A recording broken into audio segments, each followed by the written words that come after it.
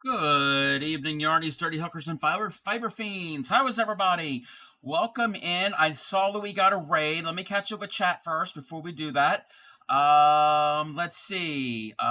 Trouble got first. Welcome in. Thank you for the dino.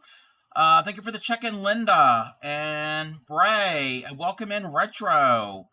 Let's see. Hey, everybody. Everybody, lurk. Thank you for the lurk. Everybody saying hi. Welcome in up cycly. Thank you for the lurk and the stretch. Do the stretch. Do the stretch. And the hydrate. I'm catching up. I'm trying to get to our Raiders. Trouble is on a 3-stream streak. You know what we do with that?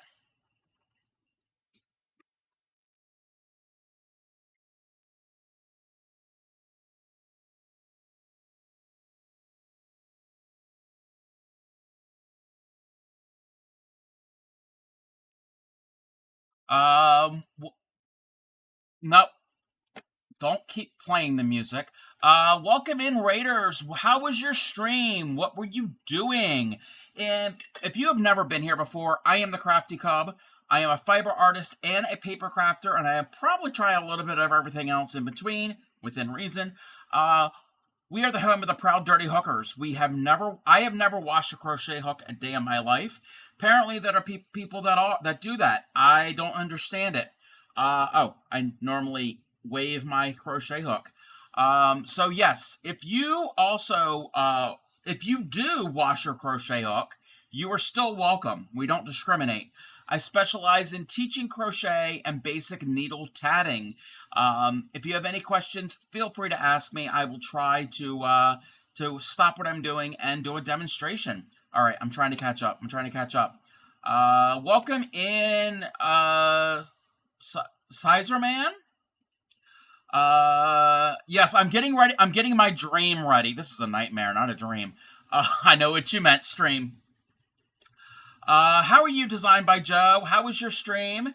Welcome in, Stellar. Thank you for the check-in. Welcome in, um, Lukey Lisa. I think that's how you pronounce it.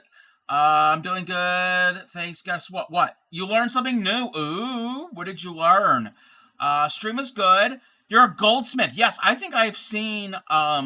You were a part of a raid train recently. I think. Maybe I could be wrong. I do remember seeing lurking in your stream. Some earrings. Ooh, very fun. If you have anything you want to share, links are open. I also have a Discord. If you don't want to don't want to do either one of those, that is fine too. Welcome in, Unicorn Farts. How are you? Scissorman from Northern Ontario. I know people in Northern Ontario. Um, it's all good. It's one person's a little strange. They're here on Twitch. They might pop in at some time. Um, but welcome in. Let's see here. Lucky Lisa. Crafty Cup can't read. You get around. Hey, I get around too. I've been on lots of parts of this website. Let's see. Retro's done. The first time ever, front loop only and back loop only. Yay, yay, yay, yay, Retro. Let's see. Website. Okay, yes, we can take a look at the website. Let me get that load. Oh, wow, that's amazing. Um, let's see. Okay. Oh, we're caught up. Ah, look at me. Look at me. Let's take a look. Oh, wait, why is my window so weird? It's a weird window. Welcome in, Emma. I know that was you. I recognize that emote. And welcome in, Divine. So look at this beautiful these beautiful pieces from designed by Joe. Oh wow. These are gorgeous. Okay, where do I go? Let's go to let's go to pendants. Oh, I could have done that from the bottom. Uh oh wow. I am like speechless. Look at the owl and the kitty cat. Oh, that was a movie back in the day. The Owl and the Pussycat. I think it was Barbara Streisand. How do you feel about the Southern Ontario folks? It's a joke. It's a running joke. Oh, you're in Ontario too. There's nothing wrong. There's nothing wrong um with Ontario. One of my mods, Shipwreck V27, he is the other half of Supreme Doom 56, and they live in Northern Ontario. And Shipwreck can be a little bit of a he's a shipwreck. Oh, wait. Were you a part of the raid train for Binge Bear? I was a part of the Binge Bear's raid train back in June. But yes, I do remember seeing newer stuff is at the bottom. Chronological order. Okay, yes. We're gonna focus on the artwork. Oh wow, the tree of life. I love the tree of life. Gorgeous, gorgeous. Yeah, let's focus on the artwork.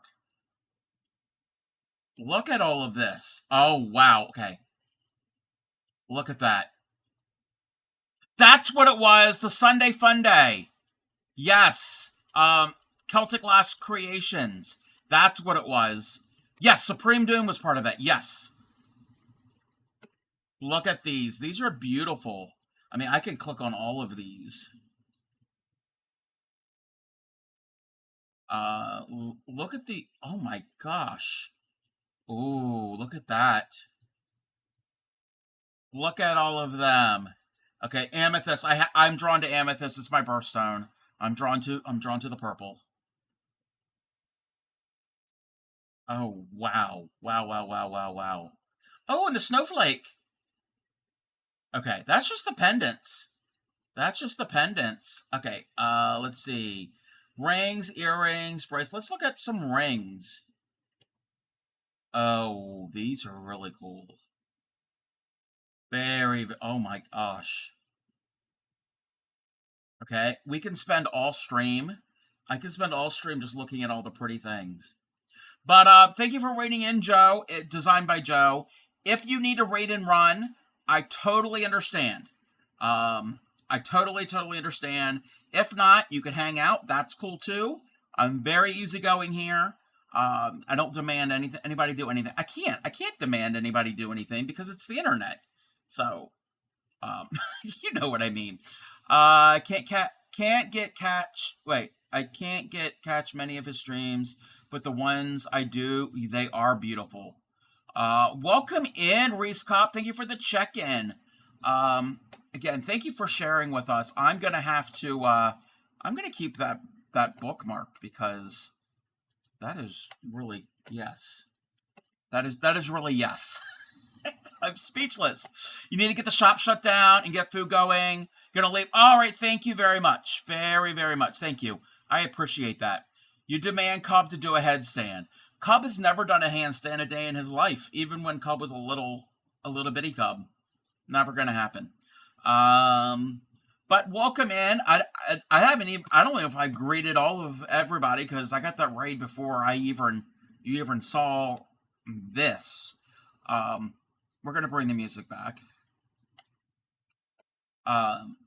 Alrighty. So how is everybody? I got some stuff done around the house today. Well, no, last night. Last night I did some cleaning. I didn't do much cleaning today. I did some organizing and, what did I do today? I don't know what I did. Oh, I was in Bray's stream today, and I was in Lala's stream. I forgot to check in, and I want to ship through the embroidery books. Ooh, yes. Speaking of which, we're going to do some embroidery tonight. And maybe in a half hour, 45 minutes-ish, roughly, I don't know, we're going to have a special guest. Upcycly and myself are going to do a co-stream. We're going to collab tonight. I'm going to help her with sorting out her embroidery supplies. So we've set everything up. Everything should be working fine. Knock on. This was wood at one time. So rewind that. Wish us luck. Welcome in Beneath the Dogwoods. How are you? You even found one on Cruel. I love Cruel embroidery. I love it. I love it, love it, love it. Okay. I don't even have... Okay, I do have the scene set up. Oh my gosh. Oh my gosh. Okay. Let me move that there. Okay. Time for dinner? Yes, enjoy your dinner. It's very nice to meet you. And thank you for coming in on the raid. You're good? I'm doing pretty good. Not too bad. Okay. The pattern of the weave of this fabric messes with the camera, and it makes these weird lines. I think that's a little bit better. It's probably not perfect, but we're going to go with it. We're going to go with it. So we're going to work on some of this mock-up piece. So if anybody is not familiar with this, the other week I had an epiphany, and I have so much wool embroidery yarn and a decent amount of fabric, and I figured, and there were some people showing interest on learning how to do some embroidery, and I figured I'd make up kits and sell them. So this is a mock-up. I'm not ready to sell anything yet. So I am determining how much of each color that I would need. Now, the shades might vary slightly. They might not be the exact same shade, but I'm going to get it close. And I need to know how many strands to put in the kit. I'm going to put in a little extra in case people mess up. And I will be transferring this image onto all of the fabrics. And so it's going to be a limited...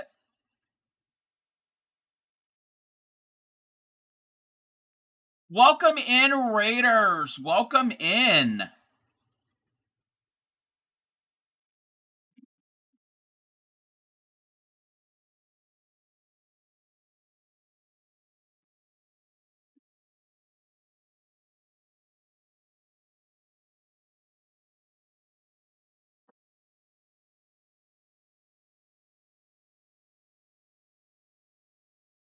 Welcome in, Raiders. Okay, that was weird. I just got a raid from Designed by Joe, and the clip had something to do with about a pickle.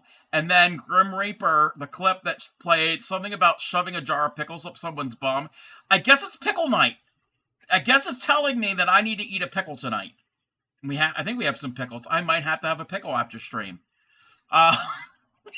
It's not ready for that. Welcome in, Raiders. How was your stream? What were you doing? If you're new, I am the Crafty Cub. I am a fiber artist and a paper crafter, a variety crafter. I'm going to probably have to start calling myself. We're the home of the proud, dirty hookers. We don't wash our crochet hooks. If you do, you are still welcome. We don't discriminate. There are people that wash them on a regular basis. I don't understand the concept. But I also specialize in teaching crochet and beginning needle tatting. So if you have any questions, feel free to ask, and I will stop what I'm doing and try to do a demonstration. You'd be happy to pattern test. Ooh, I'll have to keep you in mind. Let's see. Let's see here. Okay. Welcome in, Grim. Here comes the Grim Reaper, bringing the Soul Train to your stream. I know you're in the UK, but back in the 70s and the 80s, there was on Saturday mornings, I don't even know what TV network here in the US. It was a show called Soul Train, and it's kind of like American Bandstand, or in the UK, Top of the Pops. Yes, I know about Top of the Pops, but it was all R&B and soul. And I'm not gonna. Well, I get it. Anyway, the way that they would say it, it was Soul Train. Anyway, I'm on a tangent. Welcome in, Vixen and Mel. How was your stream? Let's see. I'm going to catch up. We're going to catch up. Okay. Thank you for the check-in. I think you're laughing about the pickles, I think. You're playing Minecraft. Ooh, I love you. I love Minecraft. We play Minecraft here. Often on Saturdays we play Minecraft. Geez, I think I need an emotional support pickle after that. Yes. The Soul Train. You're old enough to remember that. Yes, yes. Don Cornelius. Don Cornelius was the host. Um, let's see. You know Soul Train, yes. But welcome in. How is Minecraft? If you have anything to share, I know you probably can't share Minecraft. But if you have anything you want to share, links are open, Discord, all that good stuff, yada yada yada. I should just put it on. I should record myself saying it and just hit a button. Just hit a button. But welcome in. Let's see. I also know that it wasn't the best impression of the way. Yeah, yeah. That they will never ask me to do an impersonation of the Soul Train intro. Oh, we got a lot of vegetables there, Mel. You got a bumper crop of gourds. Uh, so tonight, oh, we can get through tonight. I'm doing a mock-up for Embroidery-a-long that I'm going to be hosting and selling kits, and also making the pattern available for free for anybody. If you're not able to purchase a kit, especially if you're international, because shipping and all of that is, we're not even going to go there. But brain just turned off after all of that. But welcome in. And if you need to raid and run, I know it's late where you are.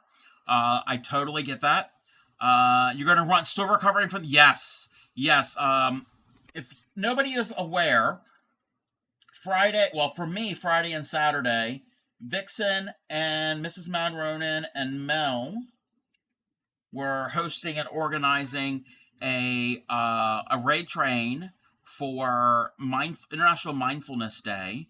I was not a part of the raid train, but I was riding the whole train, and there were some doodles that people could download and print and then color, and I did that. I did that myself, and I submitted it in Vixen's Discord. We raided into Vixen last night, so that was the first one I did. This was the third one I did. Yes, I'm going out of order. This is not my favorite. The colors kind of mixed with the ink on the paper and like got muddy. These were done with Copic markers, alcohol ink markers. And this was the second one. This was my favorite. This was my favorite. I had like five different shades of orange. And I started in the center with the lightest. And like the center of the petals, I did the lighter. And then the outer part of the petals, I did the next color. And I kept graduating out. And I even like the little blue flowers, the little tiny ones. So I had fun with that. So, and I've got a bunch of other ones that I think I'm going to have to color again. And I think they said that they're going to want to probably do this maybe once a month. And I am interested in being a part of that if that's possible when that time comes. But we're not there yet. Yeah, the orange one is so nice. You've been coloring. Ooh. Yeah, and that was the first time I've used those alcohol ink markers. Well, I tested them before. I tried a little bit. So that was like my real first usage of them. And I haven't gotten into blending yet. I haven't done like actual real blending, but I'm liking them a lot because I am not a colorer. Ooh, I'm not good with crayons. I'm not good with color pencils. I'm not good with all that. Welcome in, Dan. How are you? And Phoenix Gamers on a streak. You know what that means?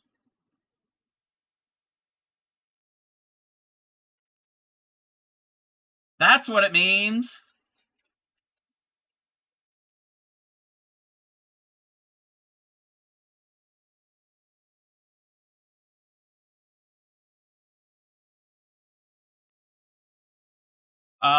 Stellar said, I did very well. Your boys actually watch you. Oh, very impressed on how you stay. Yes, I am not good at staying in the lines. um, of course, we'll start planning. Yes, once you've, yeah, definitely. Well, yes. And I think there's a lot of people that I think have said that they were interested in that. So you might have to like, you might have to expand it to accommodate everybody.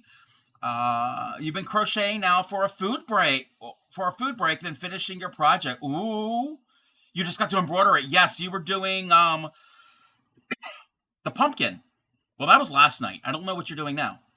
So we have it somewhere we can keep track. If you are interested in maybe doing it next time, monthly event. I did in Vixen's Discord. Um, there was something in an event. I think a couple people had showed interest, but I don't know if that was the correct way. But I'll have to look in the monthly event. I'll have to remind myself that. So yeah. Hey, you might have to like expand it to another day. You're gonna be like Supreme's raid trains where they go like 7 or 8 days long. Um, no. Oh, pumpkin is left aside. Oh, you made a ghost. Ooh. Dan says your eye is feeling better. That's good. That's good that it's feeling better. Sometimes eye irritations like that, just sleeping, having your eyes closed, and let it just take time and to heal. You might be hooked. Yeah, I think you are hooked. He mentioned it in the interested part. Yes, that's where it was. Yes, yeah, I know it was somewhere in there. So yeah, I'll have to look into the monthly event. Uh, yeah, that's what it was. Anyway, my brain turned off. um, you're going right. Yes. Go and recuperate from your event. You have a good evening. Both you and Grim, you have a good evening. Go to sleep. We both need it. Yes. Oh, somebody had asked what the blue stuff is on my fabric. Let me get this in my hoop. Last week when I was using this, I was using a different hoop, and that hoop is okay, but this hoop that here is my favorite hoop. So many patterns in these books. Oh yeah, I can believe that. So what this is, so I'm using some linen fabric, actual linen, like the flax plant. And this is a piece. I didn't cut this. It was just a little remnant that I acquired.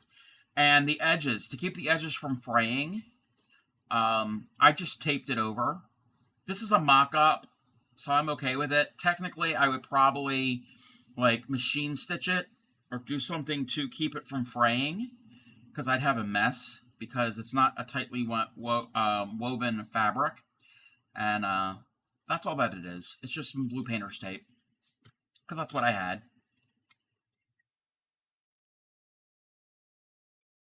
All right. I'm not even ready. I'm not even prepared.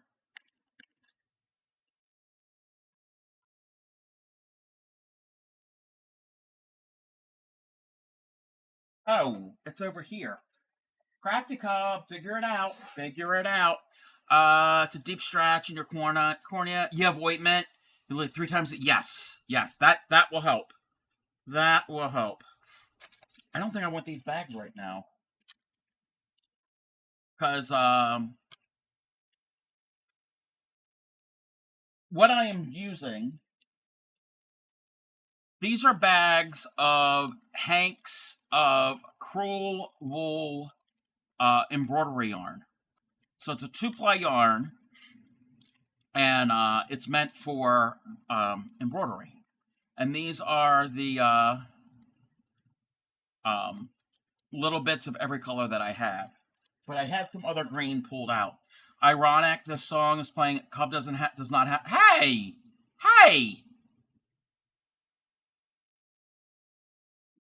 talking about my hair. But I have some green here, and I think there's 2 shades there. Welcome in, Quilted Hearts. You're excited to see the embroidery. Thank you again for sending me that. Oh, I dropped something that's important. For sending me the beautiful card.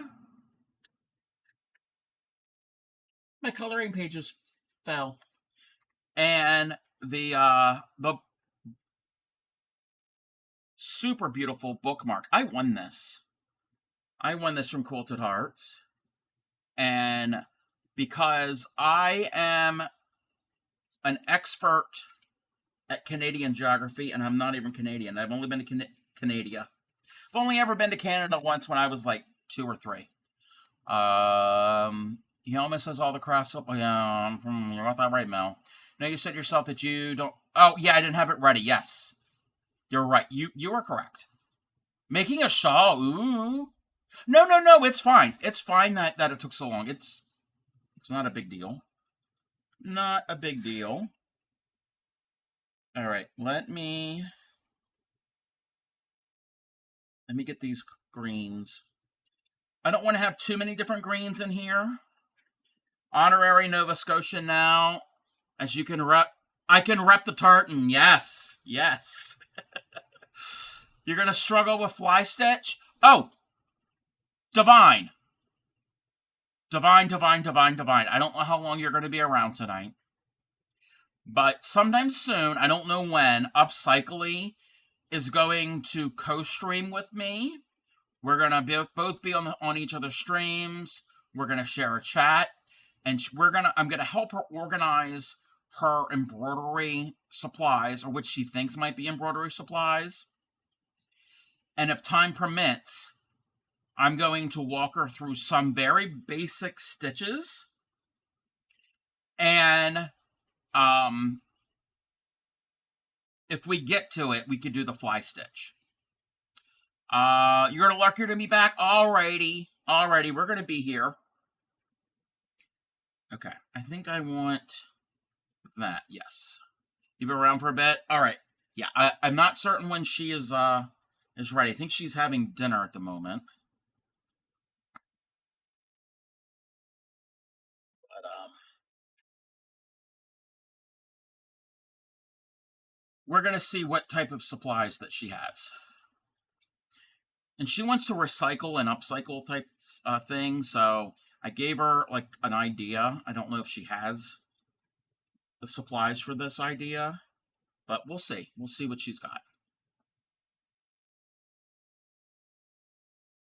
But in the meantime, is that color? Oh no, did I mix up my greens? Oh, I did. That's the dark. The dark is over there. Can you remember dark to the right? Dark is to the right. I think you tried fly stitch with your chill fart embroidery, and it's messy. It takes some time. It takes some time. With all stitches, it takes some time to perfect. I'm not the best embroiderer. I am not anywhere near the best embroiderer.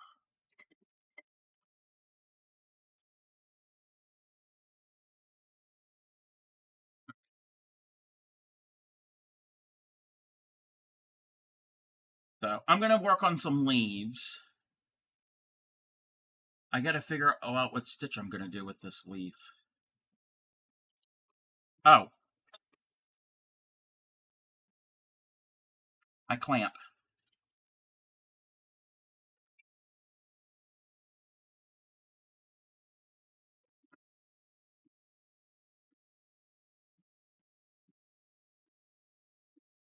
Okay.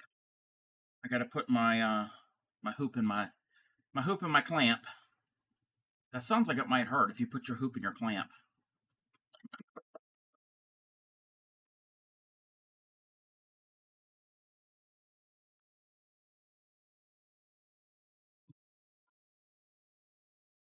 Ah,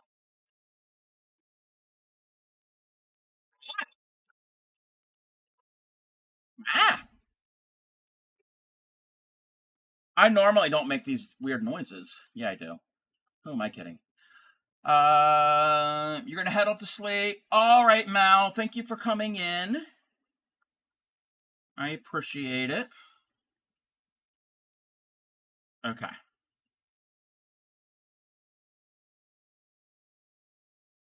So we got stems, we got leaves. There's a stem here. How do I want to do this stem? It's a thick stem, so I can't do like a regular stem stitch. I haven't even figured out what I'm going to be doing. Okay, I want to focus around this. Okay, we're going to do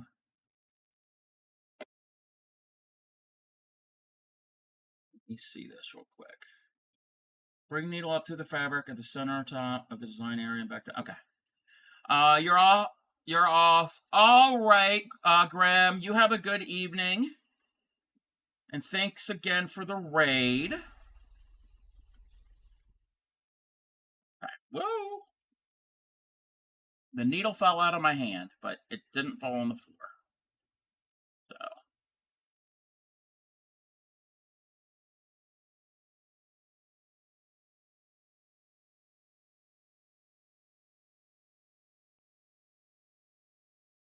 So I'm just putting in some starting stitches to anchor this down.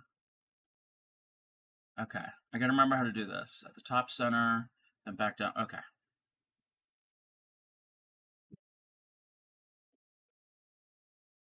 Welcome in, Raiders.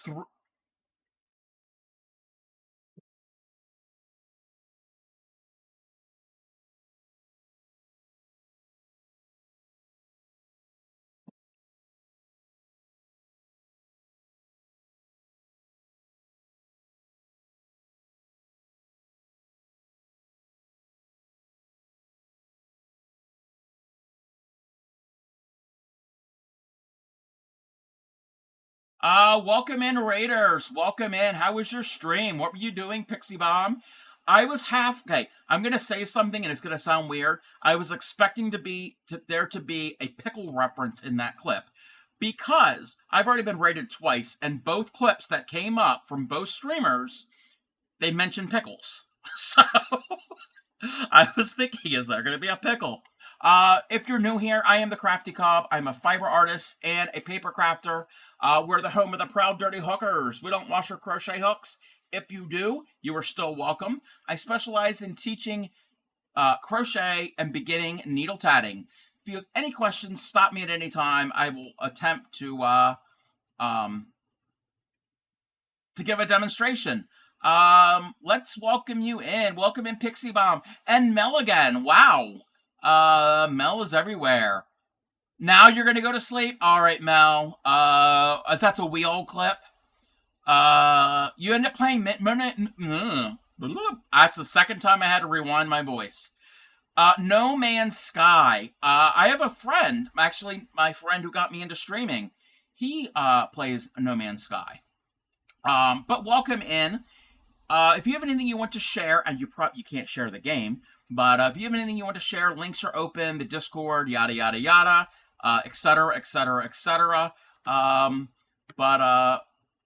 Welcome in. Let's see. You love it. I've never played it. I've seen him play it. I have never played it before. Let's see. So what we are doing tonight is and if you need to raid and run and do after stream things, I totally get that. No sharing the moment. No, that's fine. And I know it's late. It's late where you are, so I totally get that. What paper is flying away? So that distracted me. What I am working on is I'm doing a mock-up for an embroidery-a-long that I'm going to be selling kits for eventually. This is crewel and yarn. So it's crewel embroidery yarn and some linen, and it's an image, and I am coming up with figuring out how many strands of each color that I will need to do it, and I'm going to probably add a couple extra, and they will be for sale. Everything will be in the kit except a hoop or a frame. So it'll be the fabric with the design printed on it, all of the yarn, a embroidery needle, and you'll need your own scissors too. I'm not supplying scissors, but that is what we're doing. We're just practicing and seeing how this is going to work out. Let me get the music playing. And soon, Upcycly will be joining us, and we're going to be doing a stream together. And I'm going to help her with some embroidery stuff and things. So right now, I'm just filling in a leaf. I can't see. It's kind of blind. I am kind of blind. Are you allowed to ship needles in the post? Yeah, yeah. Um, and again, it's probably gonna. You mean, within the U.S. Yes, yeah. That'll be fine.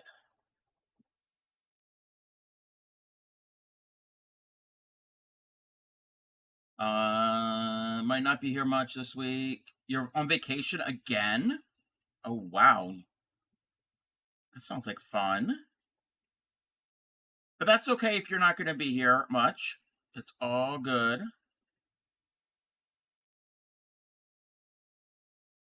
Yeah, yeah. You did say your family was in town.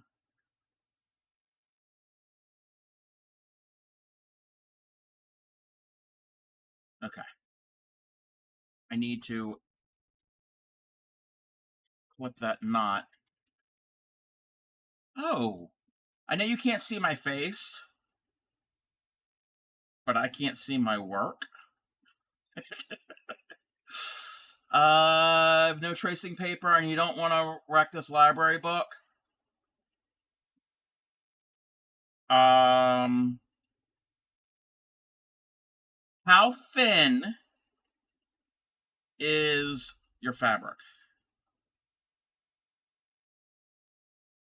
Are you able to see through the fabric?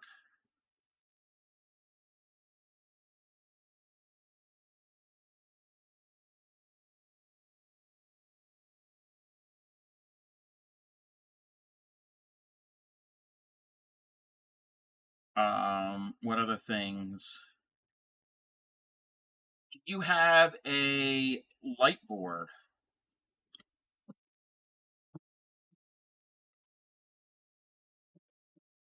Tinfoil? No, tinfoil is not going to work. Tinfoil won't work. Yeah, wax paper, parchment paper. That could work. If you have a light board, put that underneath, but you probably would have thought about that already. I highly recommend this. You can get these on Amazon, anywhere online. This and it's USB powered. And even if you're not like a tracer or a drawer or whatever, they come in handy when you least expect it. I don't know how thin the fabric is. Oh, you haven't selected it yet. Oh, okay. But yeah, if you got any wax paper or thin copy paper, do you have copy paper that's somewhat thin? It could help if I zoom in because I am doing some small stitches here. You have a light board, just scare. I don't think you're gonna wreck the book. If you put it between the pages, I think you'll be fine. And don't press really hard, obviously.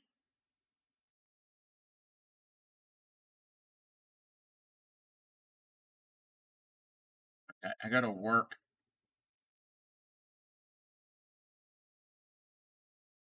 around. Oh, it's chunky. Okay. Hmm. Do you have a computer printer?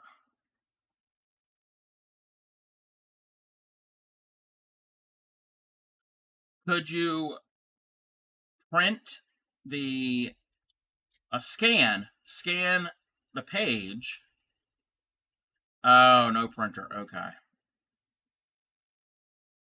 was gonna say if you could scan the page and then print that up.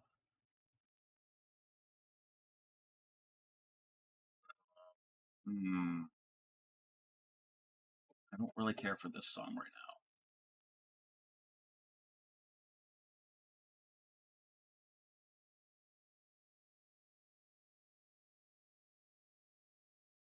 You know what? Grammy was right. Grammy told me I should have done the leaves first. I think it's like one of my first times planning one of these. I've done kits, and the kits will tell you what order to do them in, and it's been forever since I've done one of these kits.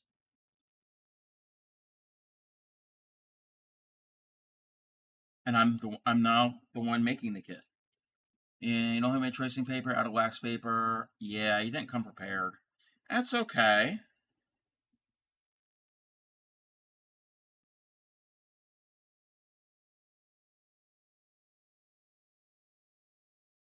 Nothing wrong with that.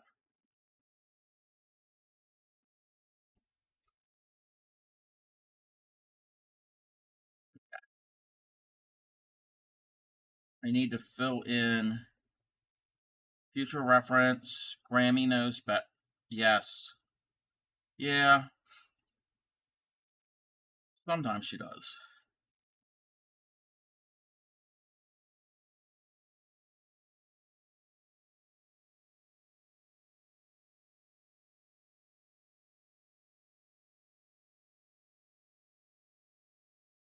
All right. So what I'm doing now is like the leaf and slash stem. I'm gonna like go down the length of this in between these flowers, and I'm gonna be putting stitches here and there because this real flower, you can see the stem in between the little tiny flowerets, I guess you call them, because it's a hyacinth, so it's got like a center stalk, and off of them the little smaller little flowers come off of. So I'm just kind of not really making any like specific stitch. I'm kind of doing like this stitch, just putting color in. That's basically what I'm doing.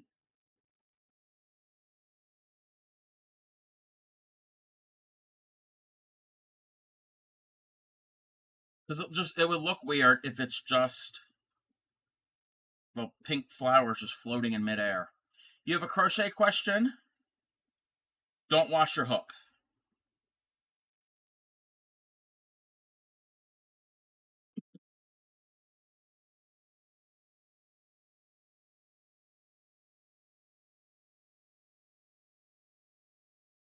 I got to keep an eye on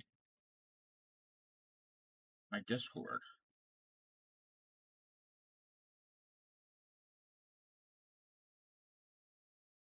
Upcycle will be sending me a message when she's ready.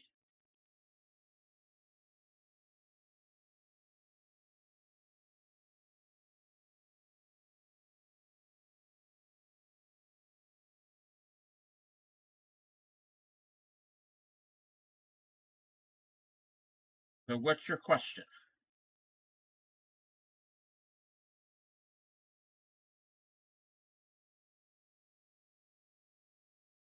For a cuff, what do you use, single or front? Wait, back loop only single or front loop only?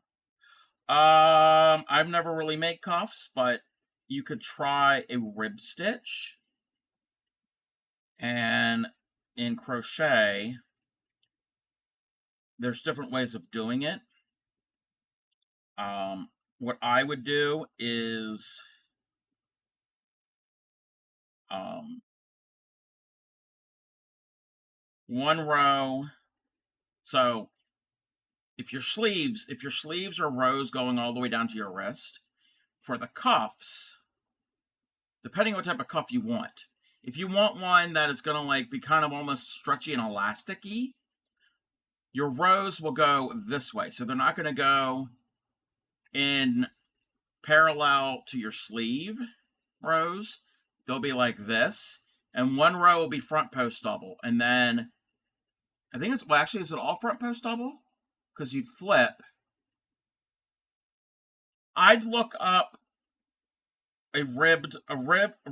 crochet ribbing for cuffs. I'd Google that. But it depends. It depends on the type of cuff you want.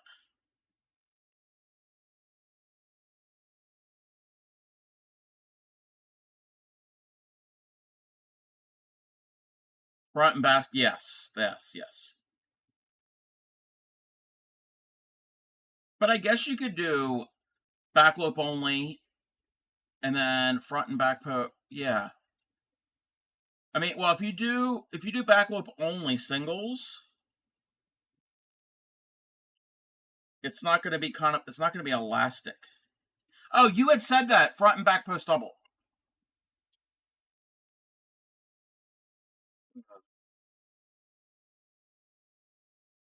actually said it, and I didn't even read it. I am so sorry.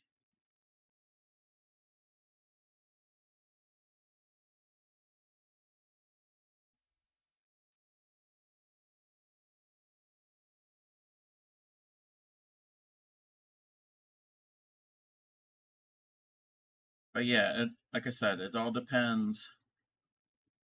I mean, yeah, you're used to me. It all depends on the look that you want. I mean, you could have more lacy cuffs. It all depends on what you're making. But I've never really made wearables. I haven't even finished my first one yet. Well, I've made scarves and hats and shawls, obviously.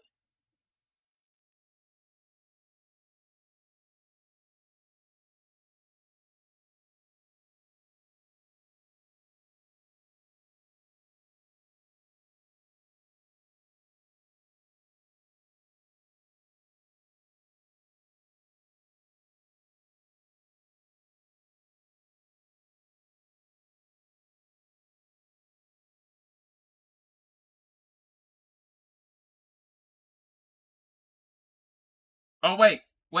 I did? Wait, I missed. I'm sorry. Wait, let's see. Oh. Wait a minute. I'm sorry. I didn't even see that. What did you think would happen if we all started washing your home? Hey, you. I don't think anything's going to happen. You'd have clean hooks.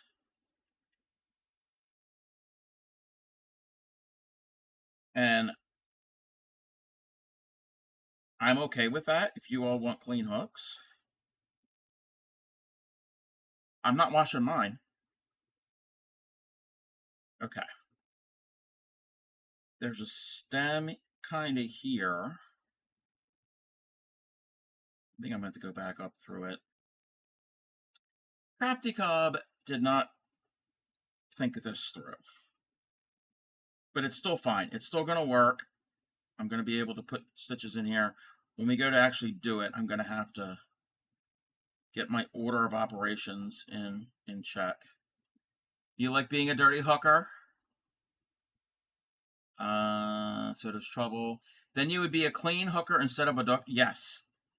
Yes. And that's fine. Again, we don't discriminate.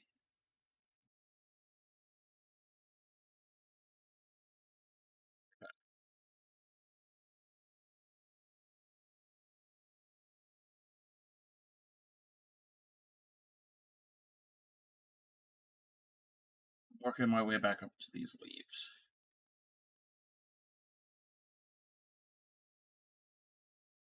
Okay.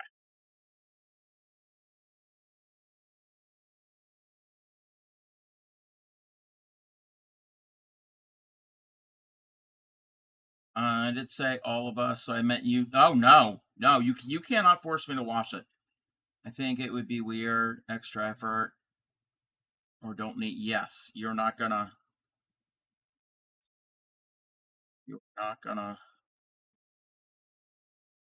get me to do that.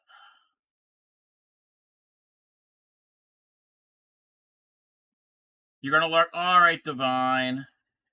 I hope you find something that you can come up with to trace your that pattern.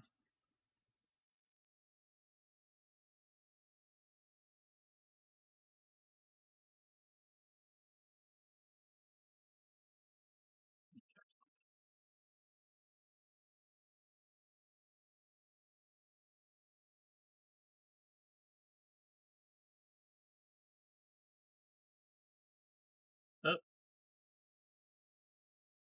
under the stitch.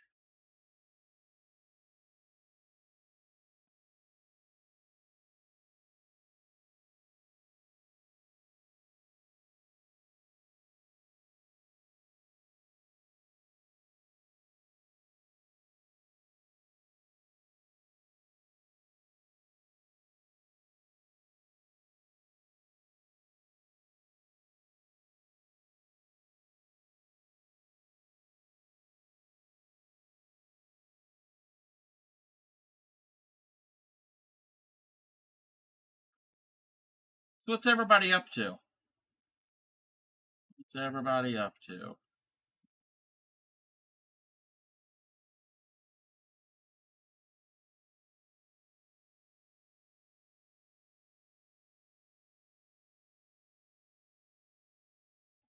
Uh, oh, you're in a Sleeve Island. Is that what you meant?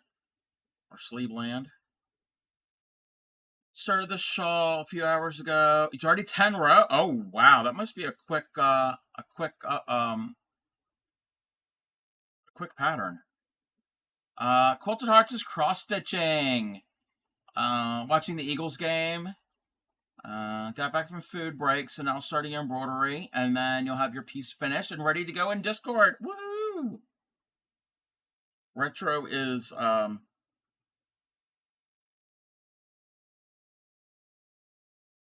crochet maniac now.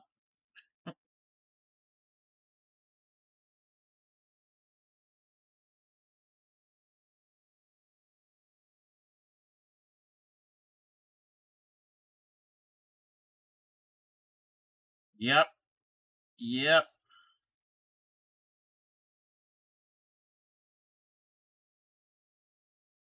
If I stream 6 days a week, I'm not. But if I did, I'd have to add a day for knitting. And I do want to get more into knitting. Retro's been following 1 year, 4 months, 14 days, and 21 hours. Ooh.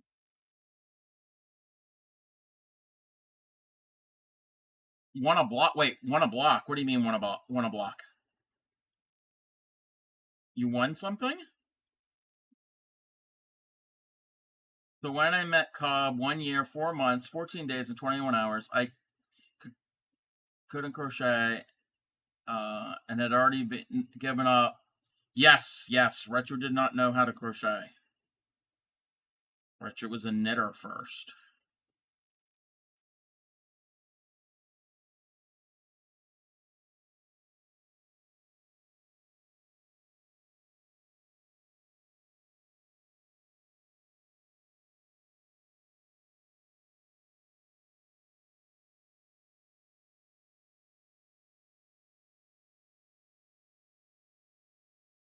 Uh, Donated for my nephew's baseball team for football. Block. Okay, block pool. Random numbers you assigned for a quarter. Oh, yay! If you did do that, I hope it's on a Thursday. Yeah, I'm not adding another day. It's 5 days a week.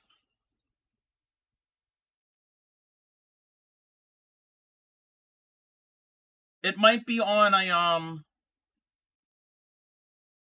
Sunday because Sundays are wild cards. But my main thing I want to kind of finish up to get done first on Sundays is this for the time being. And then be inspired me, offer to help, but that wasn't enough, sadly, and I had to go out for your help off YouTube. I already confirm I've seen many people say yes. And that's fine. That's fine if somebody chooses somewhere else to learn. You don't have to learn from me. We're going to have an ad. We are going to have an ad here soon. What are the flowers called? Oh, so I'm doing the leaves. I'm doing the leaves right now. Just leaves word up. But all these flowers have similar leaves. This is a hyacinth, and this is an iris. Blankets coming back for the charity. I could do that now that it's getting cooler. Look at Trouble. Trouble's wanting me to do a whole bunch more things. Add to my whip list. Causing trouble.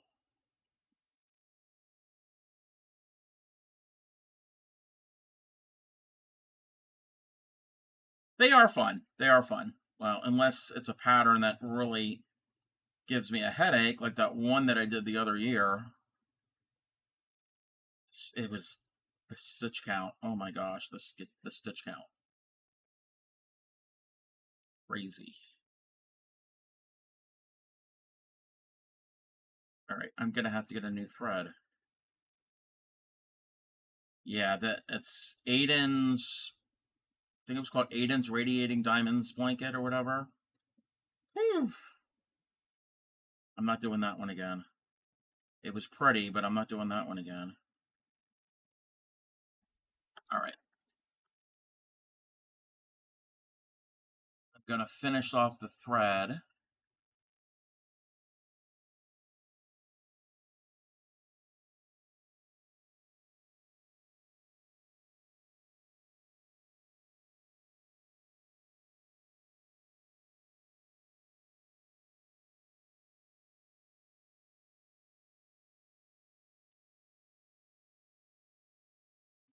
The other thread.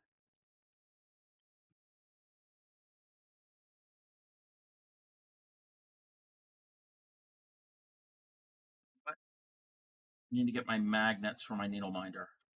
That's what we'll do. Bring that there.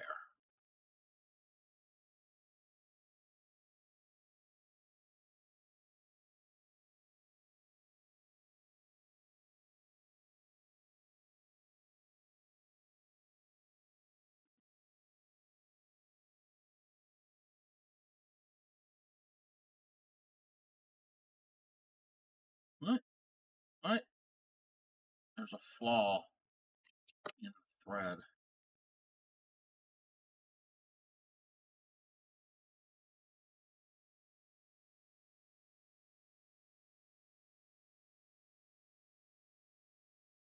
Blind here.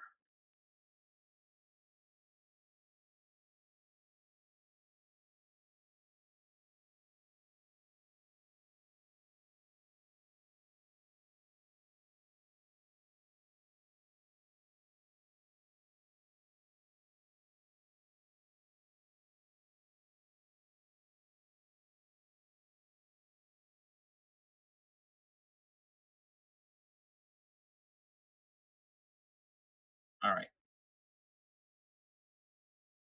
Welcome back. I don't even know what that part is there. Anyway, so I'm going to work on this stem. Actually, that should be a different color. I think the stems are going to be a different color. I'm going to work on this leaf here.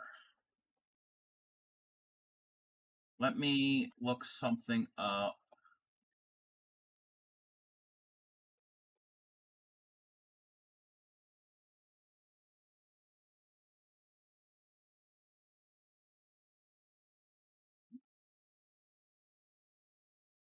I'm going to find a different stitch to add here. Thank you for the follow.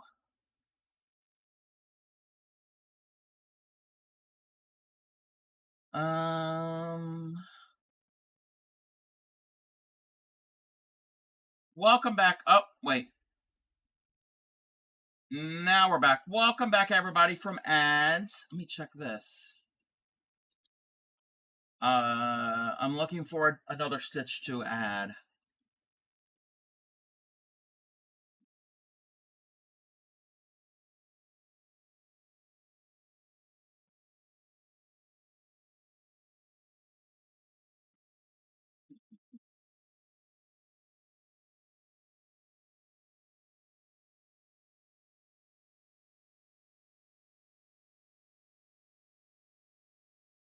You know what? I'm just going to do a very simple stem stitch, even though it's not a stem.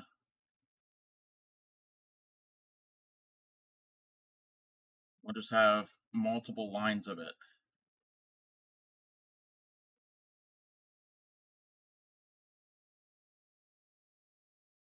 It's a lot of experimentation is what I'm doing here. You're done? Ooh.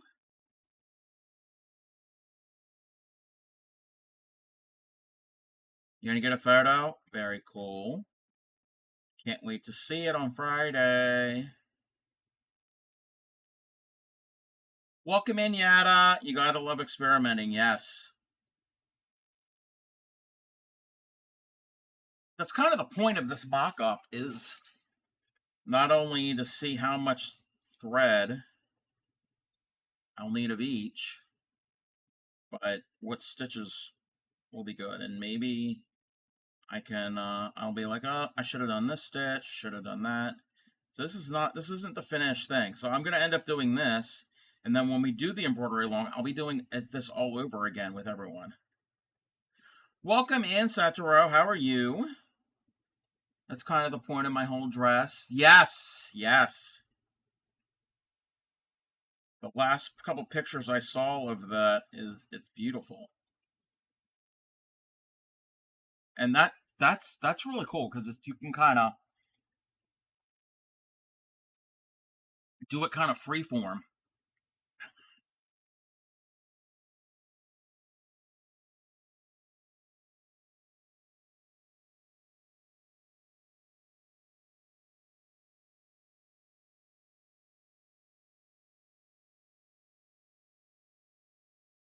Kind of going blind again.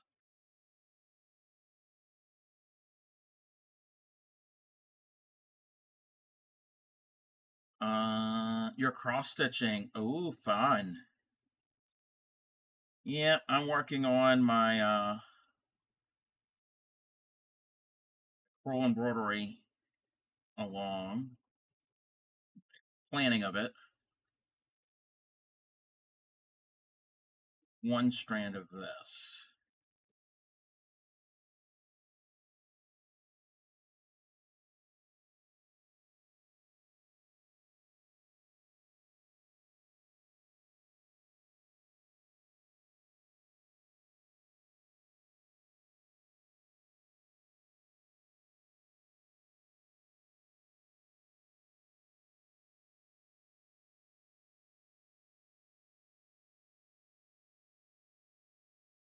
Filing your nails down, getting ready to backfill and such. That way I don't have to thread. Catching on your nails. Ah. Yep. You don't want it snagging because that's not fun.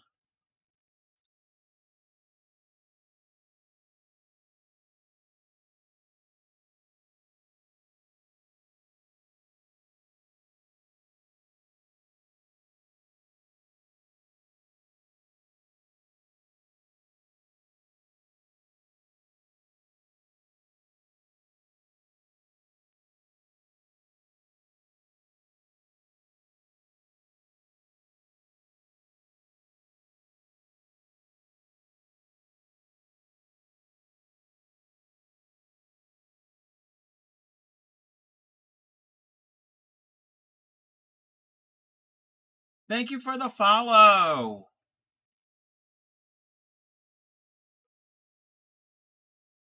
Come in.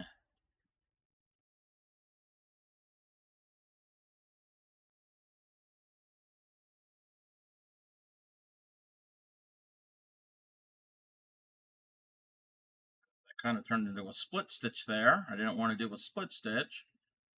That's fine. We're not going to go back and go with it.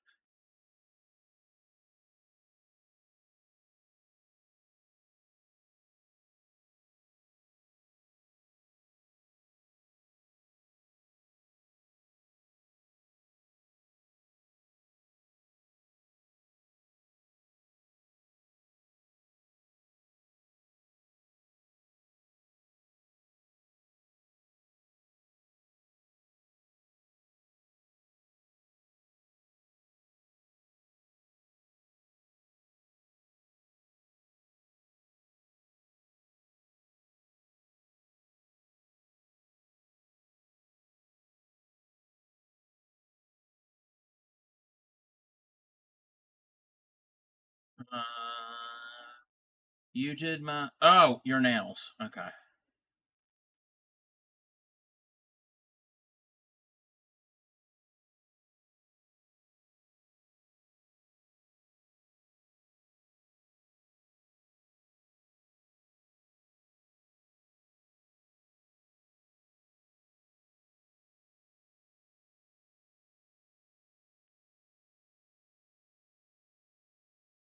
Uh, After you backfill them, you do color and design. Welcome in, Upcycly. Sitting down to eat, looks gorgeous. Grilled cheese. I had grilled cheese for lunch with clam chowder. 30 minutes. All right, Upcycly. All righty. Yes, Upcycly is going to be joining me on stream. We're going to stream together. And we're gonna help her with her embroidery supplies. And then we are gonna learn some just the basics. We're gonna switch projects. I'm gonna get like a scrap piece of fabric and a hoop, and we're gonna learn some very basic stitches.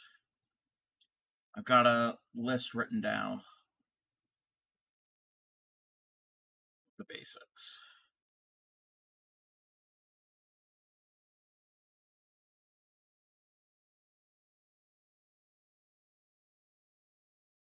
She doesn't have the same type of thread that I'm using, but you could use almost any type of anything. You can even use crochet cotton if you've got a needle that will work with it. You might not be able to do some of the stitches as easily, like a split stitch probably won't work. Just thought of something silly. Oh, silly is fun. We like silly.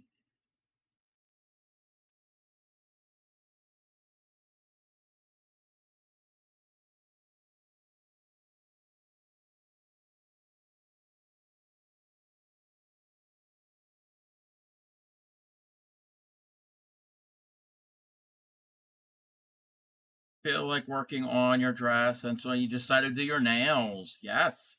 Did I inspire you?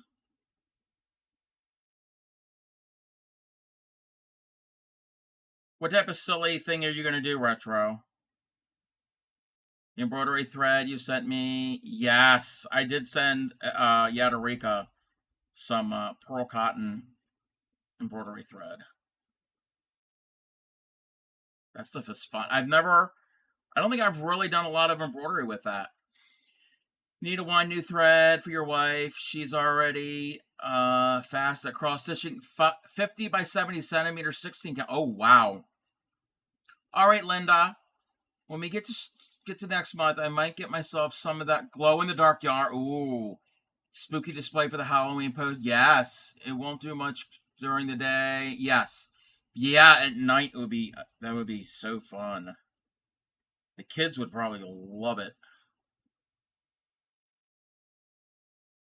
All right, there's another leaf here. Um,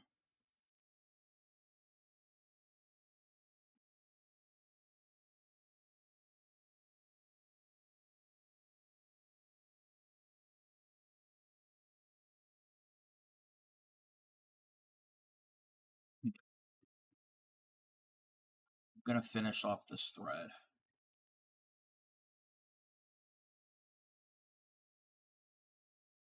I should have done some finishing stitches, but it's fine.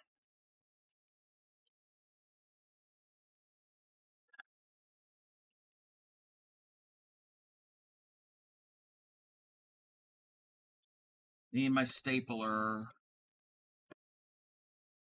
Need my stapler.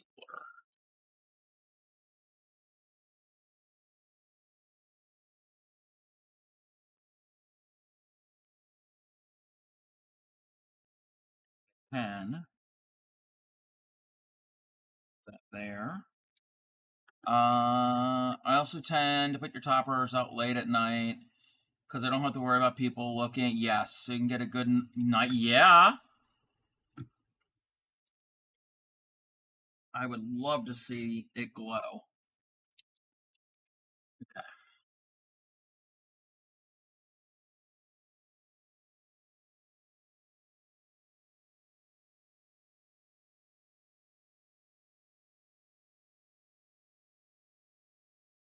okay, this is the darker of the shade. Okay, that's the lighter is over there. The light colors there, the darker. They're very close. They're close in color.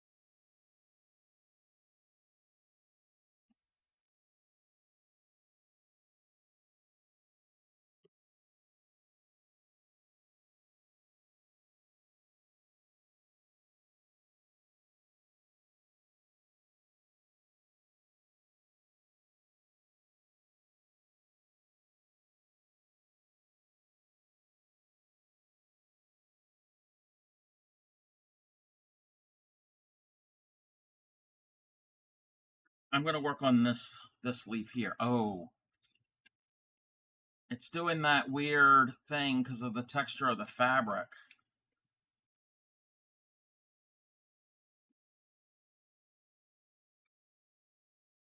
I don't know if I can fix that.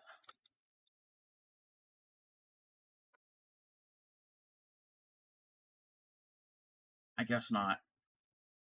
I know it's a pain.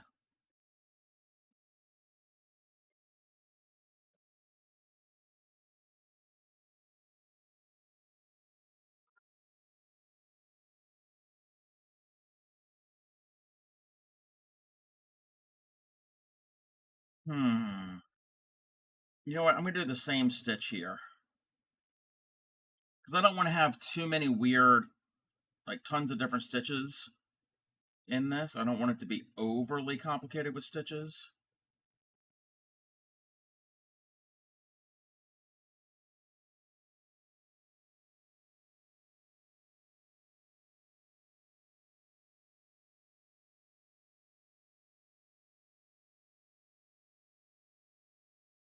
Tangle, yeah.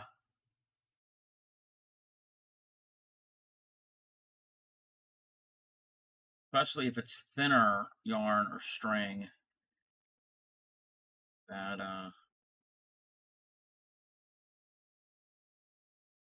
pain.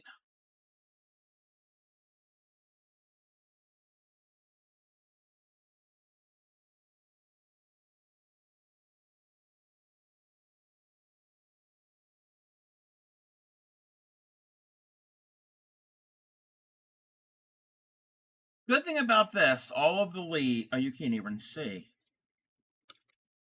All of the leaves on these flowers have very similar leaves. They're long and slender.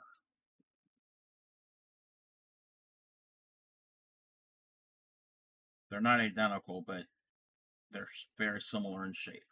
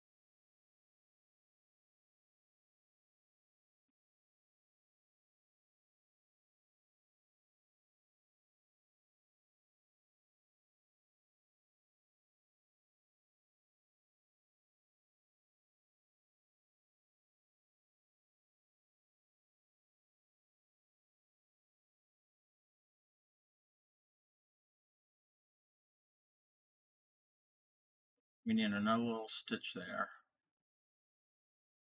close enough to the previous row.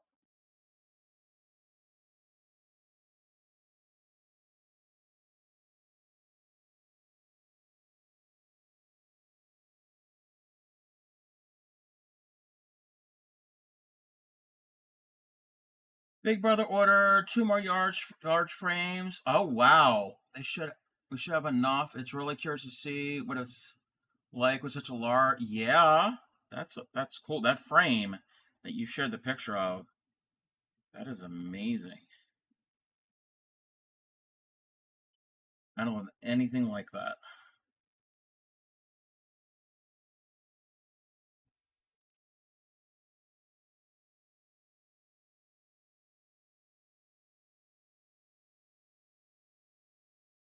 I don't even have the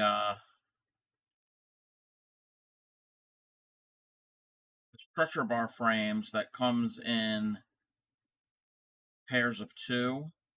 You can get them different lengths to make whatever size, and you use special tacks to tack it into the wood. I don't even have any of that. Welcome in, Shep. How are you? We got a raid earlier, and one of the people in the raid said they were from Northern Ontario. I'm like, uh-oh. I know about the Northern Ontario people.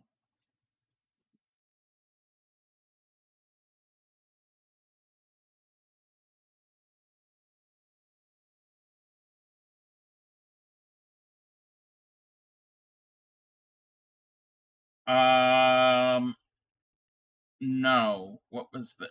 Steve's from Toronto. Toronto's not in Northern Ontario. I don't remember what their name is. They came in with Designed by Joe, but it wasn't Designed by Joe. It was someone else. Steve. Even I know Toronto is not in Northern Ontario. I mean, this is proof. This bookmark is proof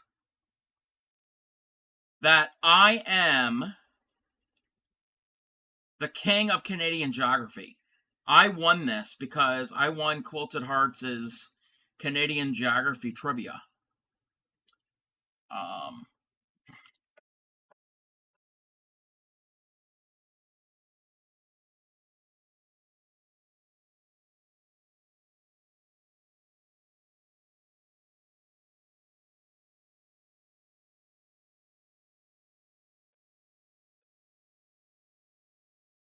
Yas. Why is Shelly being quiet? Because she's not she's not collabing with me yet. She's not live. She's eating dinner at the moment. When she's done dinner, she'll be joining. If we start working on a large print painting like that, happy to share. Yeah, definitely. Definitely. Welcome in, Lala. Yes, Lala owes me $20.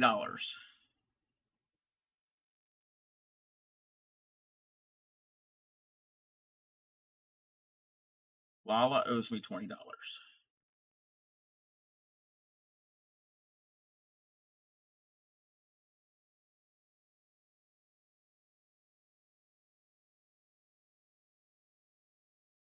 How are you, Lala? Cub owes me 20. Lala owes me 20 US dollars, not Canadian. So you did buy a bunch of. Yes, I think I briefly looked at that message. I haven't been able to really look at it and respond to it. Lala went to a craft thrift store today, and I was jealous. And they were like, "Here." They sent me a picture of a $20 bill with a note that said it was for me to spend. Uh, yes. What's your crochet question? Don't wash your hooks.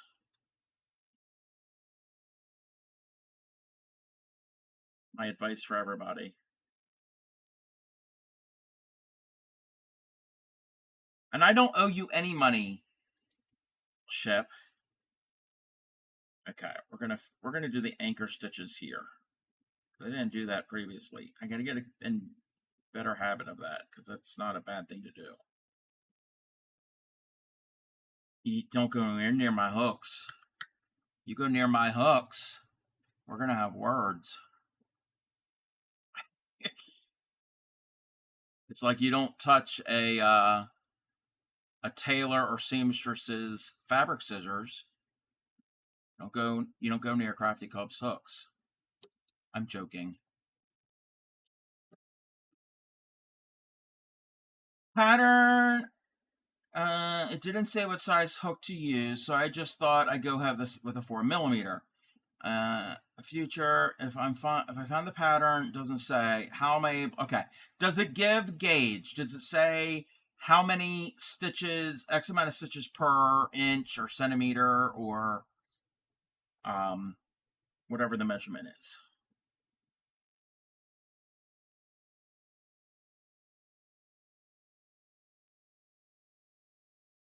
All right. Is it amigurumi?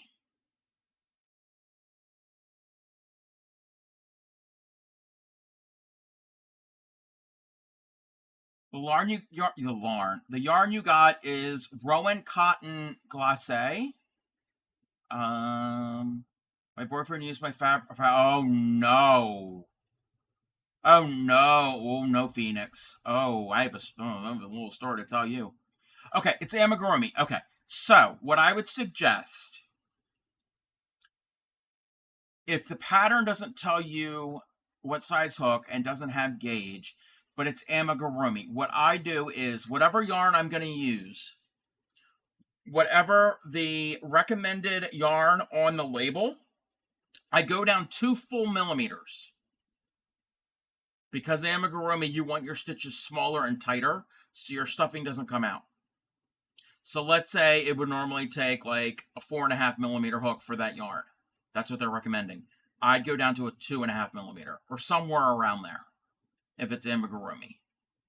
I mean, you can kind of adjust it there, but somewhere around 2 full millimeters, not two hook sizes, 2 millimeters roughly. That's what I do. But again, you can vary it. You're on your way, yeah. So Grammy was a seamstress. Well, she still sews, and all growing up, we knew not to go anywhere near her fabric scissors. She was seeing this guy at one time, and he kind of somehow ended up living with us. I don't understand how that all worked out. I don't think it was like, yeah, come, yeah, it just happened. But anyway, and he was replacing the carpeting in the living room, and Grammy came home from work one day, and she saw him using her Ginger brand fabric scissors to cut carpet. There was almost a corner wagon pulling up and Grammy in the penitentiary.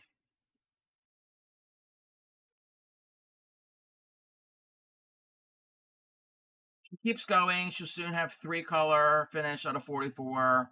Boarding a Chinese lady with a pretty headdress. Ooh, bet that's going to be pretty. So, cutting paper with fabric scissors is bad. It's bad enough. But carpeting, yeah, yeah. That was many, many, many, many, many years ago.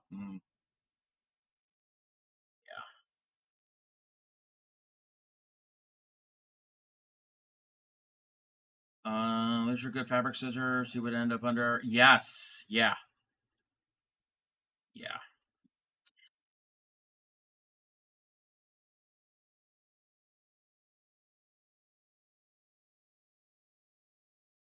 On Grammy's her desk with her sewing machines, there are cups that have different scissors in it. I know there's one pair that I'm allowed to use.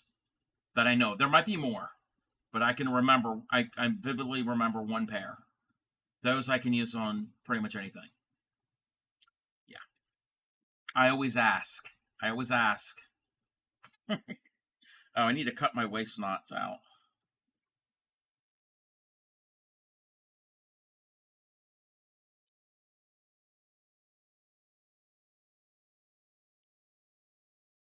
Okay. I want to try a different stitch.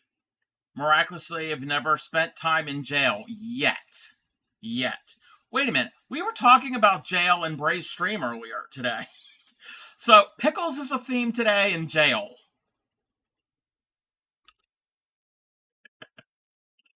How are you, Grammy? Okay, I can't do the full thing of that because that leaf goes all the way down here.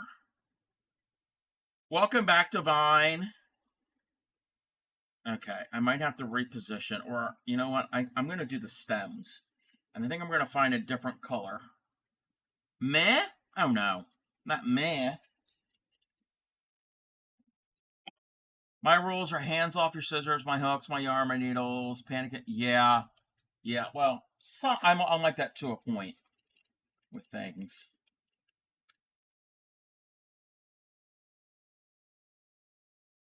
I'm looking at green yarn, see what color to use for stems. Oh, wait a minute. Wait a minute.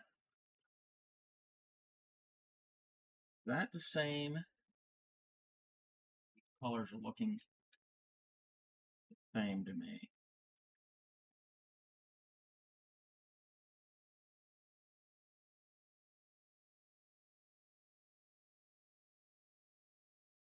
Yes, that's what that is.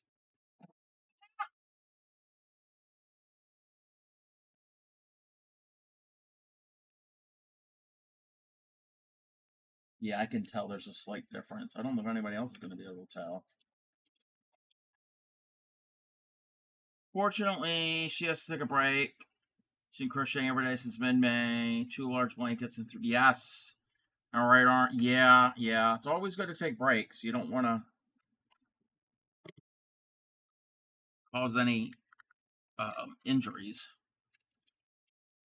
Okay. A lot of these are very light, and I don't want them to be super light.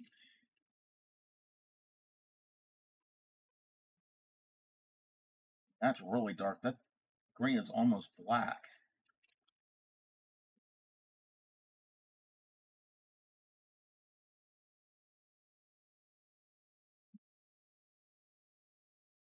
It's going to be too light. That'll work. That color will definitely work.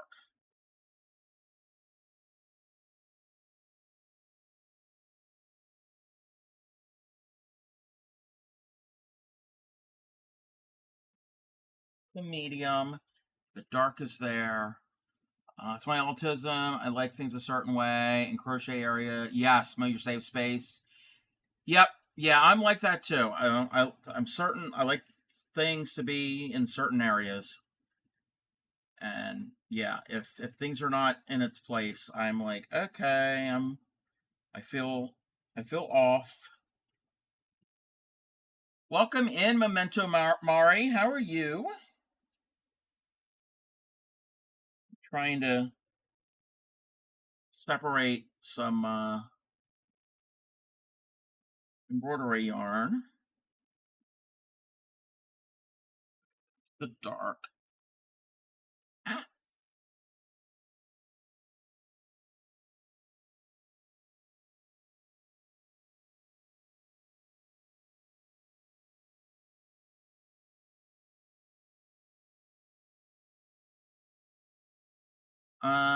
Accidentally gluten. Oh no.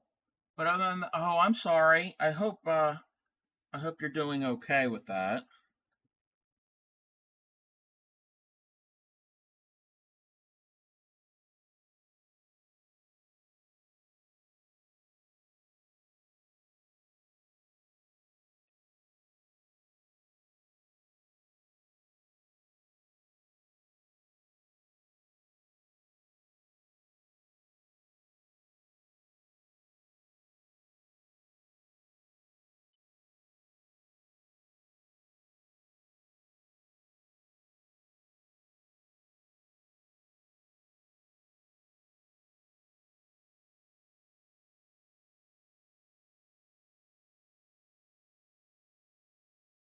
Good news. Slow tracing progress. Yay. What did you come up with?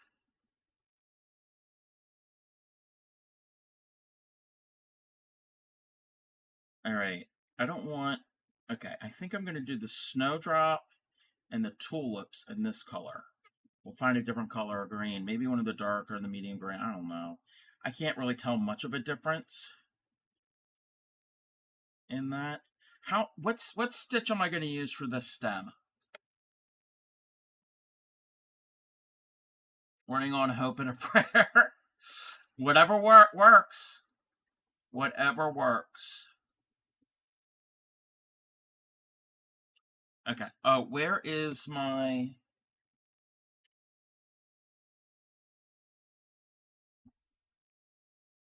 notes?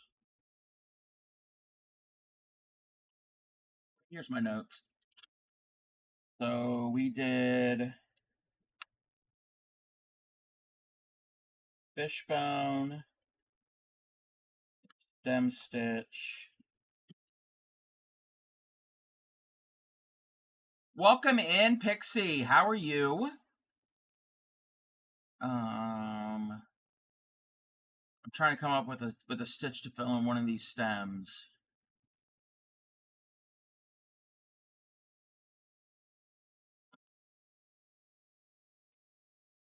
Oh, you had the worst headache. Oh, I'm sorry.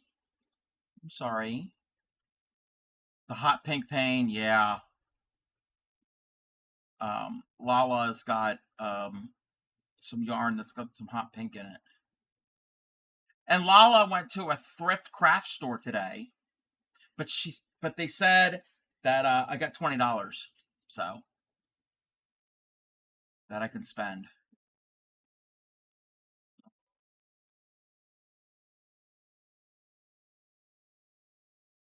I'm looking at stitches. I don't want to have too many stitches for a beginner to deal with.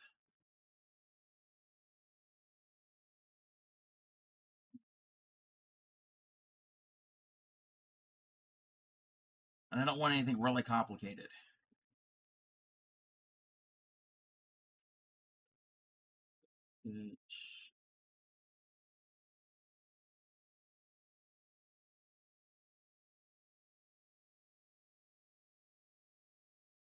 I'm looking. I'm looking at my list.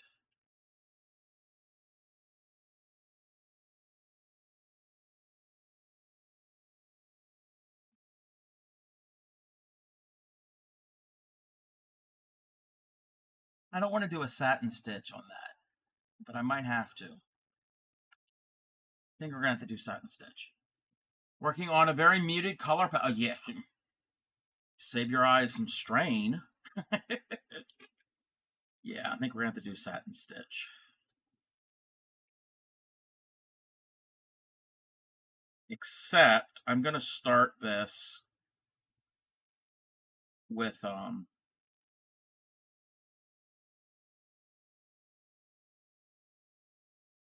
split stitch outline.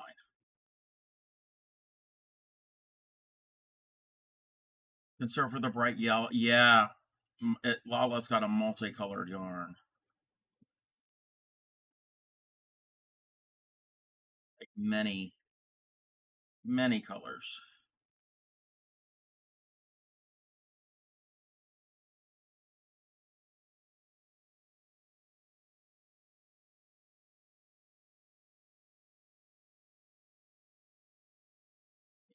Just going to outline this, and then we're going to do the satin stitch.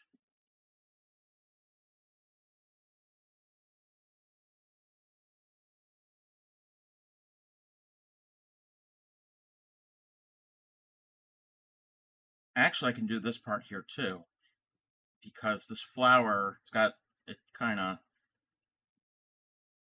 bends over like that, and that part that bends over is still green.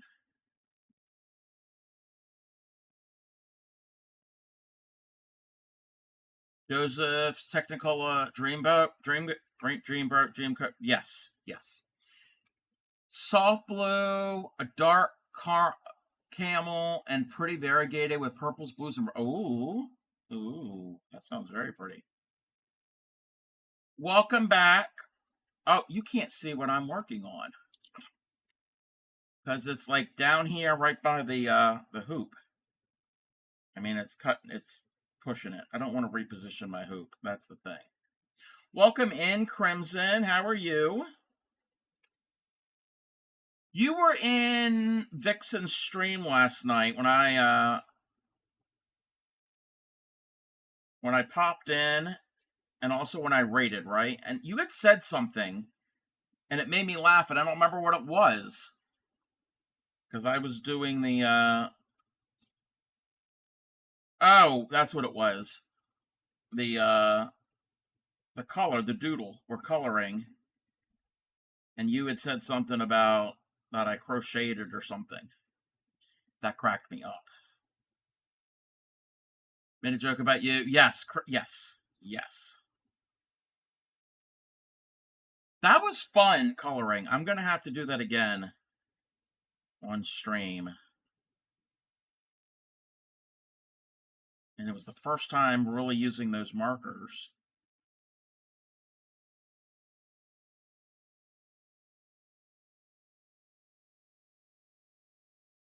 And how are you, Crimson? We're working on my embroidery along mock up,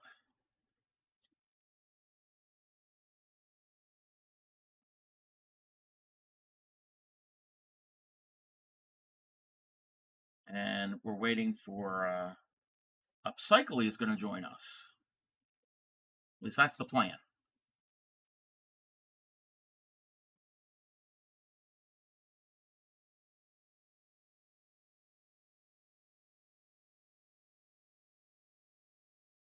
Oh, thank you for the hydrate and the finger stretches. Give me a second. Trying to do this stitch. Finger stretches and the hydrate. I'm gonna need more iced tea.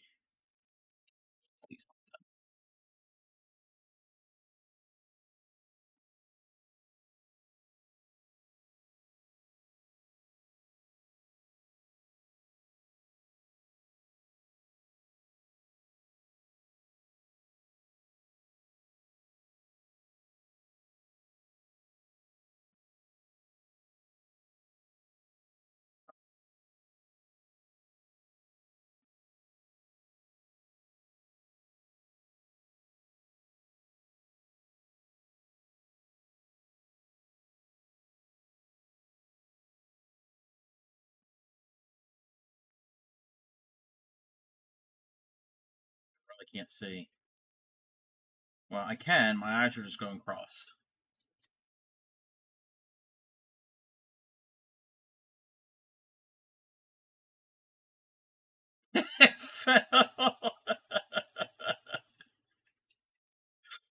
uh, Take it you're a fan of Invisible Touch. I like this song. Oh no, look what you started, Pixie. Oh no, we got Pixie and Lala dancing. Today I've done a lot of crafts. Knitting, sewing, and crochet. Oh wow. Yeah, you've been a busy bee. Dance party. I couldn't dance to this song. I like the song, but oh, whoa.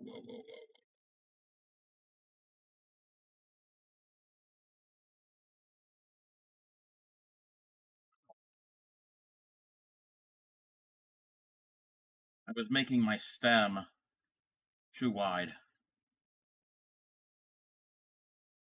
I didn't say it was pretty. Coffee Jeff just asked if I was having it.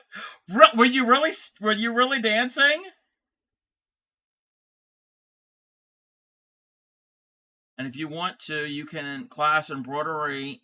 Yes. Well, embroidery is a type of sewing. It's a decorative sewing. Oh wow, Pixie. Oh, I don't know. I don't know if I want to meet you in public. I don't know if I want to meet you. Period. Now, if you're dancing weird like that. Thank you, Linda. Thank you for the bits. You're too generous, Linda.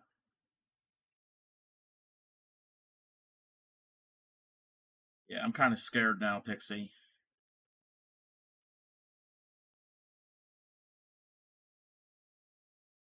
Very scared. Pixie, can I send you a video of one of my siege? Oh no.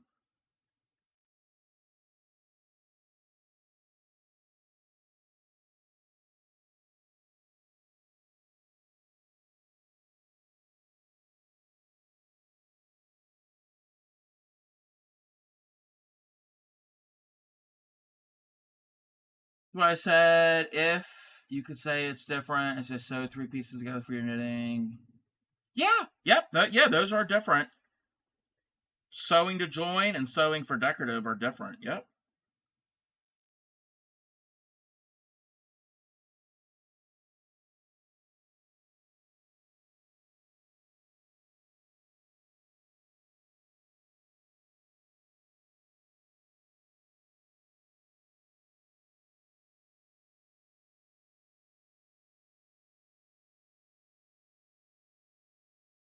I think I scare your husband.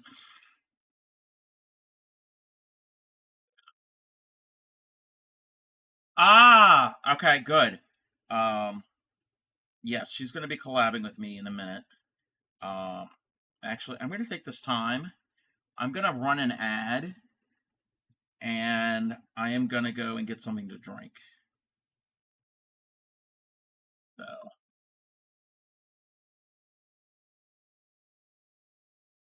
so I will be right back. Where's the thing?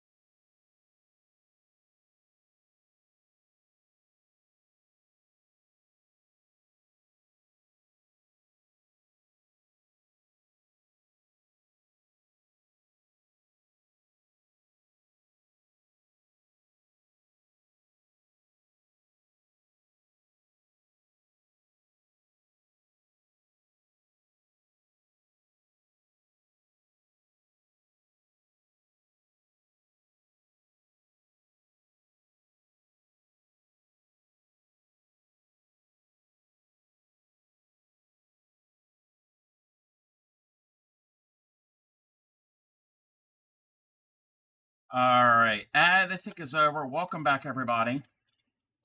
I'm gonna go see if Upcycly is ready.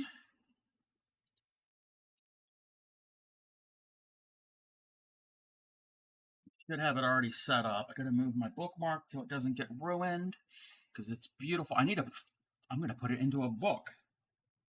I have to get a book. I actually have a book that I need to read again or pick up again. This. Let me go into here.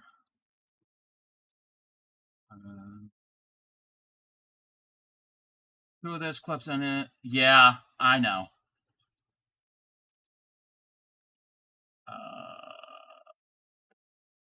Okay, let me see something.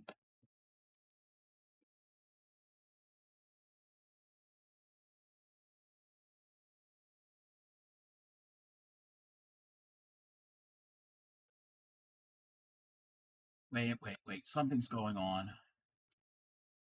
Something is going on. Network issues. Are we having an issue? Are we having an issue? Oh, I can't hear her.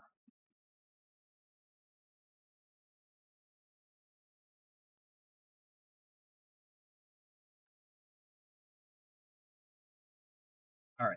Okay, I think she's ready.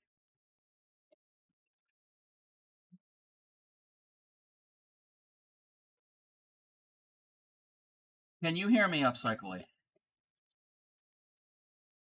I think you're muted. I think you're muted in the stream together thing. I can't hear you. And your camera is flashing in the stream together thing. We had this figured out.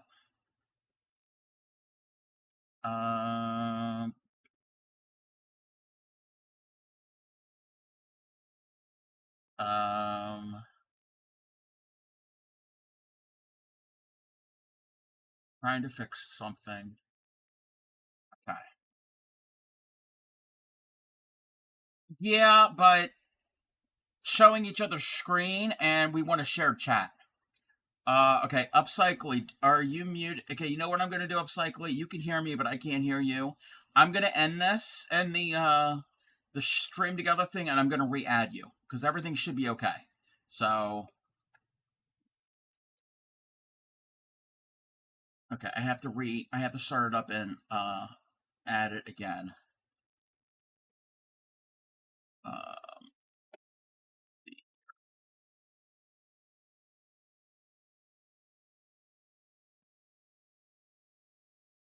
Okay, why is it? Oh no, is it my end? Okay. To invite guests. Oh, did I add her? I didn't add her. Oh,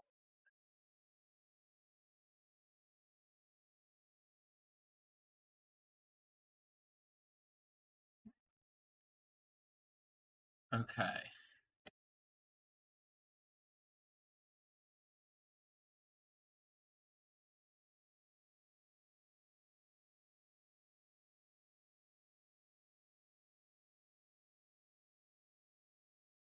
Is this having a problem?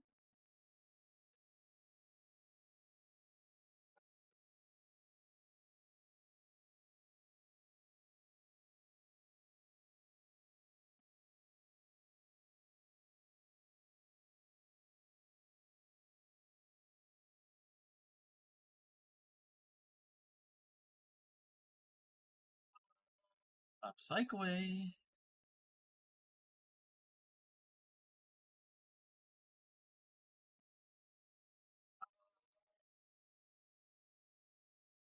Hold on a second.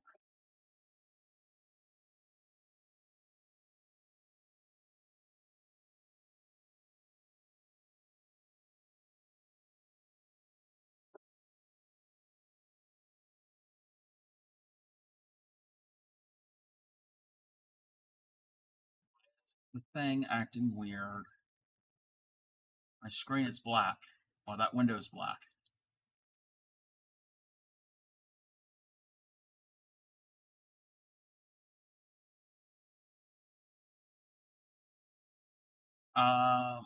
I can't see anything.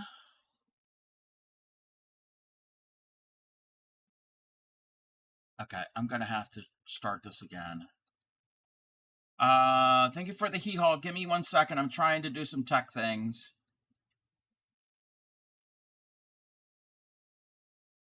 I had this all set up.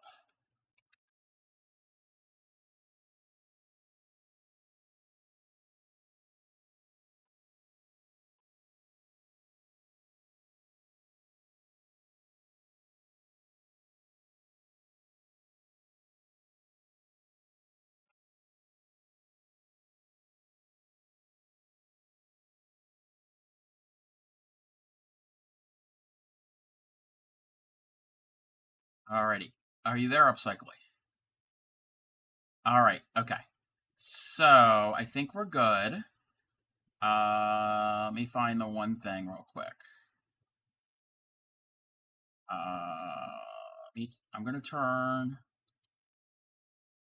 Okay, turn my camera on. You're gonna have to turn your camera on in the stream together.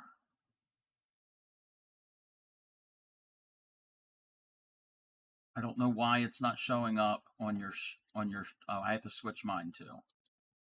Okay. Yeah. You have to turn your camera on.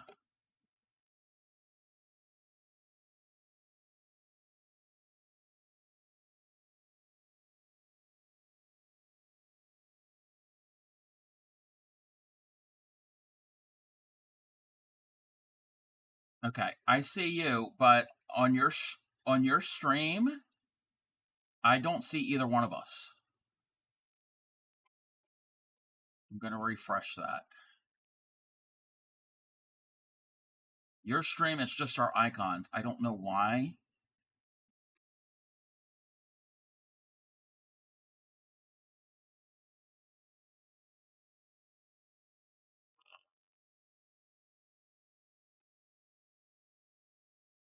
Yes. Yeah, refresh the source.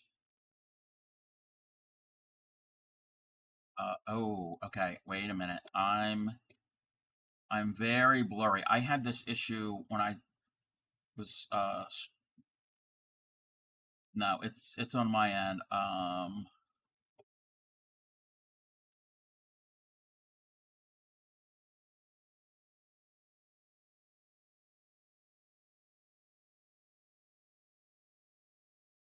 Yes, I went to 1080 also. Okay. All right. Okay, I can't see my chat at the moment because I'm trying to do tech stuff. Let me catch up with my chat, and then we are going to. I'll do the share chat. Let me see. I'm gonna catch it because I took a little break. Okay. Can my chat hear Upcycly, and can Upcycly's chat hear me?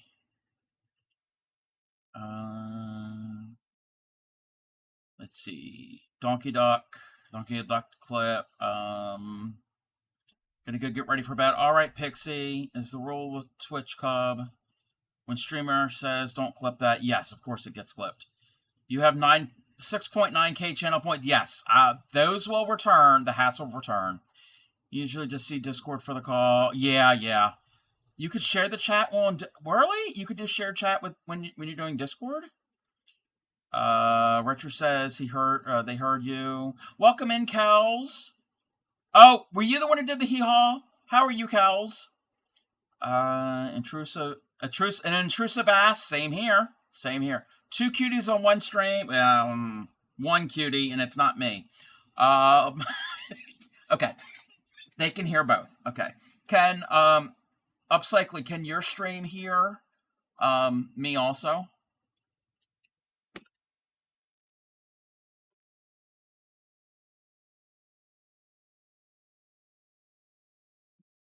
Something again? Do you have like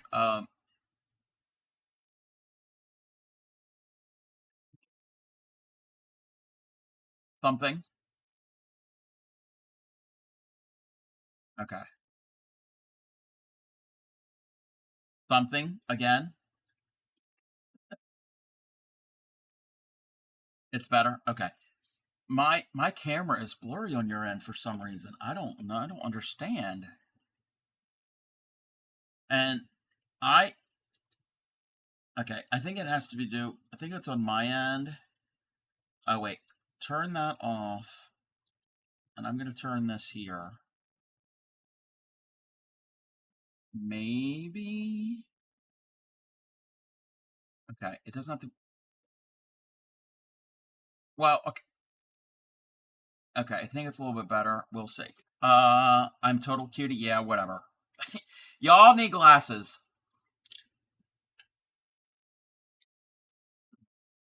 Alrighty.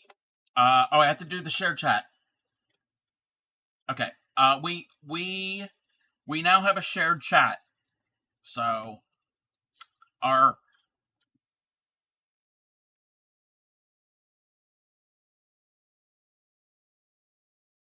we're kind of like what was it, the Wonder Twins? Our powers have united. I know nothing about superheroes, so I was never a superhero comic book kid when I was young. All right. So, how are you, Upcycly?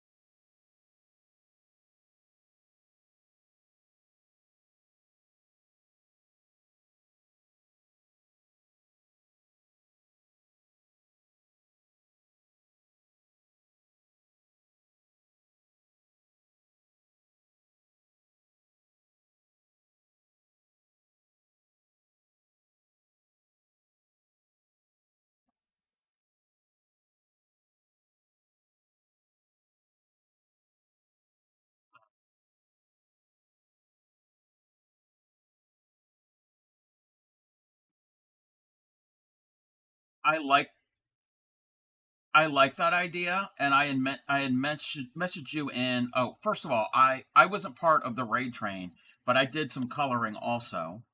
I used some of the same doodles that were available. So I used some alcohol ink markers. I did this last night on stream. So I did that.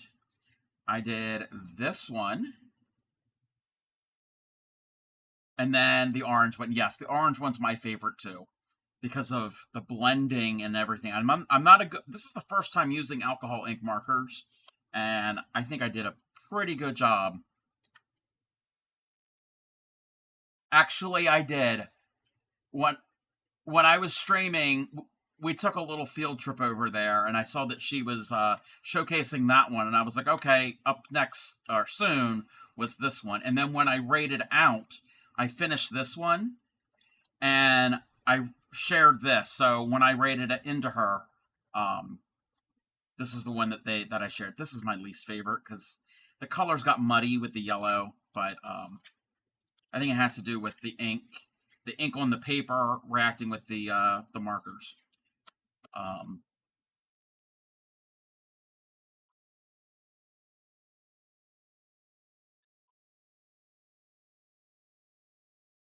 yep, I'm here.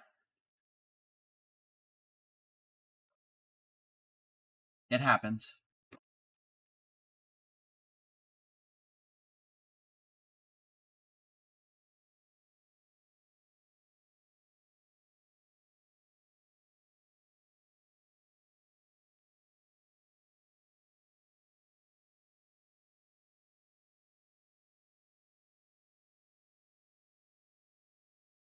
It should. Yes, yes, it did. Yep.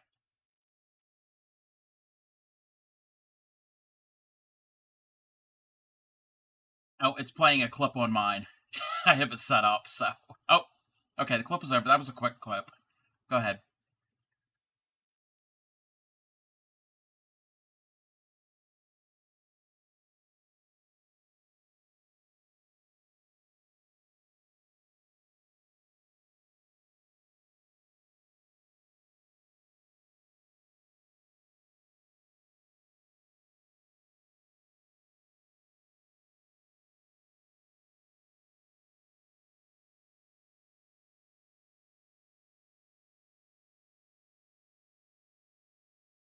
I think that's a latch hook. I think that's a latch hook piece.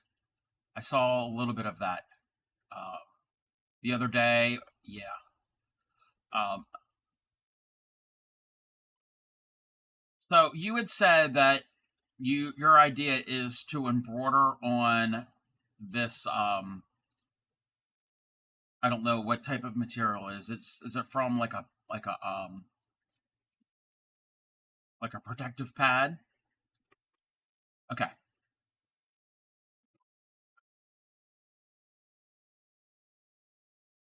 It's yeah, it's one of those synthetic fabric type thing. It's yeah. Um, and I messaged you. Sent you a message in a DM. My suggestion is, since you've never really done embroidery, maybe try embroidery on a a different type of fabric that is closer to embroidery fabric. I know you probably don't have embroidery fabric. Um, Something that's a little more closer, so you're not going to set yourself up for failure. Once you learn how to do a lot of the stitches and practice, then maybe work on that and see how it works. I've never worked on that type of material before, so I'm not certain how.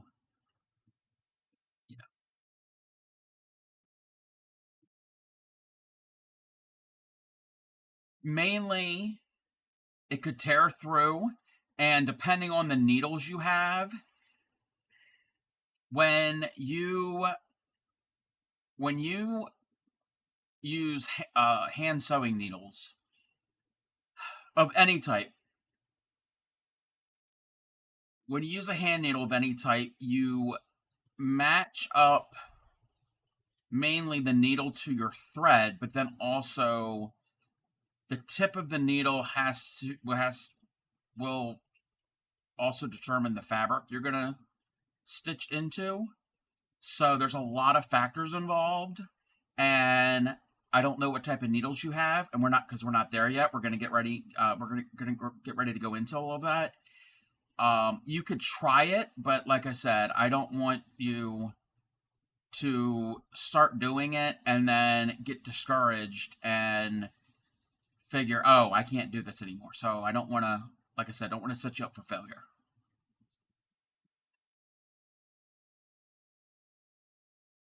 Okay. So,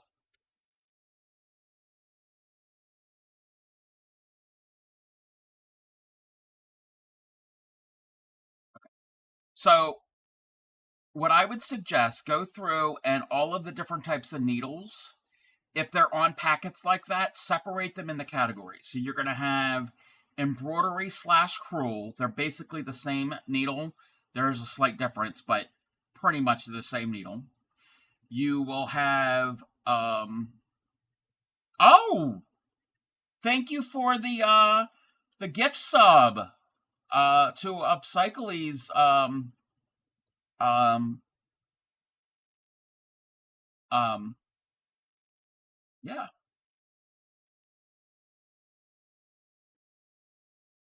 Yes. Welcome in, Freya. How are you?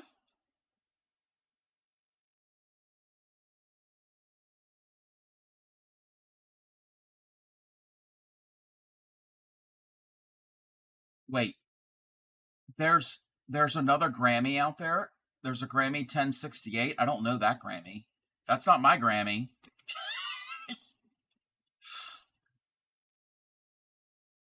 Oh, wait. Okay, it's a shared hype train. Okay, I've never had a I don't know if we've had a shared hype train. Wait, did we? Did when I collab with Supreme, was there I don't know if there was a hype train cuz I did two collabs with her recently. I don't know if there was a hype train or not. I'm not certain. Hmm.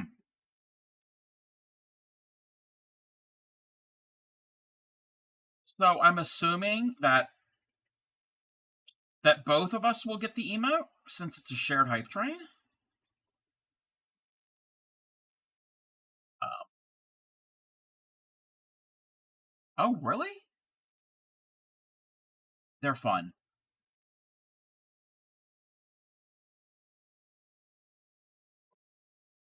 Uh huh.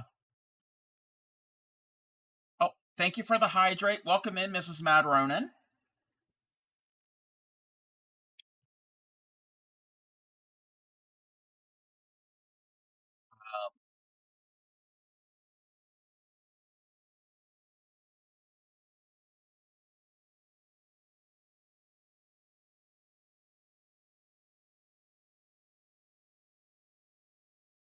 But yeah, what I would do is all the packets, whatever they say, separate them into different categories. You're gonna have well, you can have a whole bunch of different categories, but most likely you're gonna have a handful of categories. One of the categories they'll say embroidery slash crewel needles, and this is for needles. You'll have tapestry needles. You'll have chenille needles, possibly, maybe, and you could also have there's all different terms. There's sharps, there's quilting needles, there's betweens. So those are common ones that you might have, and I can explain the difference between all of them. Welcome in, Nashi and Jams. How are you? And then you also might have other ones that are more miscellaneous that they won't say miscellaneous, but they won't fit into any of these categories that I will go over with you real brief, real brief. Oh, thank you for the bits, Jams. I appreciate that. We're collabing with Upcycly, and she's going through her embroidery, hand sewing needle, hand sewing kit stuff, and we're going to determine what she has, what will be appropriate for embroidery. Um, oh, thank you for the bits, Linda.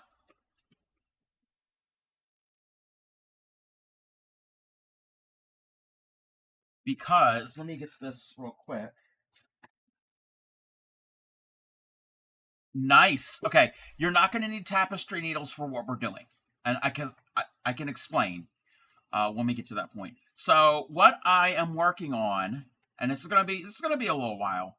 I'm doing a mock-up for an embroidery-a-long. That kits will be available for purchase. I will provide the fabric that will have the printed image on it, the crewel wool yarn to stitch with, a a needle, and I think that's it. For purchase. They're not ready yet. I'm still doing a mock-up.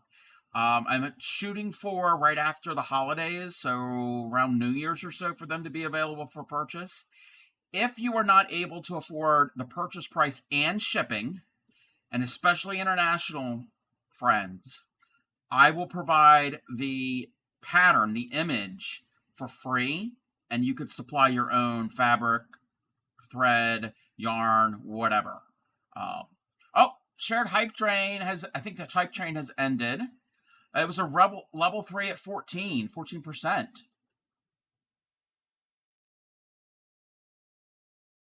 Um, let's see. Let's see if I get an emote. I may or may not because I've got a lot of emotes from hype trains, either having one or being a part of or contributing to one. It's still it's still doing its thing. Um. Oh, okay. Wait, it was 96% in your stream and 4 in my. Okay, probably because the gift subs were in your stream. Oh, I didn't get one. I didn't get one. That's okay. Yeah, no, yes, but I didn't get an emote. But that's fine. That's fine. So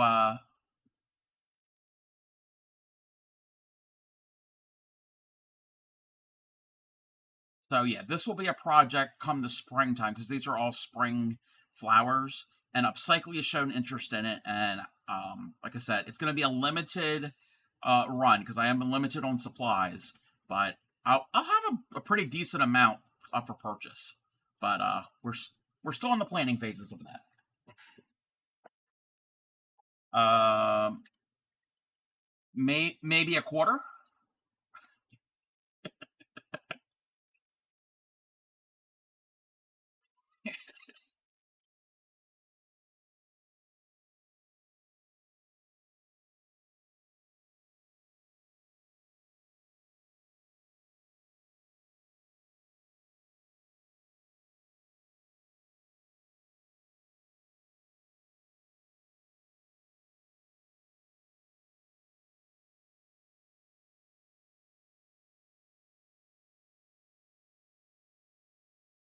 Mm,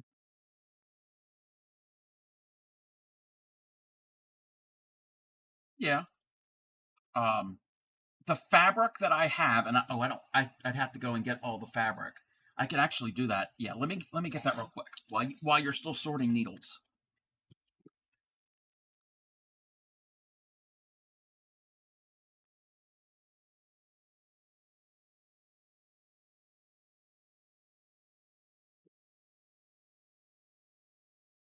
All right. Nope, it was just literally the other side of the room.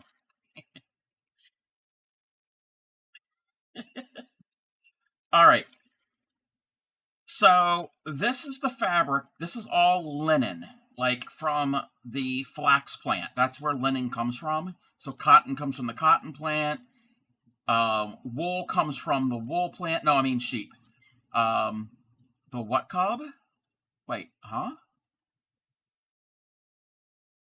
Oh, yeah.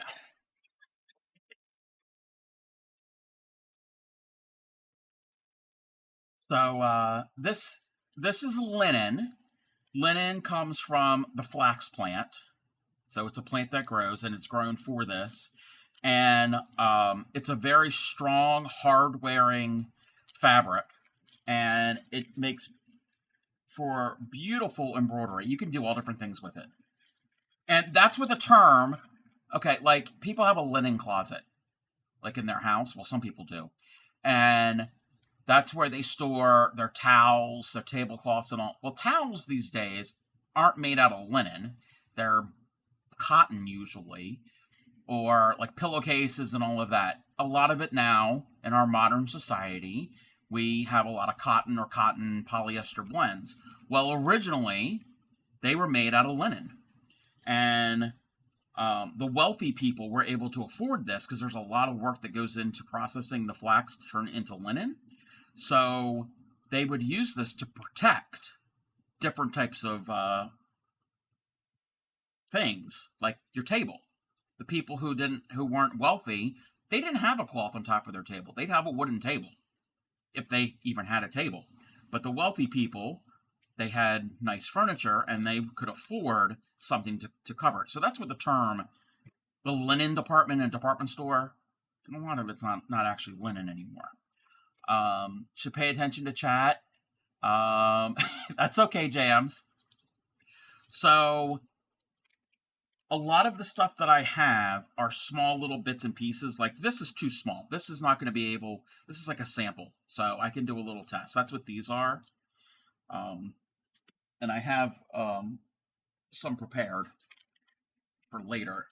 But in here, this is all yardage that I can cut or make into kits. Now, you'll notice there's going to be differences. So I don't know if you can see it. This says 100% linen, 32 count Belfast in the color cream.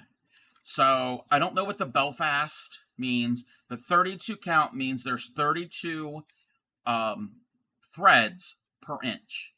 Okay. So this is in the cream color. So I can probably get 2 kits from that. But it also comes in this color. They call this raw linen. This is 28 count. The count doesn't really matter so much what we're doing with these kits. So this is more of like an oatmeal color. That's more of the cream. There's all different ones in here, different counts and different colors. So more of the oatmeal, and some of these are thinner and finer count. I've got this. There's a lot here in the cream, but then we also have more of a white. So when I make up these kits, I can say I got X amount in the cream, X amount in the white, X amount in the oatmeal. And I think all of the oatmeal maybe might not work with these colors that I'm going to include, but they could. I'm not certain. But, so I can get 6 out of each of these. So there's 12 there. I can get 1, 2, 3, 4, 5. What's 12 and 5? So 17 from in that. I don't remember how many I can get on here. 17, 18, 19, 20, 21, 22, 23 maybe? 23? So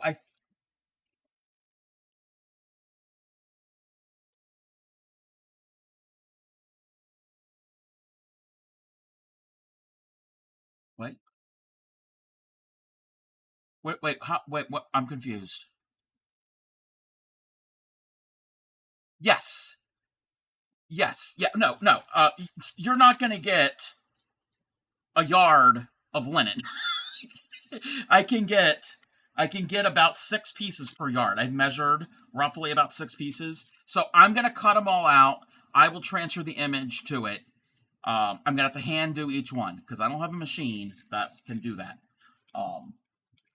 But I can do it as needed. Let me catch you with chat. Fancy needle case says cryptic. That's the thing that's towards you. Needle pad. You're gonna needle some pad liners. Retro's doing good. Been busy. Done knitting, sewing up, crocheting, and embroidery.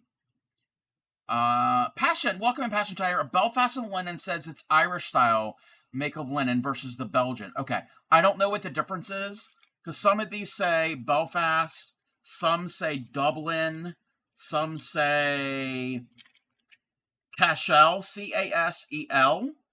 I'm not certain what that means.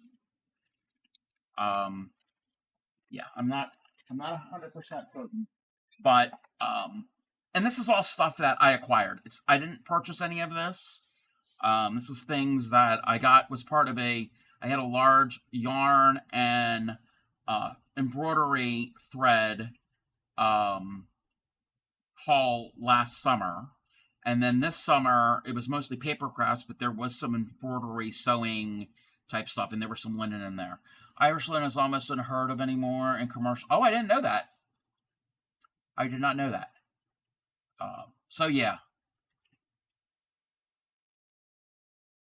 Oh, yes.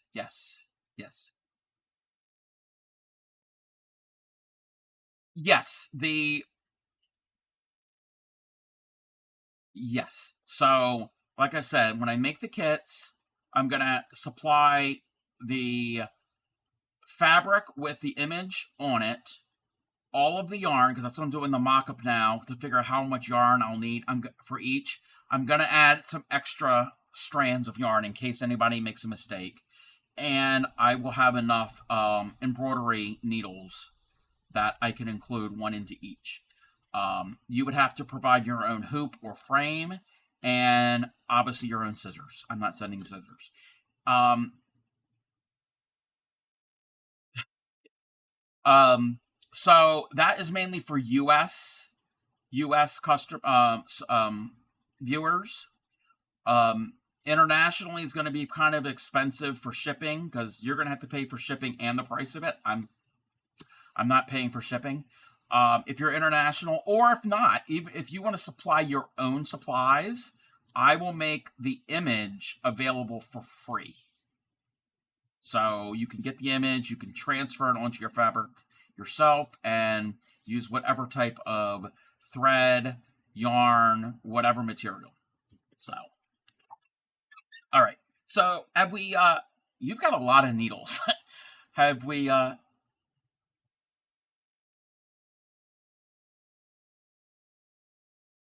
Wait. First box.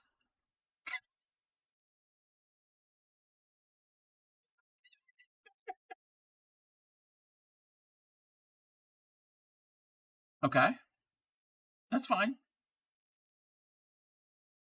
Yeah, whatever you have.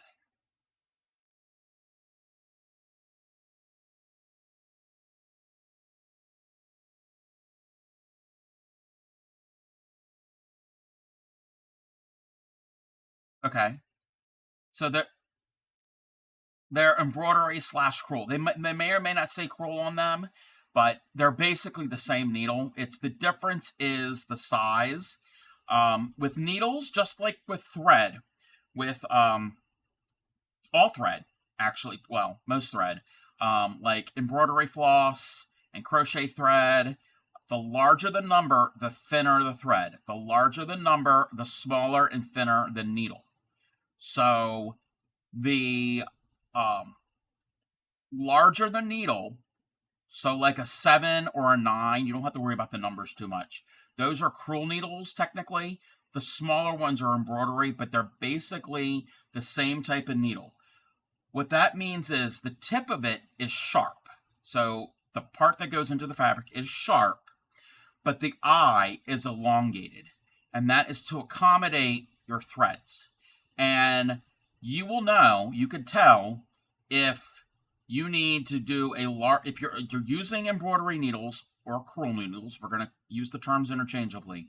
You'll know if you need to have a larger or a smaller one, because if you have a larger thread, like the cotton thread the cotton yarn that I'm going to be supplying, you're going to have a little bit of a larger eye. So you're going to want like a 7 or a 9 needle, because if it's too small, you're probably not going to be able to thread it. And if you can, it is going to pull and wear the yarn a lot quicker.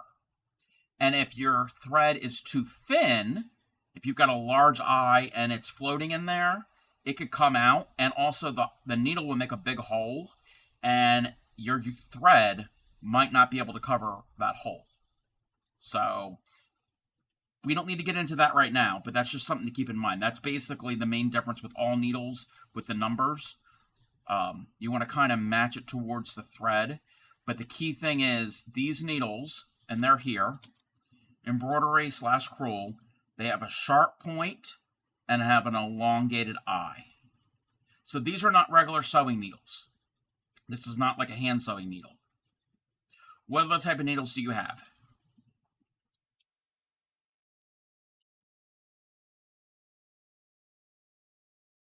Are you there?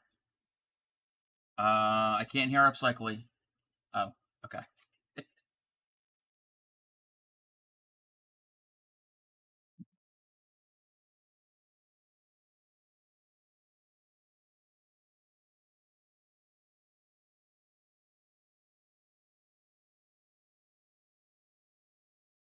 Yep, they're the same thing. Okay, now a ribbon needle, it's kind of like that. Um, that's more of technically a chenille needle, meaning it's going to have a much bigger eye, and that is to allow thicker yarn or thread and also silk ribbon to do silk ribbon embroidery. I have never done silk ribbon. Well, I've kind of did silk ribbon embroidery, but I've never done real silk ribbon embroidery. That's something I want to get into. I've got some supplies for it. I don't have a lot of the ribbon for it. Welcome in, Anne. Thank you for the check-in and the lurk. So they're all kind of similar.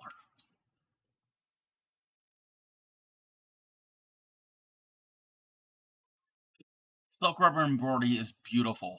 It's very beautiful.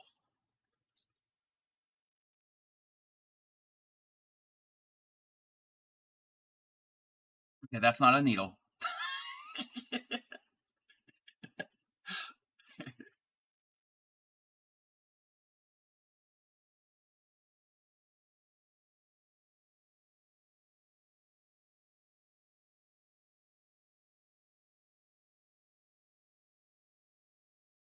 Okay. Sewing machine needles, we're not going to worry about because those actually go into a sewing machine. And we're not doing machine sewing. And with those, some of them are universal, some are specific to the model or the make of your sewing machine. Those are totally different. The eye is at the point of the needle. We're not doing machine sewing here. So, okay. A tapestry needle is a needle that has a blunt tip and a large eye. Those types of needles, and I have some tapestry needles, they're here on this little piece of felt.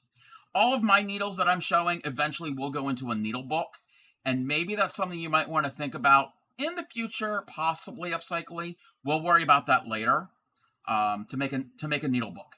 So, but a tapestry needle has a blunt tip. Now it's kind of pointed, but it's not sharp. It's not like ow. And the eye is pretty long. A yarn needle, a needle that you're going to weave in your crocheted ends is in that same family as tapestry yarn needles. Now that's more of a yarn needle, or darning needle, or is in that family. A tapestry needle is blunt, and that's what you're going to use when you Crafty Cub, where are you? What are you doing here? What are you doing? Um, so when you use a counted and even weave fabric, like an Ada cloth, or if you're going to use needlepoint canvas or plastic canvas, you don't need a sharp needle to go into the holes, because in that type of fabric, you're going into the hole. You're not actually piercing. Now, this needle is way too big for this fabric. Um, you'd use a smaller needle for this, but you're going into the hole that's already there. You're not really separating the strands, the weave of the fabric. There are holes already there. And let me zoom in so you can kind of see this. So you see all those holes that are in that fabric? So this is Ada cloth, also like a lot of people call it cross stitch fabric. And you're going to go in and out in those already predetermined holes. So you don't need a sharp needle, because the sharp needle, when you're using a sharp needle, you want to pierce your fabric. This, you don't need to pierce it because the hole's already there. So those are ones you're going to use for cross stitch, needle point, a thicker needle for plastic canvas, because they already have the holes. So that is a tapestry needle. Okay, I'm just waiting for the next needle she comes across. Next needle type. Sounds like outer alligator clips. Oh, more curled.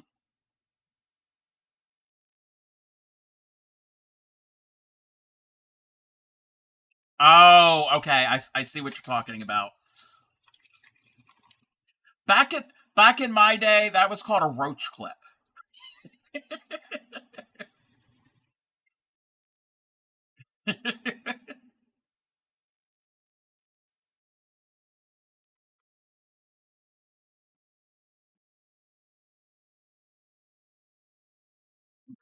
Yes.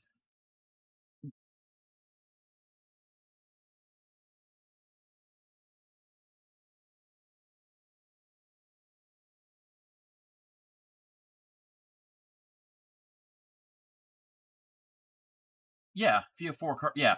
But also, we'll get into the hoops in a second. Um, we'll talk about that in a second. Oh, blunt roach. Okay. But yeah, I would recommend putting all of the same type of needle all together, even if they're on these cards, putting them all in one section. I mean, you've got tons of them. You probably have more embroidery needles than I do.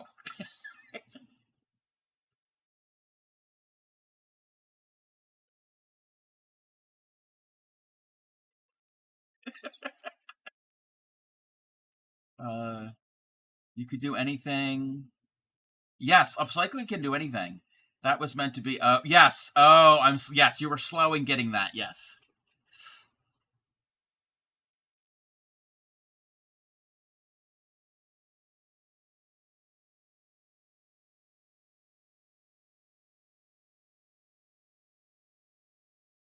That's it for your needles.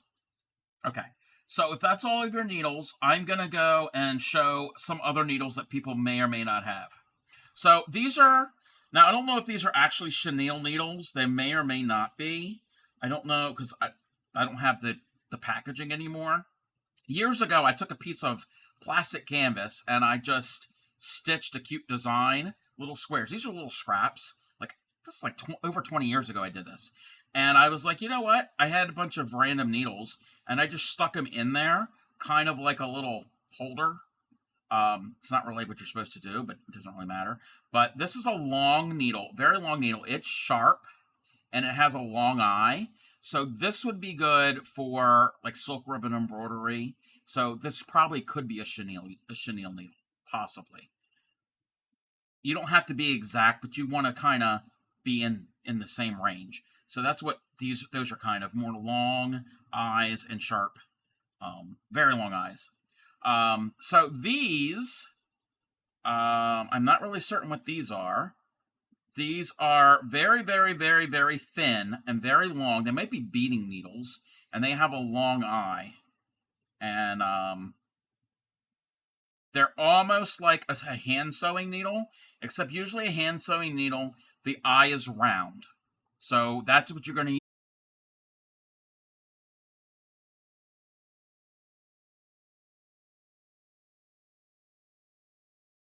So we did embroidery, we did tapestry, we did chenille, we did sewing.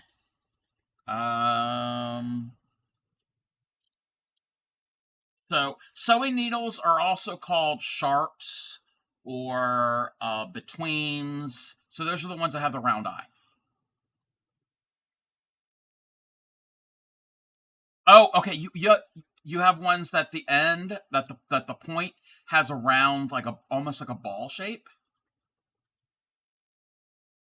Okay, those are ballpoint needles, and I've never used those. I'm not exactly certain what they're used for. Should wait. I should make one that looks like a knife block for. Wait. Oh, okay. Actually, kind of along those lines. I don't have a knife block for needles, but I'll explain something in a second. We're gonna get there. Oh, we went away. Oh, Twitch doing its thing. Ugh. All right. So the last category, there's tons and tons of categories. You're gonna have very specialty needles. You're gonna have like doll needles. They're almost like a tatting needle.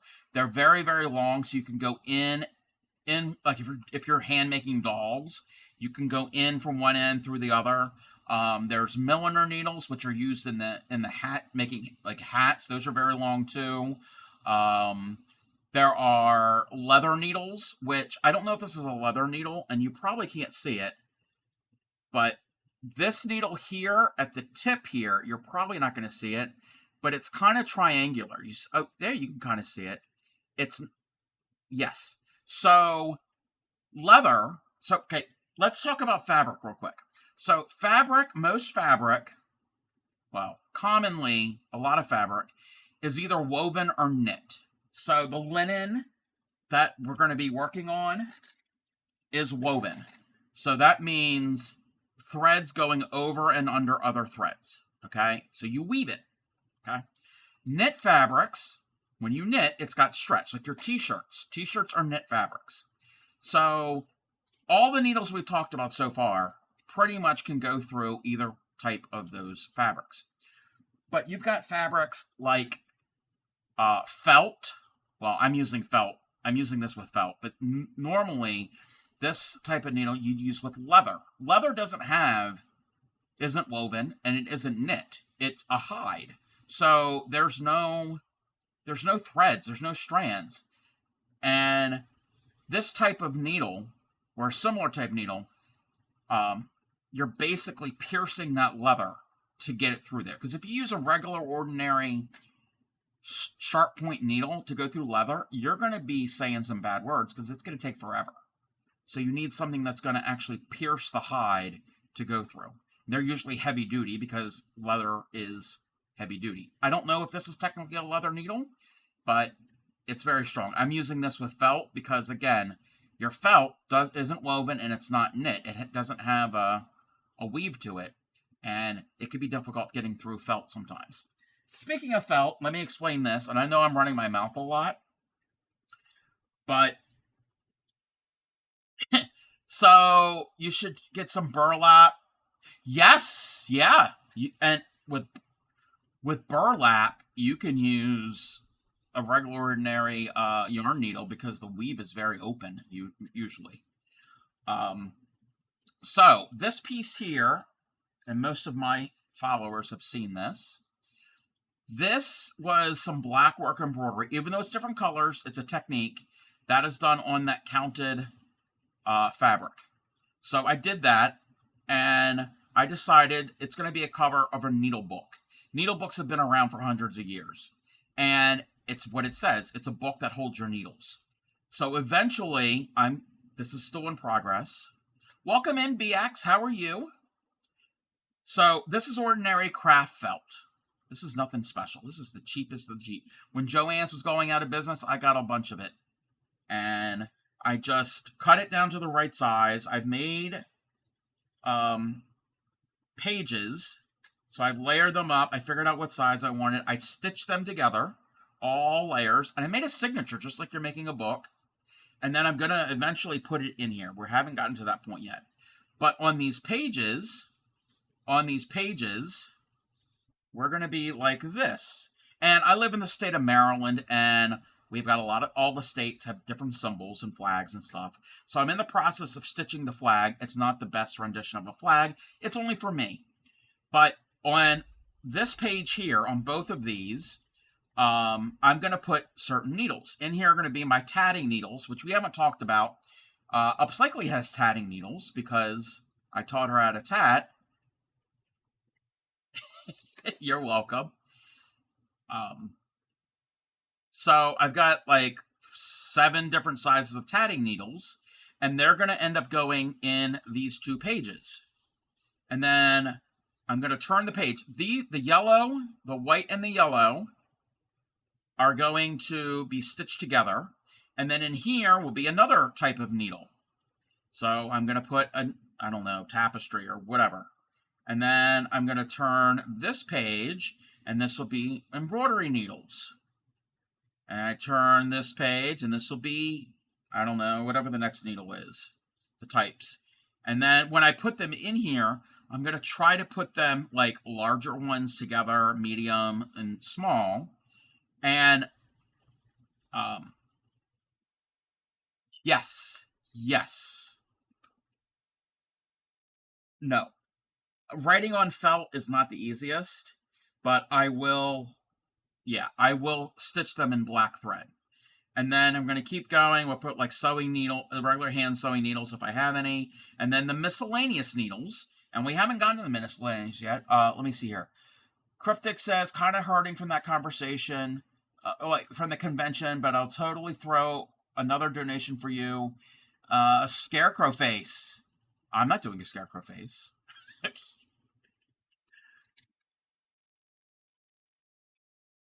So I've got. Oh, go ahead. So I've got miscellaneous needles. So these needles, I don't really know what they're for. Well, I kind of do. There's a curved needle here, and you can use certain curved needles in different types of embroidery. What we're going to be dealing with in our upcoming project, we're not using a curved needle. Um, but this was a pack. This was probably Grammys at some point because this is so old. It does not have a barcode, much less, much less a website. So this is probably pre 1973, probably. I don't well, I think sometime in the 70s is when the barcodes came about. So this was a set. It's to do like carpets and like heavy duty bags, upholstery, car seats, and that type of thing. So really strong, heavy duty. Like okay, that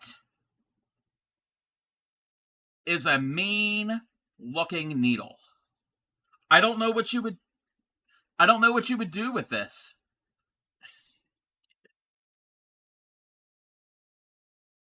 Yep. Yep.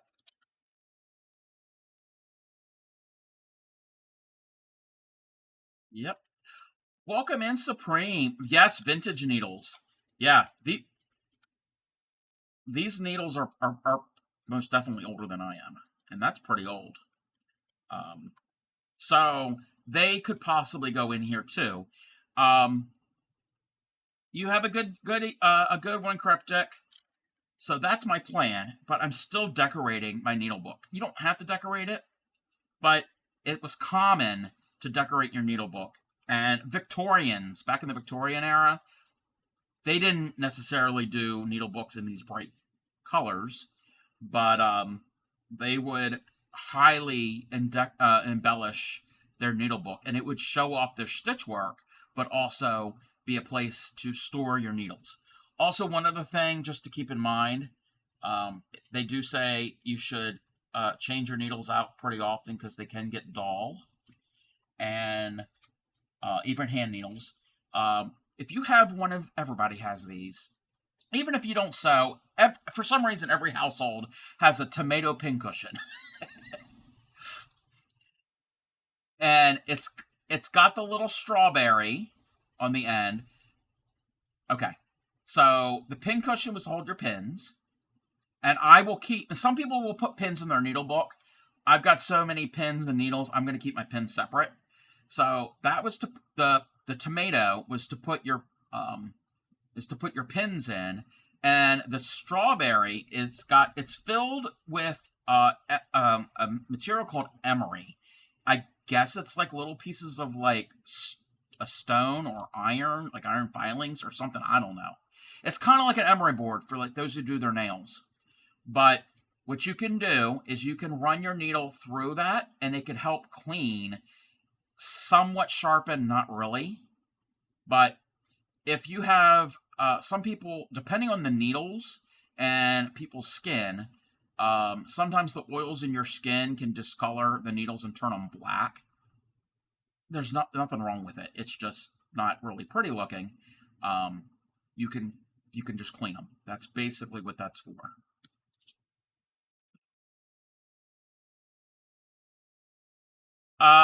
It's kind of it's more just the oils and the dirt coming off and accumulating on the needle because you're holding the needle all the time. Oh, upcycle. I mean, upcycle, not upcycle. Supreme's been lurking. Pre-upcycle, you had no sound. Ah. We're going through her needles and her embroidery things to see what she has, and she's got some embroidery floss.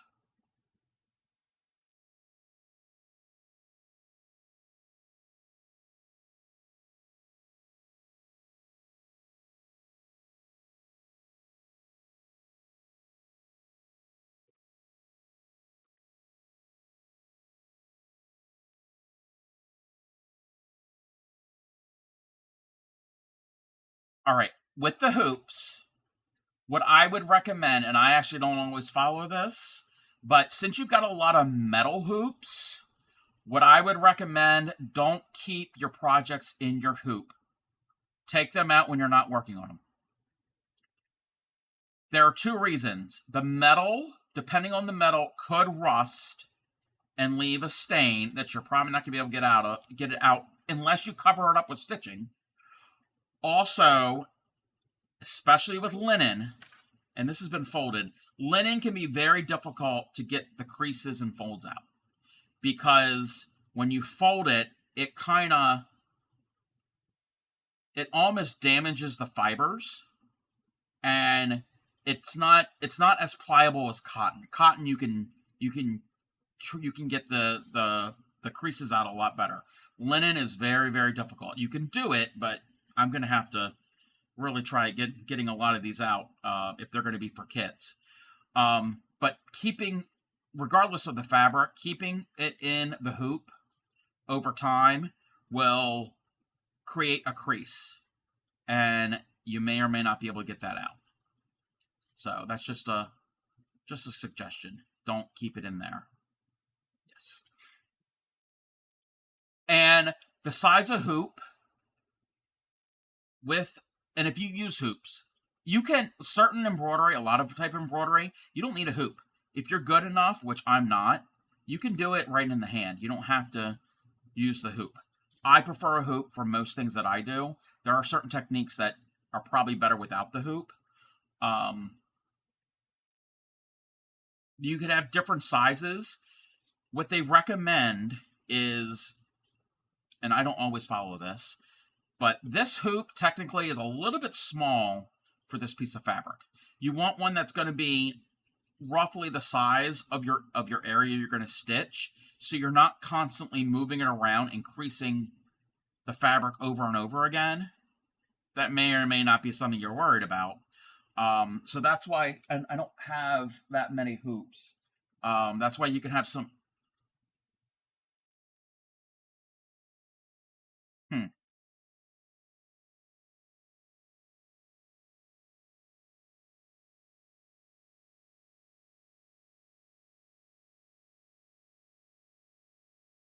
Depending on the embroidery, you're not going to damage it. So most embroidery that most people are going to be familiar with that are new to embroidery that they're going to do, you're not really going to damage it. There are certain techniques which are advanced. There is a technique called stump work, which is 3D embroidery, which is amazing to see. That you're not going to want to get in there and because you will definitely damage it. And then if you're using, huh? I've done one stitch that's technically stump work, but it's an easy stitch. Some of the ones are very, very involved. Um, I was going to say something. I was going to say something. Um, oh, if you were using silk threads, you might not want to move it around so much, and because that can be a little delicate and that could break. But we're not. Most people aren't going to be using silk threads. Also, you don't have to use a hoop if you want and the hoop provides tension. I prefer to have a somewhat taut fabric when I'm stitching. You can use a frame. There are different types of frames. I don't have a stretcher bar frame. Well, I kind of do, but that's not really it. Um, mm, no, I'm not familiar with one with a coil.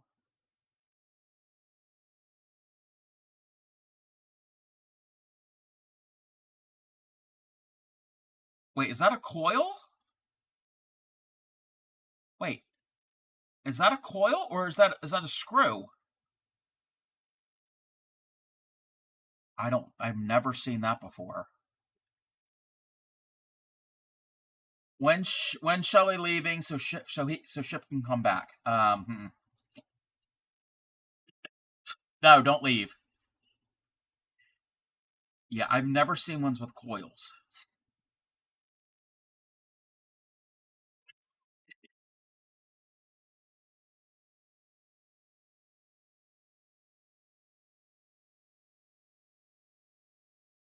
Yeah, I have never seen that before. That is a spring. Yeah. Um, so is there, there's no way to tighten it, right? Huh.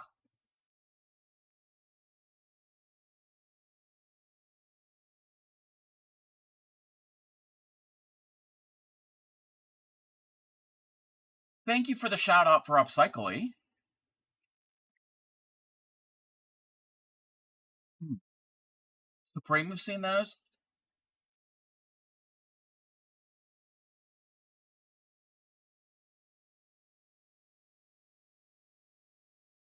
Hold on a second.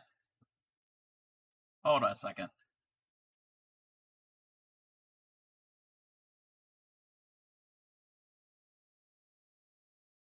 Yas. Retro redeem the dino. I'm gonna have an ad in about a minute. So I don't know when your ads are set. Um, okay. If you want to, you can. I don't have any. I will actually get my one frame. I don't have a stretcher bar frame, but I've got another frame. So that's actually a good time. So I'm gonna go and get that. So hang tight. I'll be right back.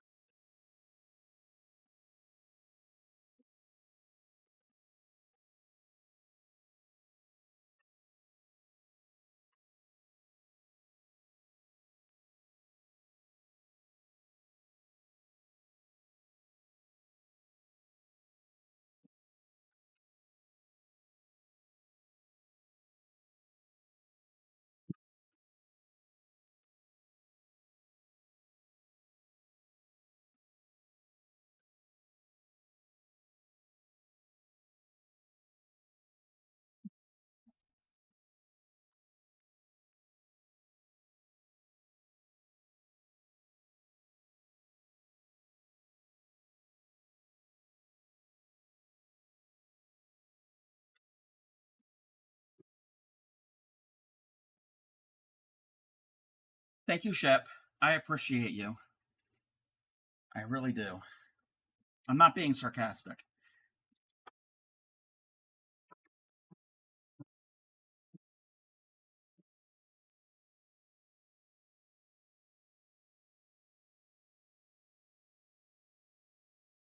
Actually,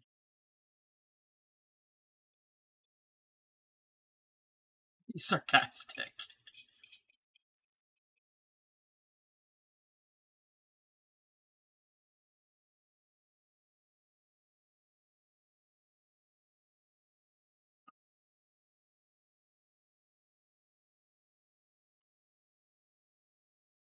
I'm putting together this frame. Perfect time.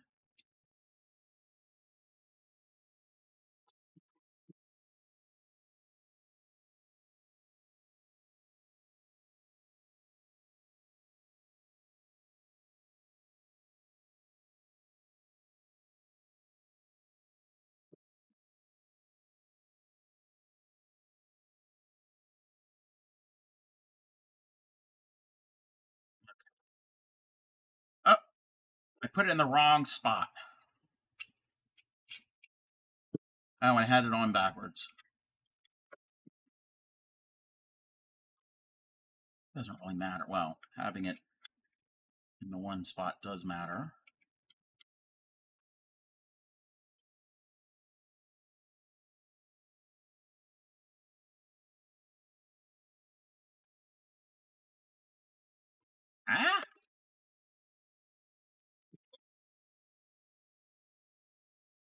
I lost my wing nut. We got it. We fixed it. Ah! I hit my camera.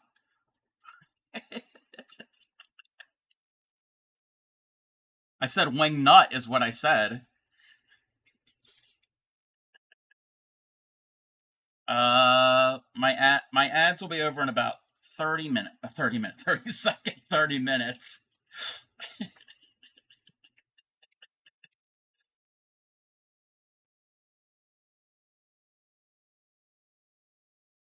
All right. But they could crease your fabric still. Um, okay. Well, for a short amount of time, you're fine. But if you leave it in long term, it's gonna keep the it could possibly keep it creased. Welcome back, everybody. Let's see. I'm gonna catch up with our chat. Look, I'm helping. Yes, retro. That's your no. It's everyone's dino.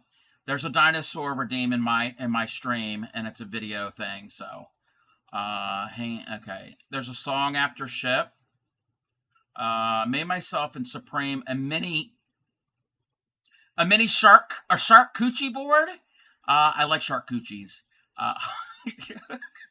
Sorry, charcuterie. I'm sorry, my French is not it's not up to speed. What song? Oh, my whole streamer manager thing just flashed. Ads are starting. Okay, ads are over. Shipwreck by Daniel Allard. We know Daniel Allard. I didn't know that she had a song named Shipwreck. Is it really after actual Shipwreck? Because Supreme and Ship know Danielle. But you're sarcastic. Hey, Linda, you can't sleep. Oh, sorry. I thought I was your wingnut. Yes. Ads are done. Yes. Yes, ads are done. Oh, hydrate and they got me doing things. Sorry, they got me all distracted. And here's the hydrate. All right. Are you still there, Upcycling? Okay. All right. So.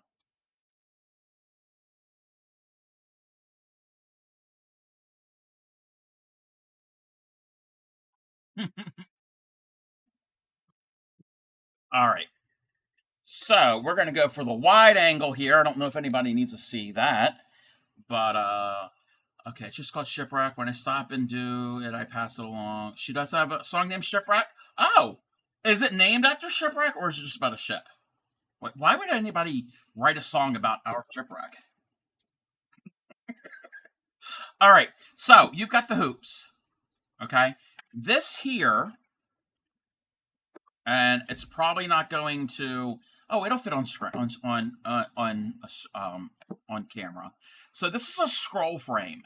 Now it's got these legs, and there are different settings. So this part that's moving here, you could tighten it up. You could angle it, and it can be lower if you need to. This is great if you're sitting like on a sofa, and you could put your knees in between it, and you can sit there and sew. And this is it's very it's more comfortable to do this type of sewing if you have one hand above and one hand below, because moving it back and forth can be difficult. So if you only have a hoop, you can hold the hoop, and yes, that's fine. But if you've got a stand, you can bring it up and then bring it down and go through. So this is a scroll frame, and the way it works is you could take one end off. They're just wing nuts, and that will compress. On one end of each of these wooden dowels, there's a long, I don't know if you can see that, there's a long slit, okay? It doesn't go all the way through. It doesn't go all the way through. And you could slide your fabric in there, and same thing on the other one, and then put it into put the other end on, and you can rotate these. You can loosen it up and rotate them away, and it'll make the fabric taut. And you can also, there's a way of doing it where you can actually take decent, probably like crochet thread would work, or like lightweight twine. And it's a technique of stitching on the edge, the hem of your side of the fabric, and around this to keep it taut that way. What's going on? Wait. Have you not had any photographic meals? Photogenic. I sent you one of the shrimp salad the other day, I think. Don't tell all the secrets. Some only looms. This is not a loom. This is a scroll frame. This is not a loom. So that is a scroll frame. Oh, I've got more. So I've had this scroll frame for decades. But I got that paper crafting haul, and there was a few embroidery needlework stuff, and there's another frame. This doesn't have the legs, so there's another, basically the exact same thing, but there's no legs. But there's more. But wait, there's more. And then I have this type. So these are the legs. I'm not going to put it together, but these are the legs. And the same thing, it's got different levels that you can adjust it at depending on the height that you need. But this has a strip of like Velcro. And again, this one, there's different holes on the end there. You see the holes. You see you can have it further or closer apart. And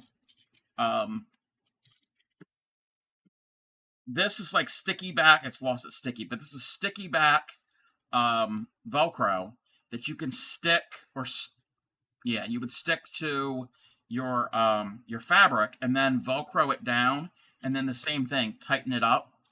And so you have that. So that one has a stand. Trouble has one of those. Oh, his Royal Harvest followed you, Upcycly. Redeem Upsy tells a joke. Upsy, just say ship's name, and there we go. So this here, now I did not do this. This was part of that haul. This is the same thing. It's a scroll frame. It's got the Velcro thing. Thank you for the badum-tis. This is some linen here, and the lady who had all of this, she started this, and this is actually a type of embroidery. I'm not certain what it is because I can't see that small. And yes, that is a counted. Let me see if we get some light. Light would be good. Yeah, Mass Bandit will know. Oh. Wow.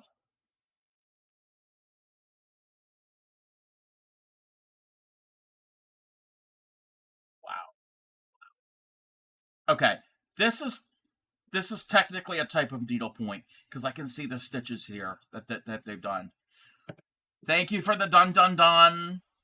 So again, another scroll frame. They also left the needles in the fabric. I don't recommend that either. I used to do that all the time. So if I had a project, I would leave the needle in there. I don't recommend that. Well, this is not, I did not put this. I did not make this, and this was discolored from whatever. You can get discoloration from where the needle was in there. They make things called needle minders, but you don't even have to go and buy. You don't even have to buy one. If you've got them around your house, and if not, that's fine. You can go to the craft store and get them inexpensive. And I mean, you're not going to leave them on there also. But these are just craft magnets. So you can get a pack of them for $1 or $2. Okay, and they're to make your own magnets. You can hot glue them to whatever. So you get 2 of them.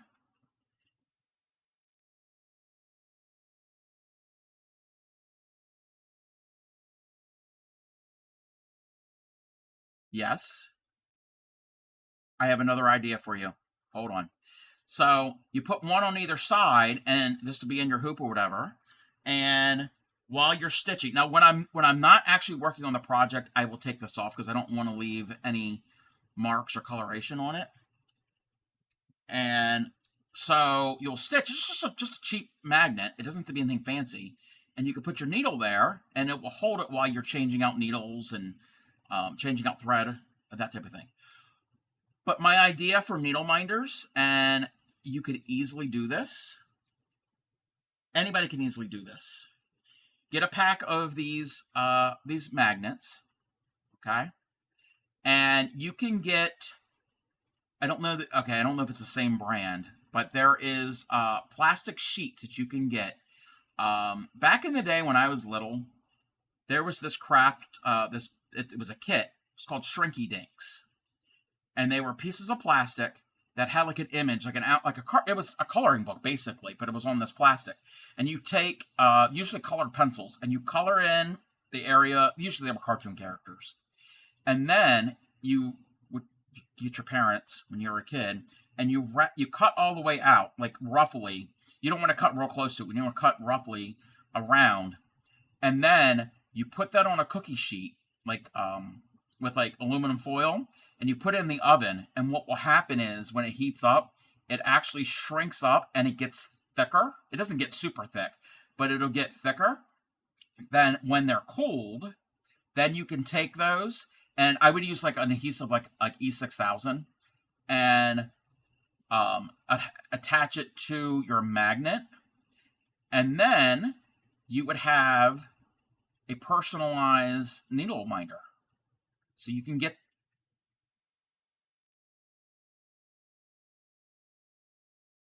Rinky Dinks. I don't. I'm afraid. You guys remember that? Yes. So yes, you can make your own personalized shrinky dink needle minders with shrinky dink plastic and cheap magnets, and it's not going to cost you that much.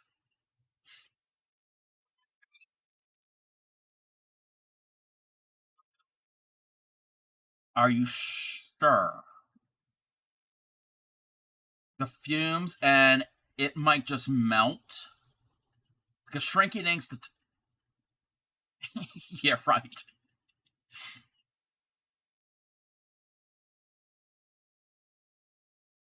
No, it's not a sailor. She used to talk like a pirate. And actually, yes. And actually, in 5 days from now, September 19th is Talk Like a Pirate Day. It's a real thing. It is, yes. Um, oh, oh, go ahead. Go ahead. So, I was going to talk about the frames again. There's another type of frame, and I don't have an example. They call them stretcher bar frames, and they come in sets of two. They're long, narrow pieces of wood like this, but they're a little bit softer. They're not like a hard. They're not hard like this. Well, they're hard, but they're like a softwood, like a pine or whatever. And they have notches on the end. And you get one set and another set. You can, if you need one, depending on the size of your piece, okay. And you could interlock them like a picture frame, basically. And you make your frame, and then you take basically like a upholstery tacks, and you can pin your fabric onto the stretcher bar frame real tight, and stitch on those. You have that also, yes. So those are just options that you can have. You don't have to have a hoop or a scroll frame. You can have a stretcher bar frame.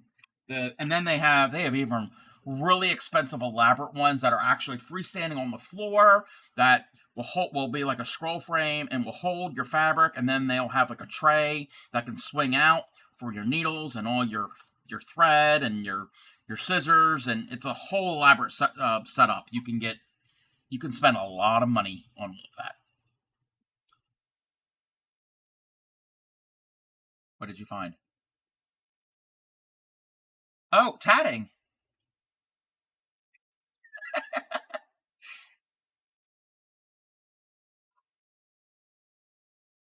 Oh, wow.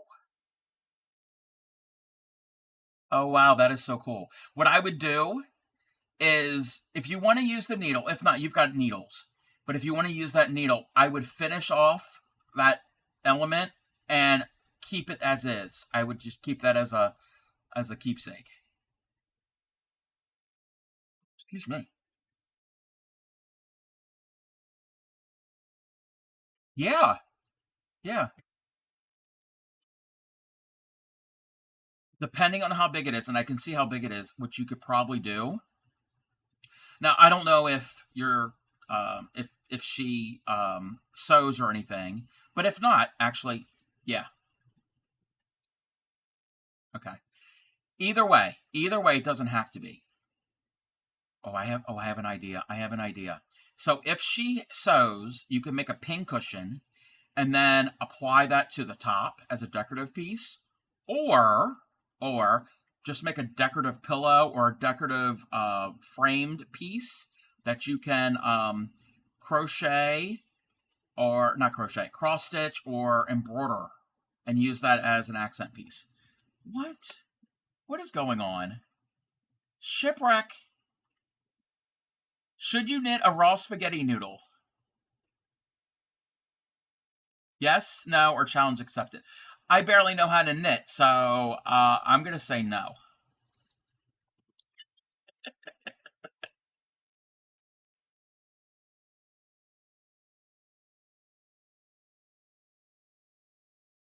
Yeah. Wait a minute. Wait, no. It would break. It would break.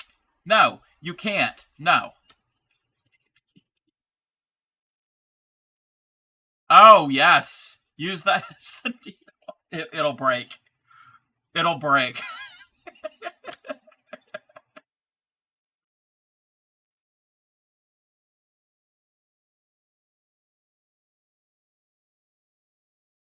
Well, I can't eat the spaghetti. I might as well try to knit with it. Um, so, what else do we have in your treasure trove that you're coming across? We did needles, we did hoops. Okay.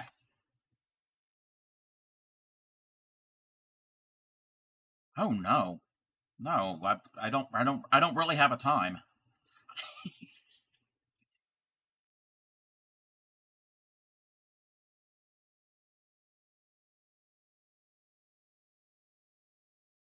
And some days, some days, yesterday I started at 3:30 Eastern Standard Time, so until about 7:30 or so because I raided into Vixen before she ended, like literally right before she ended. Follow the rules. What rules? Wait. Okay. A A. There's no rules in art and crafting. They're guidelines. And B, it's my stream. I set the rules, and if I set the rules, I can break those rules. See, oh, okay. I see what you have. That is going to be perfect. It's your stream. No, it's not. It's not your stream. If you want to stream, that's what we need to do. Shipwreck. Oh, it's Sunday night. It's no. He's got work in the morning. I was gonna say. I was gonna say he can stream, and then when we get ready to raid, we can raid into him. But he's got to have an early night. Oh, sing it. What else would he be? What else would he be doing? That's the only thing I've ever seen him stream. You're going to bed. Yeah. No, you're not old. You're you exactly.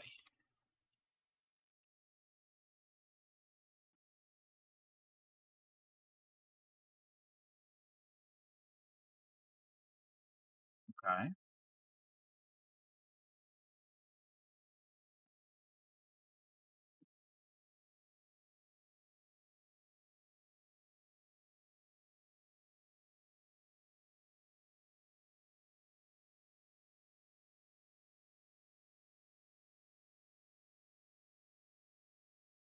Okay.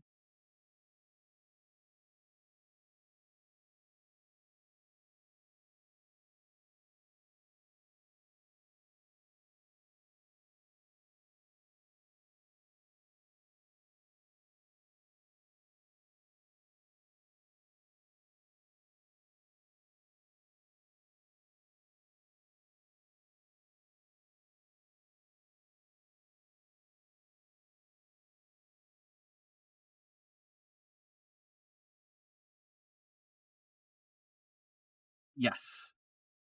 I mean, the kits are most likely going to be cross stitch kits or stamped cross stitch. Most likely, they could be needlepoint. Usually, you well, there also could be crewel embroidery kits as well. But ooh, it's a three-way tie for knitting with raw spaghetti. Yes, no, or challenge accepted.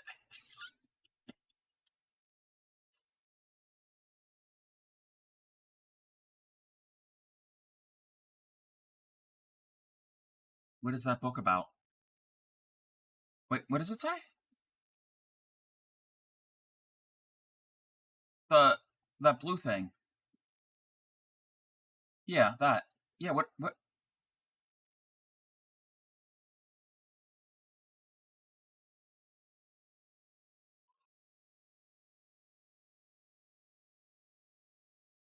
that is a valuable resource for you.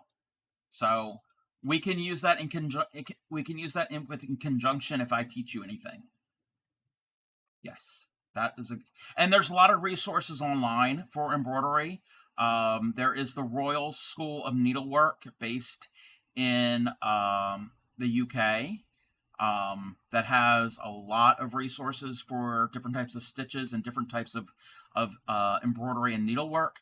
And there are plenty of places on YouTube. The one I always talk about is Sarah Humphrey Embroidery. Her videos are amazing. So there are resources. I might have an answer.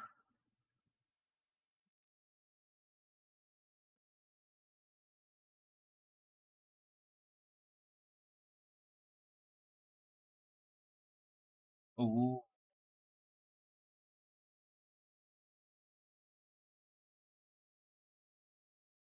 but you could. It would have to be hand washed, but depending on, and I'd have to see a clearer picture. At some point, you could probably take a picture and send it to me. Depending on where it is, um, um, you can possibly stitch over it and add like a detail to hide it. Put it in no, don't put it in the dishwasher.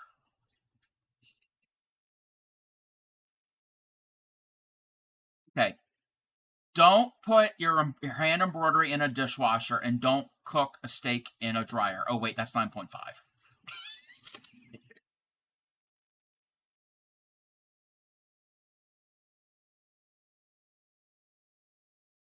Uh, no.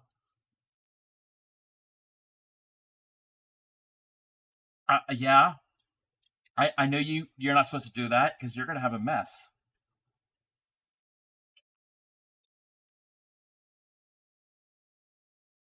Yeah, no. It will foam like a rabid raccoon. Yes, but did you know you can cook a fish in the dishwasher?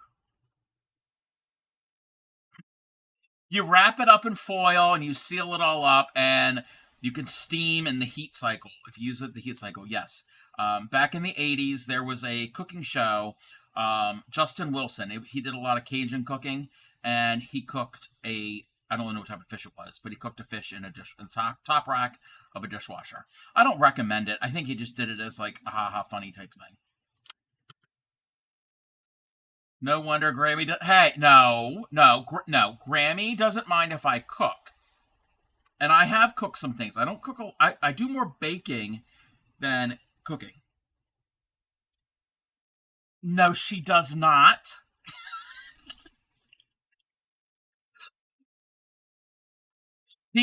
She cooks. She says she cooks when she feels like it, and if she doesn't feel like it, she won't. And we're okay with that.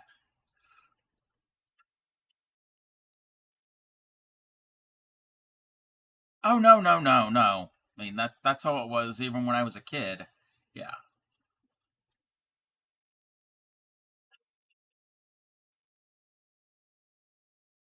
All right. So we want plain fabric. Oh, yeah, the other week, not this past week, but I think the week before, I had four raids within like 10 minutes back to back. The first one caught me off guard. It was Art and Jest. And you know how the Chaos Gremlins are. And they subbed and bits and they blew my my goal well out of the water. Yes. Yeah. Yeah. Because I saw that who it was and I was like speechless. I'm like, what, how? And then, yeah. And then after that, there were three more raids. And that was a junk journaling day. So that was like a quiet. I was punching with the decorative punches on the paper, and I was just like chilling out. And I wasn't really like thinking too much. And then yeah,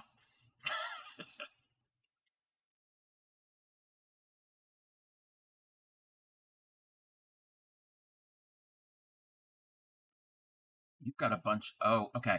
That thread right there probably went to a kit because I can just tell how it's bundled together. Um, you may or may not be able to find the kit that it goes to. Shelly, the million things you have out are giving me. Oh,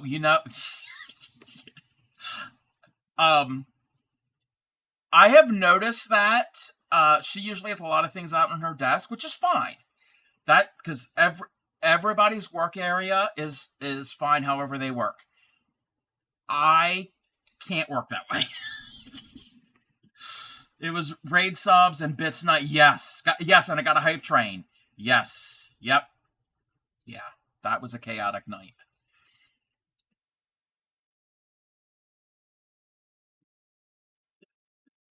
Yes, it's fine. It's fine if her work area is a mess. If that's how she operates, that's fine. Grammy has said that the sign of a real true artist is their studio is a disaster. That's not always true, but yeah. Her Grammy's sewing room, and I'm not going to show pictures, but it's not that bad. It's not that she's probably going to yell at me. It's not that bad, but it's not picture perfect magazine quality, and it never is because I don't know who lives like that. I don't live like that. Shush Supreme is listening.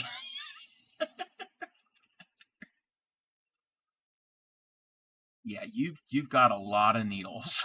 You are set with needles. That's good.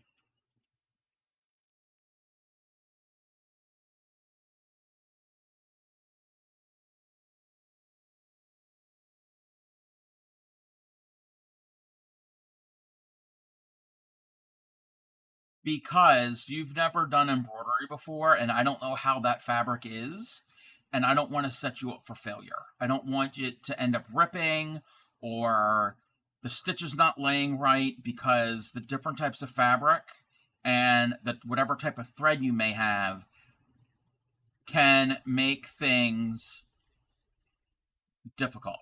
Yeah, if it's really thin, because it's like see through, it's very sheer.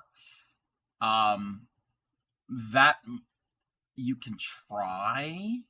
Um, that might make it a little difficult to work on. But if you want to try, maybe, maybe not. And I mean, if you want to try,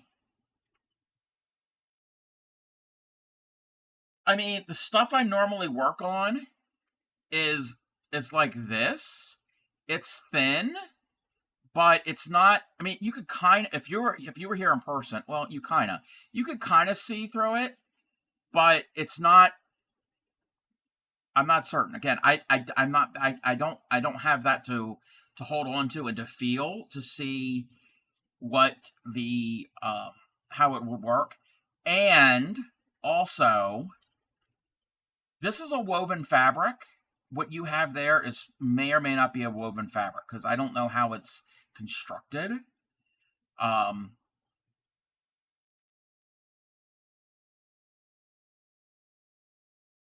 um, it probably is woven somehow. Yeah, yeah. Okay. Actually, the way it looks is it's whatever it is, it looks like it might be like an embossed texture to it. That's kind of what it looks like a little bit. Um, I mean, you can. I mean, there are actual like fabric, like embroidery type fabrics that do have a pattern embossed into them.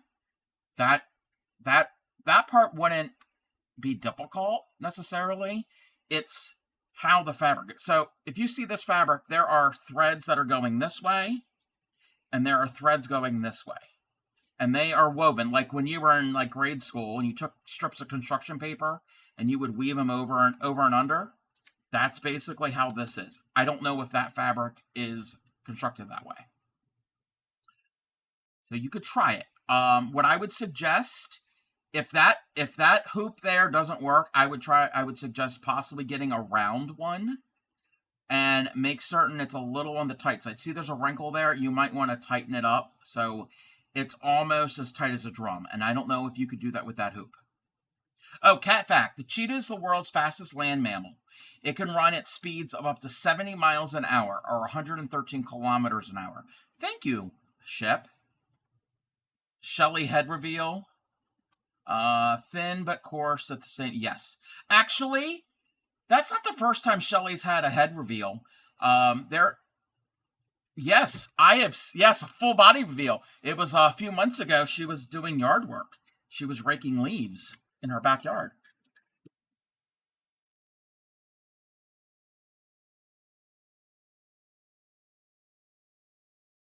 Okay, what I would suggest to begin with, what's for I wouldn't start with a picture. I would suggest if we're going to do this tonight, just practice some basic stitches. And you can use that fabric. We'll see how it works. If it's not going to work, then we can go from there. So yeah, you want to open that up. You don't want to open up too much because you're just going to tighten it up again. But yes, put it over the. Actually, you know what? Let me do this along with you. Okay, there are two different ways of doing this, and there are pros and cons to either. It doesn't really matter. So you've got a round ring, a full ring, and then you've got a ring that's got a screw. Okay. Some people put those, and this is how I do it. Put that ring there, the solid ring on down, then their fabric, and then their ring that has the screw on top. And I would do that and hold it here and tighten it up. I tighten it up pretty tight because I prefer a more tight fabric to stitch with as opposed to loose. And then what you can do is gently pull all the way around to actually get this almost drum tight. Yes, we're going to follow DJ Clancy. Thank you for shouting out DJ Clancy. So some people will stitch like this. This is the top. And this is how I do it. Some people will flip it over and stitch here as the top. I would suggest doing it this way with the screw top there. There are different, it's just a personal preference. Okay. So have it kind of drum tight. Now keep in mind, as you do this, your fabric might loosen up. So periodically, we might have to tighten up our fabric as we stitch. Okay. So what type of thread do you have? We didn't talk about thread. We talked about needles and hoops and fabric. What type of thread do you have? What brand is that? Does it say DMC? Okay, that's fine. Okay, so that's just another brand. Let me let me get some of that. Um, Either one is fine. Wait, what? Sub on the label? I don't know. If you tighten it after you start it, it will not just wait. If you tighten it after you start, will it not distort? Okay, that's another thing. Some people will you stitch and with a hoop, and then you go and move it and tighten it. That can distort sometimes. That's why a lot of people like a stretcher bar frame or a scroll frame. I like a hoop because you can hold it in your hand. You can't really hold the stretcher bar frame or the scroll frame in your hand. So there's different theories. So it can. Um, if you're doing cross stitch, which we're not doing cross stitch, that can distort, but you can also kind of get it back on track because it's the grid that maybe somewhat, but yeah, yes. So let me get some embroidery floss. The type of so you have the floss that has 6 strands, right? Okay. Hold on before you do anything else. Let me get some, and I will and I oh okay yeah you can use wait is that white or is that like glow in the dark? Because that what is the number on it?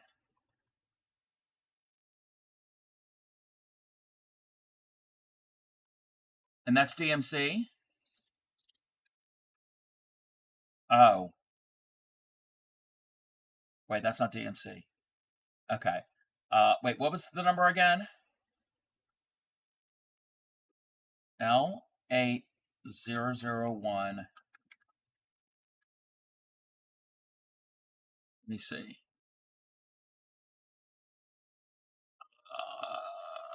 That's not gonna. Nothing's coming up. And you said Lily?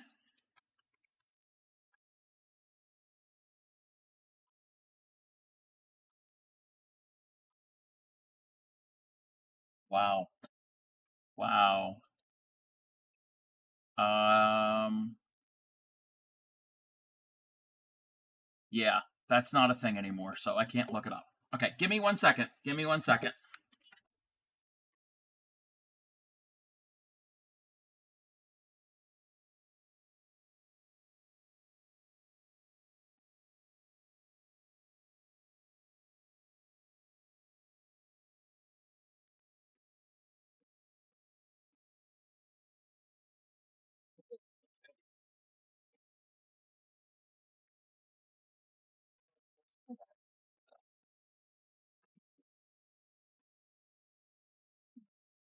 Heart attack. Oh no.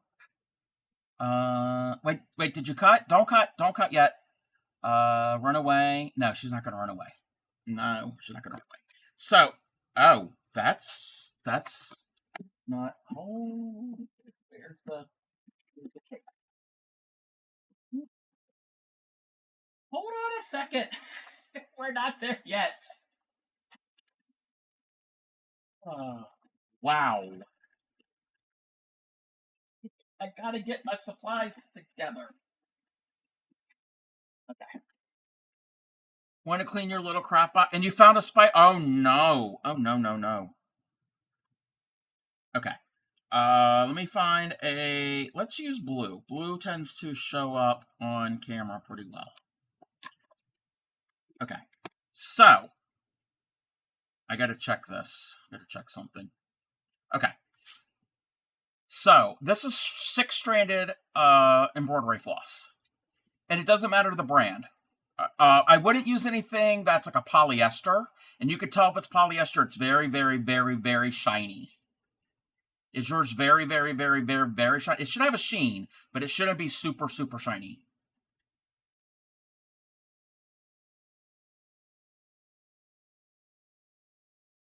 Okay, that's good. That's good.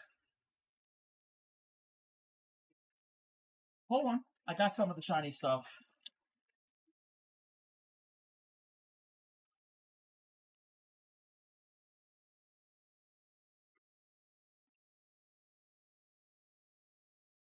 Night cut. All right. You have a good one, Ship. Okay. We're going to do a little side-by-side comparison. Okay. So, this is cotton. Let's zoom in. This is the cotton. Okay. It's 6 strands. You have to smack him with a new... Wait. No.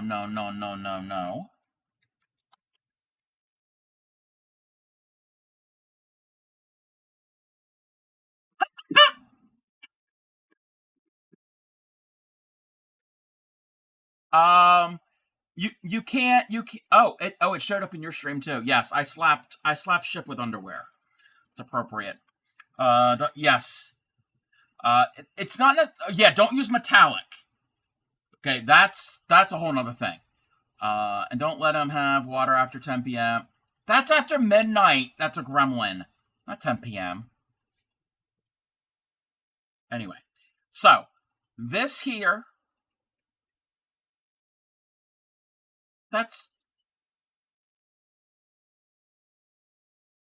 yes, this is DMC. I think it's DMC. You slapped me with hamster milk. Perfect. I slapped him with underwear. He slaps me with hamster milk. Perfect. Go to sleep, Ship. Wait, I don't know if Supreme said she's going to bed. So I don't know. You got slapped with a ball of sad green yarn. Wow, that is OG Crafty Cub. That was like the first lore of my channel was sad green. Wow. Old timers remember that. I don't think there's any old timers here. Okay. So this, no Supreme stays up late. Then in the morning I have to wake her up 5 times. Hey, that's fine. That's fine if she stays up late and she sleeps in later. All right. So this is like the 5th or 6th time I'm going to try to explain this because of chaos. This is 100% cotton thread. Okay.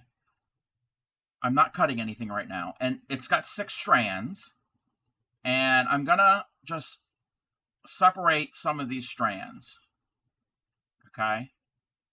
And you can kind of see how they behave. They kind of almost cling together still. They're separated, but they still are next to each other, okay? Because I'm not pulling them all the way out, but they're still next to each other. And you can see that has a little bit of a sheen to it. It's because the process they put the cotton through causes that. Okay. Now, this is 100% polyester. And it's got great shine to it. Okay? You see that? It's got some shine. See, it's sparkly. Well, not sparkly, but shiny. Okay. This is polyester. Now, I don't even have to separate it because it separates it on itself. And it's very drapey. Okay? And if you're using more than one of these together, they're going to separate like that. And then you're going to end up saying bad words, and you're going to make bad words that weren't ever a bad word because you're not going to have fun dealing with that. I would say more advanced embroiderers can try this. Even if you're advanced, I don't prefer it. There are some techniques that we're not going to learn today that this would come in handy where you don't actually stitch with it, you stitch over top of it. That might work. That might be a little bit easier to use. Yes, it's kind of like silk. It looks like silk. I've never used silk threads, and silk will kind of perform like that to a point, from what I hear. So, we're only going to be using the cotton. That's what I suggest. Don't use a metallic. Don't use a polyester or a rayon. use a cotton, and that's what most of it is. What they recommend is to cut a length, one length from your fingertip to right little past your inside of your elbow. So that is about, let's say, 1.5 to 2 feet, roughly, maybe a little longer. Maybe 2.5 feet at the most. Okay. What we're going to do is we are not going to separate our strands. There are techniques that you can separate your strands. A lot of cross stitch, you separate. Depending on the size of your fabric of cross stitch, we're not going to get into that, will determine usually how many strands you stitch with at a time. We're not worrying about that tonight. We're going to do basic embroidery stitches. Okay? So we're going to get ourselves a crowel embroidery needle. You've got tons of them. Don't worry about the size. I would get one maybe about mid-sized ones. Not one that's really short, not one that's really long. The eye of the needle should be about medium size. And thread your needle if you can. If you're not able to, go up a size needle. Again, that's not as important with all 6 strands.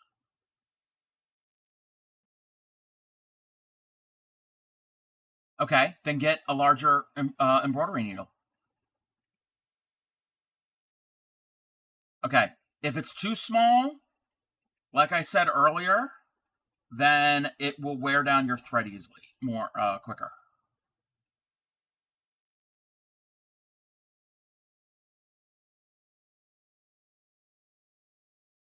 Yeah. You could use a thread needle, a thread kneader, or look at this technique. So you're going to take your thread, you're going to fold it over on itself like that, pinch it, no, in your hand, don't worry about the needle. So you're going to fold it over and then take the needle to your thread and try to work it into that eye of the needle. If that doesn't work, get a bigger needle. And you might not get all 6 strands. You want to make certain you get all 6 strands in there.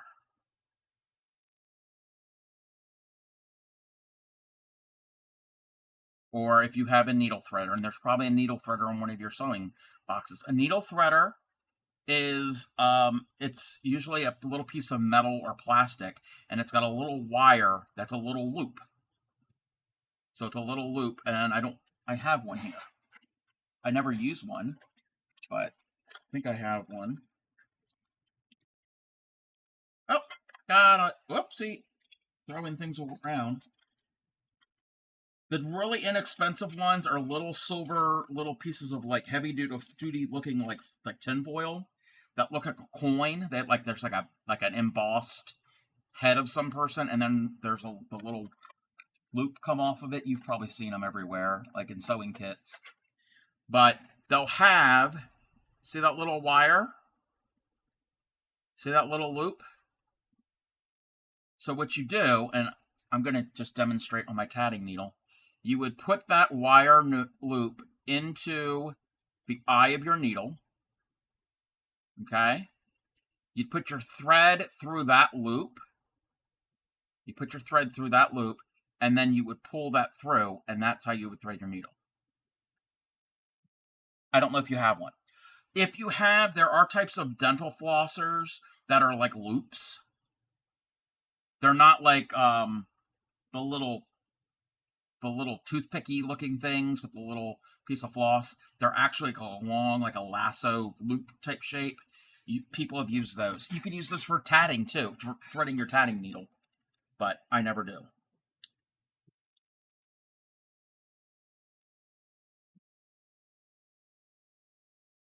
Yes, yes, yes, yes, yes, yes. I'm sorry, I didn't mean to yell. This. Yes, that's what those are. So you can either use the blue one. I would probably use the purple one because the purple one's smaller. Yep. I forgot that I had that.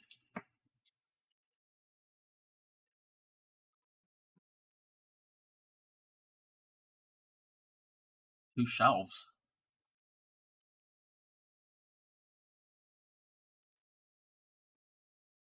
You have an apartment complex embroidery sewing kit?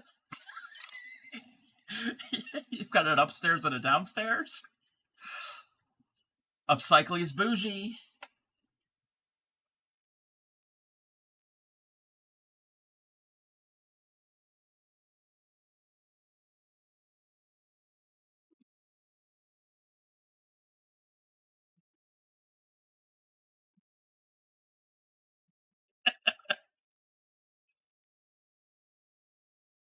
Yeah. Um, what what I would suggest, not tonight, maybe off stream sometime, or maybe on another stream on your own. If you have any um, Ziploc or resealable sandwich bags, I would make one bag for your cards of your embroidery crewel needles, one bag for your tapestry needles, etc. And then same thing with like little findings. If you got little bits of this or whatever, put this. Remember, we before we streamed, we did a test, and she was asking. We were talking about organization, and I told her me and Upcycling are around the same age, and back when we were kids, and probably even into the 90s, early 2000s, they were still playing it. On Sesame Street, they had this segment, and on the screen, it was divided into quadrants. It was 4 squares, and in each square, there would be an image or an object or something. And they would sing a song. 3 of these things belong together. 3 of these things are kind of the same. It was teaching kids about grouping like things together. Same type of thing. Go through and you're sorting anything. It doesn't have to be craft supplies. It could be anything. Put all of the same things together. Like, now, I don't know how it is in everybody else's house. In my house, we have a drawer in the kitchen for silverware. And it's got the little tray and it's got the dividers. All the butter knives are together. All the table knives are together. All of the salad forks are together, and so on. Same type of thing. Put like things together. You're going to leave a lurk, try to get some sleep. You got traveling? Yes. 3 a.m. If I don't see you before, see you why. Alrighty, you have a good one, Trouble. Might need a bigger. Yes, you can get bigger Ziploc bags. I've got really big ones. You keep mine in the dishwasher? You keep your silverware in the dish. Hey, some people do. Some people do.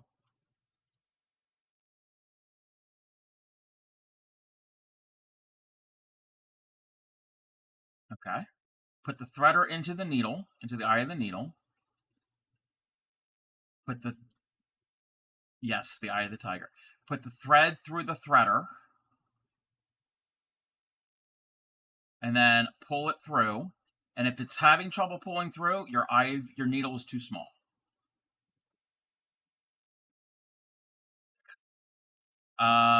Very large hoops. Okay, so what we're gonna do, and we're not hand sewing. If you're gonna like sew, like repair, usually you're gonna double up your thread and tie a knot, and there'll be 2 strands. We're not doing that. We're gonna leave a tail off of what you threaded, a few inches, maybe about like 3 or 4 inches. So you're gonna have a tail, and then you're gonna have the long bit. Okay. So on the end of the long bit, the opposite end for the needle, we're gonna put in a knot. So there are different ways of doing it. So before you do it, I can walk you through. So the way I do it, and this might sound disgusting, and if you don't want to do this, that's fine. Lick, lick your finger. Now this is cotton; it's a natural fiber. This won't work with synthetics. So you can do it. You can lick your finger and pinch it between your finger and your thumb. Wrap it around. So wrap it around like this, and then do this with your finger and thumb, and it will roll it together and form a knot. If you can't do that, huh? Yes. If that doesn't work, there's another way, but I don't remember how to do it. So you should have a little knot right there on the end. It doesn't have to be anything. It doesn't have to be anything special, as long as it's a knot. That knot will eventually will end up throwing it away. This is going to be called a technique called a waist knot. I'll explain that in a second. If I leave you on in the background, does it automatically go into a raid? Yes, yes, yes. If you are lurking when we raid out, and actually since it's a combined, if we raid out to two different people, and you only have one, well, you only have one open. That's what it is. Okay, you're actually in my stream. You'll raid with me. Yes. If you have two windows open, like I have both of us open, um, it'll raid separately. But if you've only got one, and I'm gonna have an ad. You should have an ad here soon. Yes. When your head is starting to hurt, well, we're gonna start. We're gonna do a few stitches. We're gonna do some of the basics, and then if you want, we can collab again in the future, and we can do some more. Okay.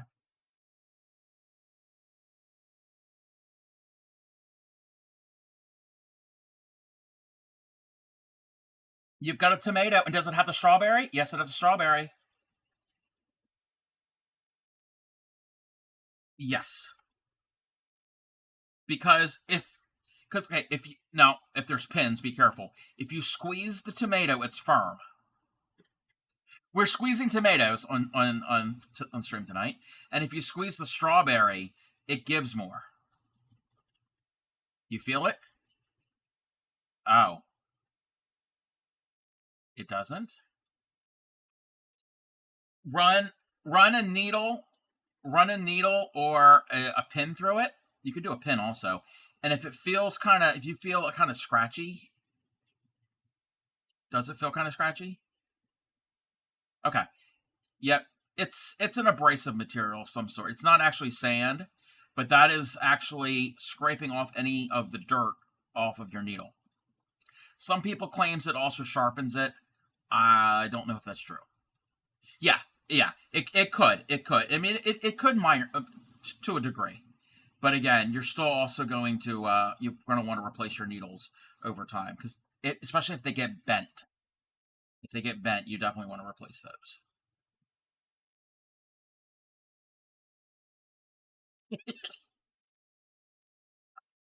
But yes, you got a tomato pincushion.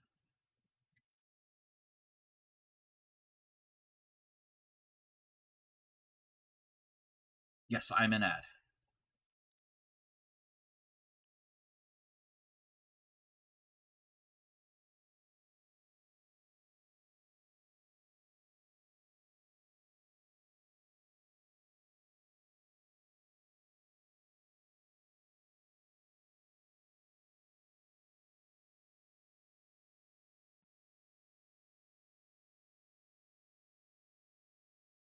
Wait, the first film that followed. Oh,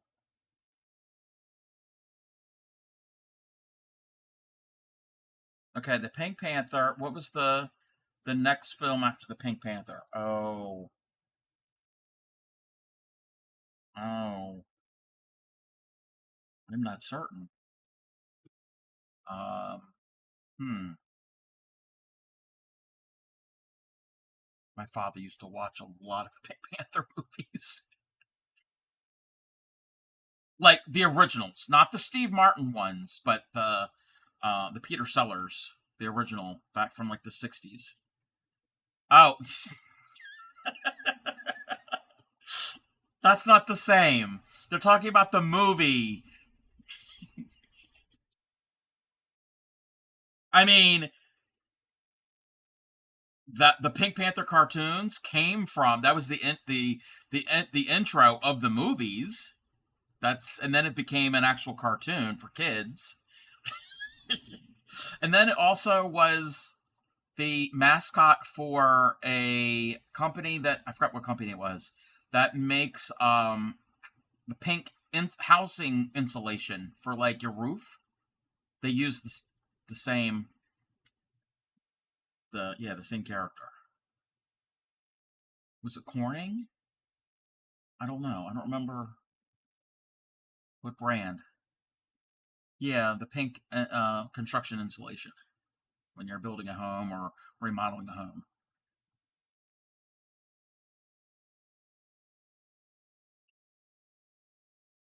I've got 27 seconds left.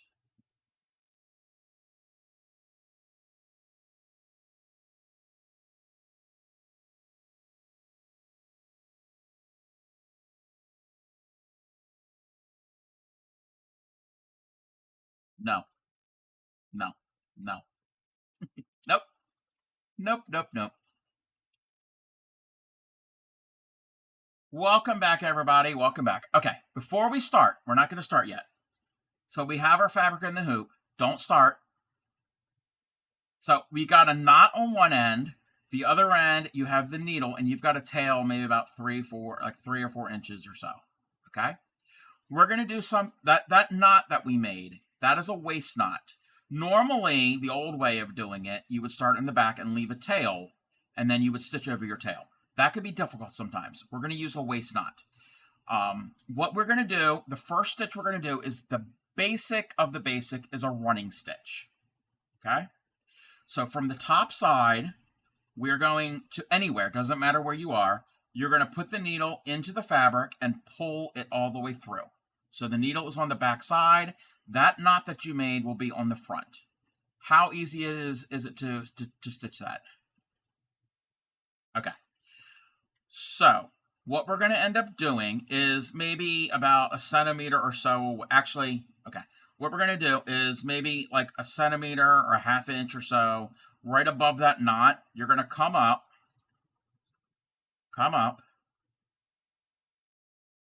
and then really close to it, not in the same hole, but really, really close. Go down anywhere, doesn't matter. Go down, and you make a little tiny stitch, and we're going to do that again. It doesn't matter which direction they go in. You're going to do that and do that again. That is an anchor stitch. It's just a little habit to get into. For when we actually do some crewel embroidery, you're going to want those little stitches. That's going to help kind of secure some things. So it doesn't matter how they are. Just you want 2 small little stitches. Anywhere. But kind of close to your first original knot. You don't want to go all the way on the other side of the hoop. You want to kind of be somewhat near it. Like, yes, kind of like back stitching on a sewing machine.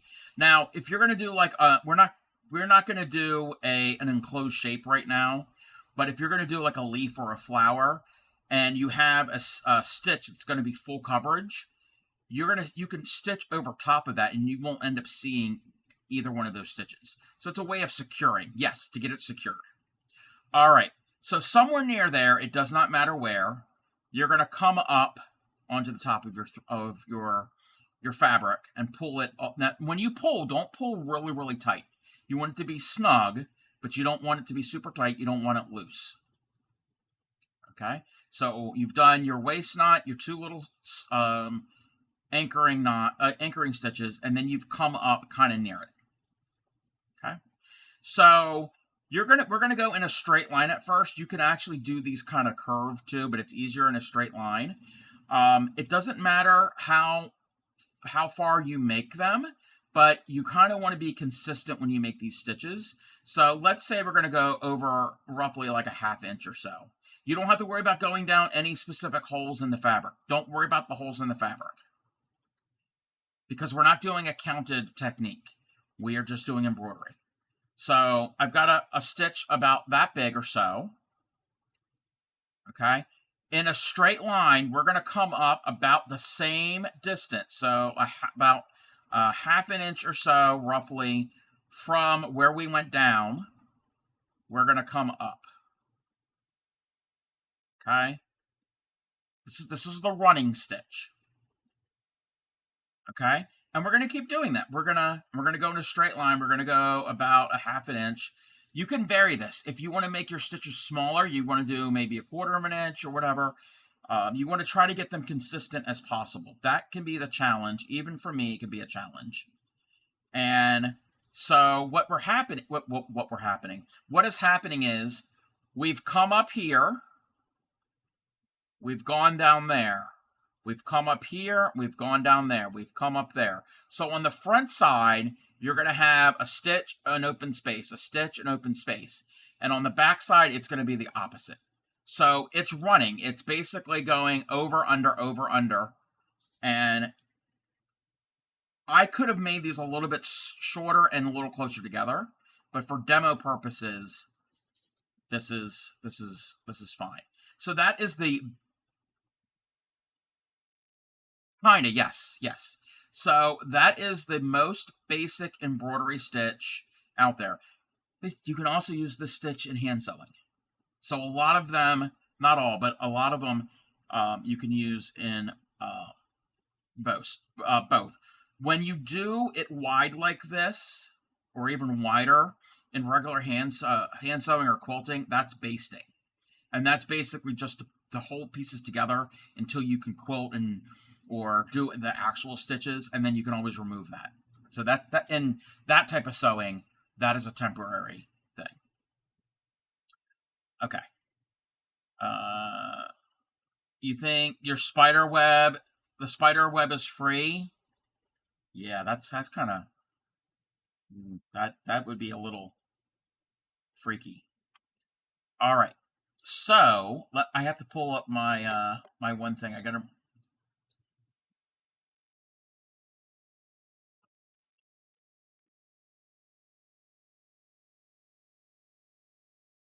Ugh. Um.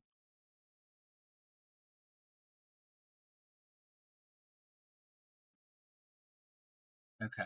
Let me see something real quick. I have to look something up.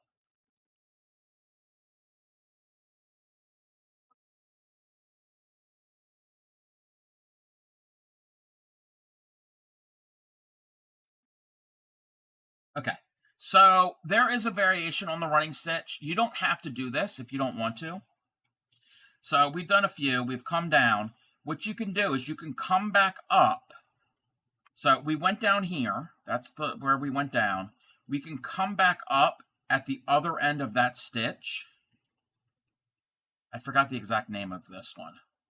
You can come back up and then go down into the end of this stitch. And you see what's happening? We're going to come up there, go down there. It's a lot easier once on the second pass. You don't always have to do this. This is a variation. It's not the woven. Oh, if your thread knots, that's going to happen. Periodically, yeah, do not pull hard. Periodically, when you're stitching, especially with this type of thread, you're going to want to let your thread and needle dangle and untwist. And I didn't do that. Okay. So what that means is, so you're going to stop, you're going to hold your hoop up, and you're going to let, and I can't really show it because of top-down camera, you're going to let your thread hang down, and it will untwist, and you'll be ready to go again. So do that periodically. And then you go back down, and so you've gone one way as a running stitch and come back, and then I just got a raid. Welcome in, Raiders. Welcome in. How was your stream? And there is a clip playing.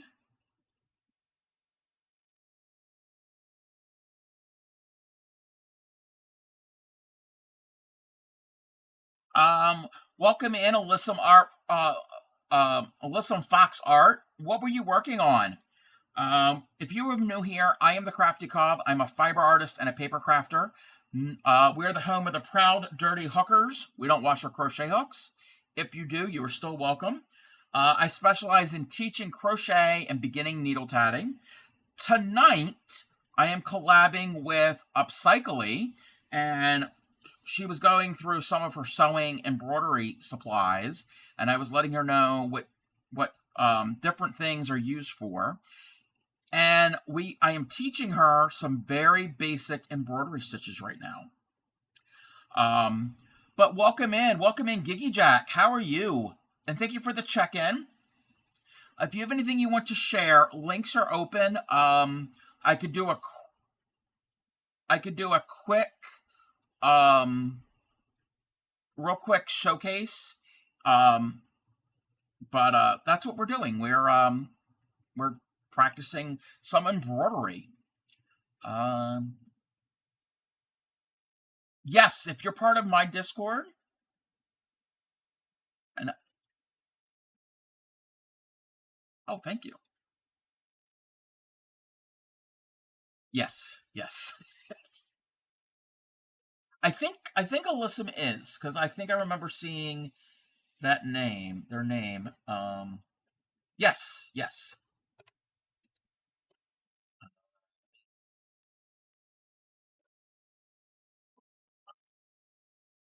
But and if you need to raid and run, I totally get it. I totally get it. Uh, so we have done a we've just done a running stitch. Okay. Are you ready for another stitch? Okay. Yep, that's a running stitch. Well, it's actually, I forgot the actual name. It's not the woven running stitch. It's I can't remember the name of it. Okay. So we're going to go down a little bit further from that line of stitches, and we're going to come up to the top. And we're going to do a back stitch. Back stitch is a very, very common stitch. You could say a little? Well, welcome. Let me actually, I'm going to actually look it up.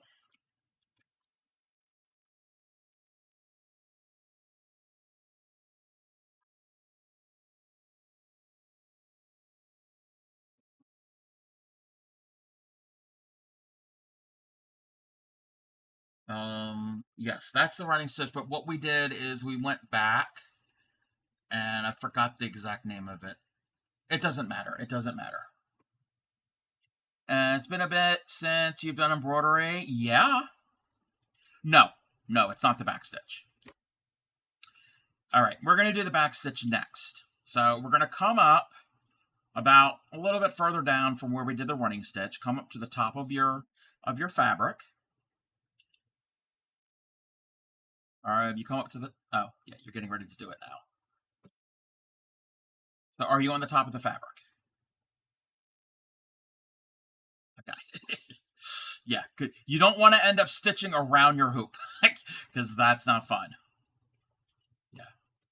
All right. So what we're going to do is we're going to go a distance, maybe about a half an inch or so. You can vary this also. This is just for demonstration purposes. So we're going to go down, and you're going to make one stitch, just like we did with the running stitch. We are now going to come up about the same distance in a straight line from where, and that's going to look like we're doing a running stitch, but we're not. So we've done one stitch. We've come up to the top. Now, with a back stitch, all of our stitches are going to travel in that direction, but each individual stitch is going to travel backwards. That might sound confusing, but when we go to do it, you'll be like, oh, okay. So our line of stitching will be going in this direction, but each individual stitch is going to go backwards. So you've come up, and now you're going to go down to where the first stitch ended. Okay, now come up a stitch widths away, about a half inch in this case, from the one we just made. Come up, and we're going to go down into the previous stitch.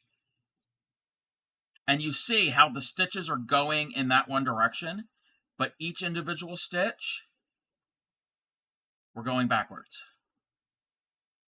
Back stitching, you will find often as outlining and bordering things.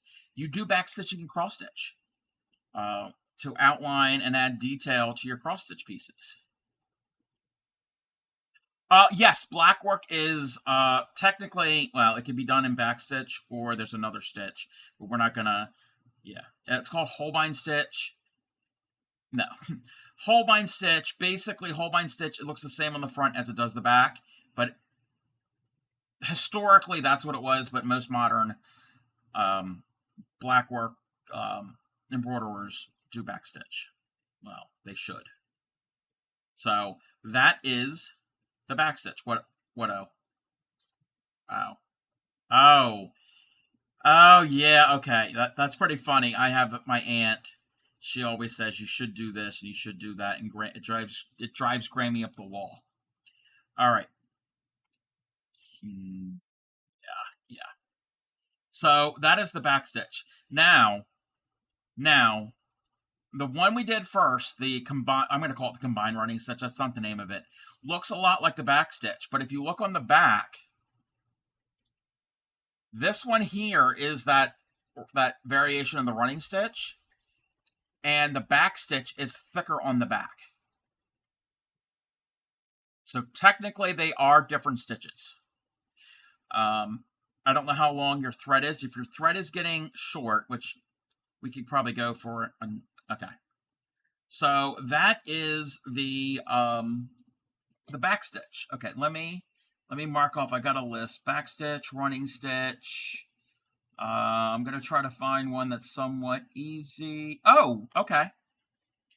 And this, we can actually start at this end. You don't have to start back at the left.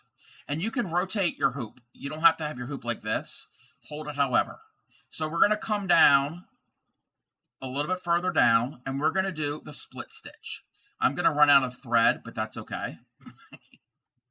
All right, so you're going to come up, and now I'm going to head back the opposite way. So we're going to go down a stitch length, and again, you can vary this depending on what you're doing. Let's say about a half an inch, quarter of an inch, or whatever. So that's our first stitch. And now when we come up, we're going to come up in the center of that stitch. You're actually going to pierce your thread, and it's going to split the thread, and you're going to pull through. And then this is the split stitch. You're going to go down about the same distance as your first stitch. Go down, and I kind of like went a little crooked, but that's fine.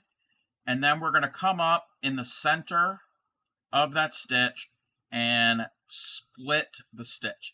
Now, can you see, especially the split stitch, can you see why having a sharp needle comes in handy? Because that will help split that stitch. It's also going through this fabric. If you had a blunt tip needle like a tapestry needle, you could do it, but it wouldn't be as easy. You can't sleep? Oh, I'm sorry. I'm sorry, Trouble.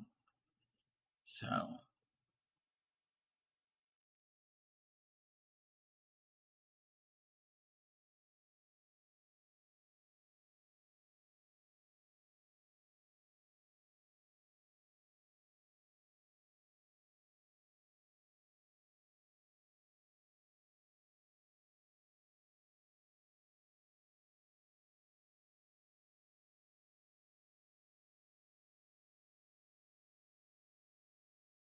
You have a glass of milk?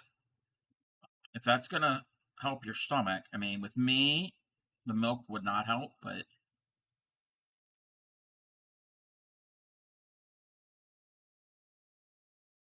never heard of that.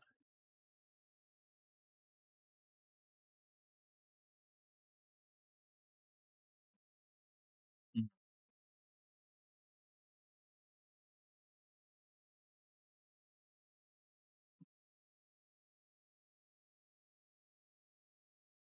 Wart?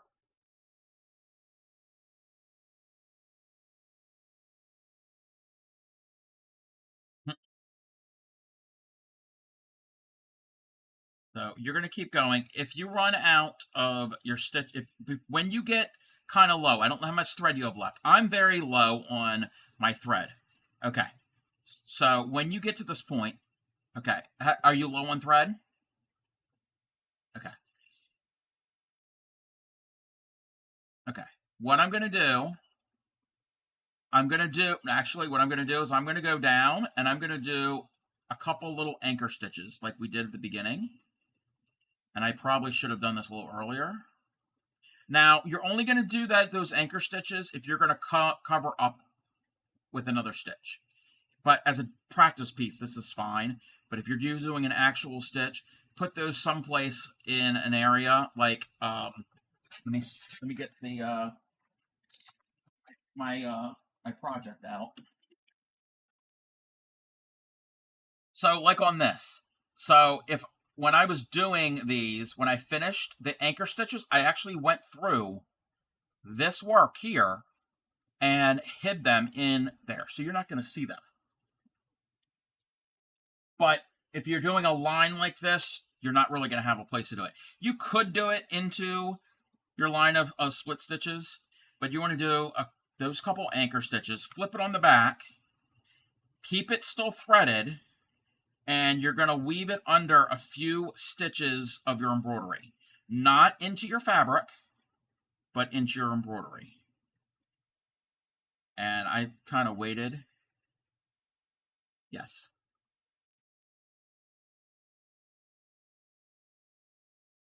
You can actually make a like one that's like half the size of your stitches. So just make yeah. Yeah. Wherever you want the last one to be. Yeah, it doesn't really matter. But yes, you could do that. Okay. So yes, but before you do that, I would suggest doing those two little anchor stitches because it'll help secure. It will help secure. Yes. But again, do those anchor stitches in this sample. It doesn't matter where you put it, but you would hide those into either into your split stitches or into something that is a full coverage stitch. And then you can weave it into stitches nearby on the back, and then you can clip it. Uh,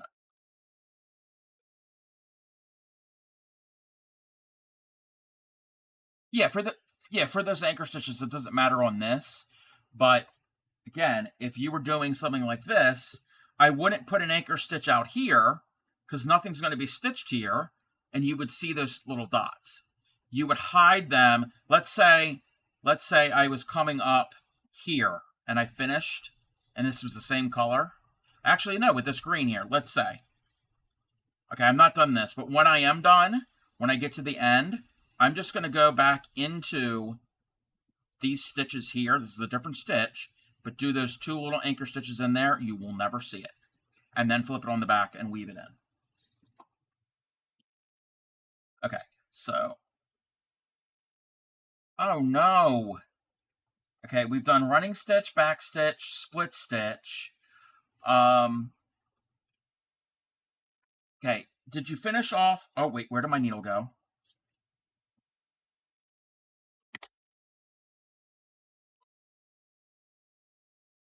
Uh, Wait, did I put it on? That's not it. Uh-oh. I don't want it going in my foot. That's the thing. And that was one of my good needles. A lot of us kind of have, you tend to have a favorite needle. It's not my favorite, but. All right, Supreme.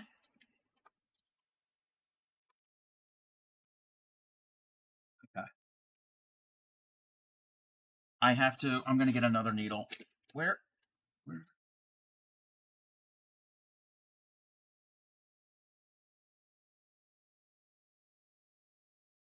Oh, I can try to. That's a pin on there. Um, Hold on a second. I'm gonna see if I can. I'm looking on the floor.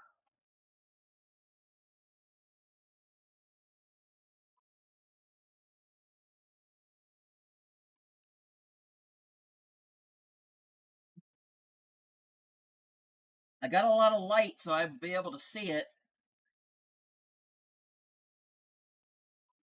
It'll show up. It'll turn up. I can't. Maybe it's under like my keyboard or the monitor stand. All right. That's not that. Yeah, I'll find it. I'll after stream. I'll literally get on my hands and knees and look for it. Okay. So I got to get another needle.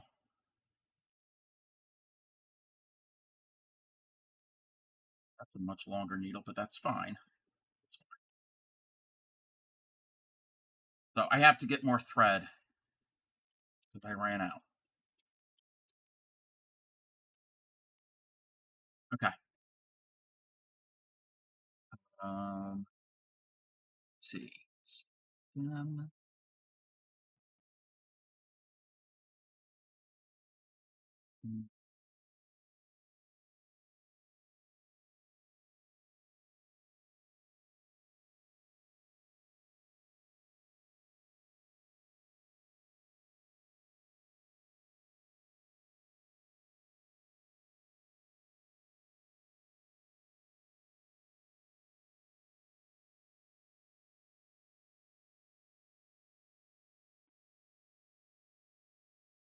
you found a loose needle? Did you find my needle? Oh, I found my needle. I found my needle.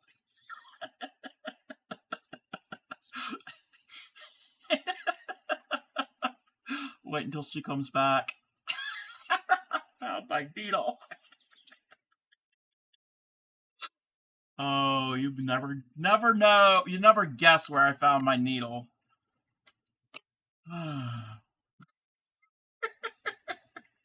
Funny. Cracking me up.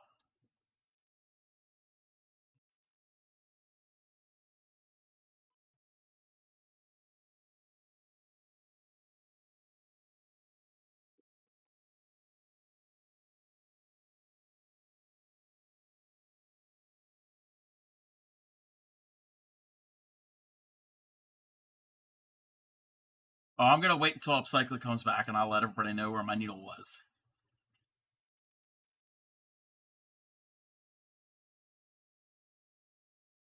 And my stitch lines are not straight. They're all yeah. If I would have drawn them on, that would have been better and follow that. You pulled out resin. Ooh, ooh. No, not in the mushroom. Not in the mushroom.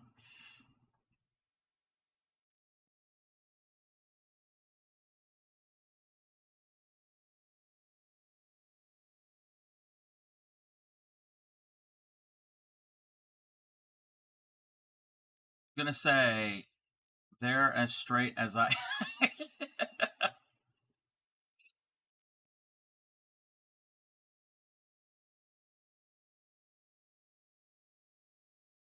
So, has anybody learned anything from this collab so far? I know we have some embroiderers here. Making a fox for Risa. Ooh. So I don't know if anybody has learned anything that they haven't learned before.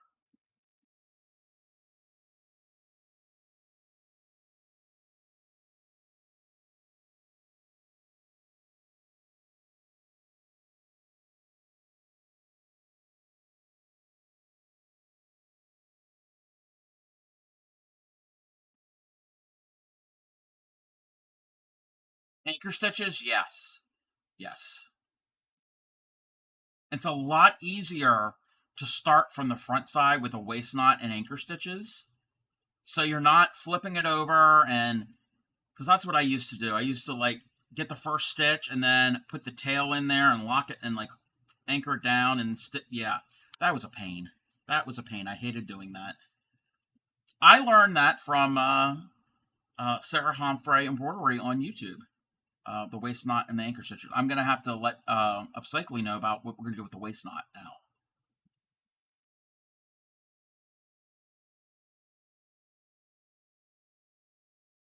But it's like what Linda said.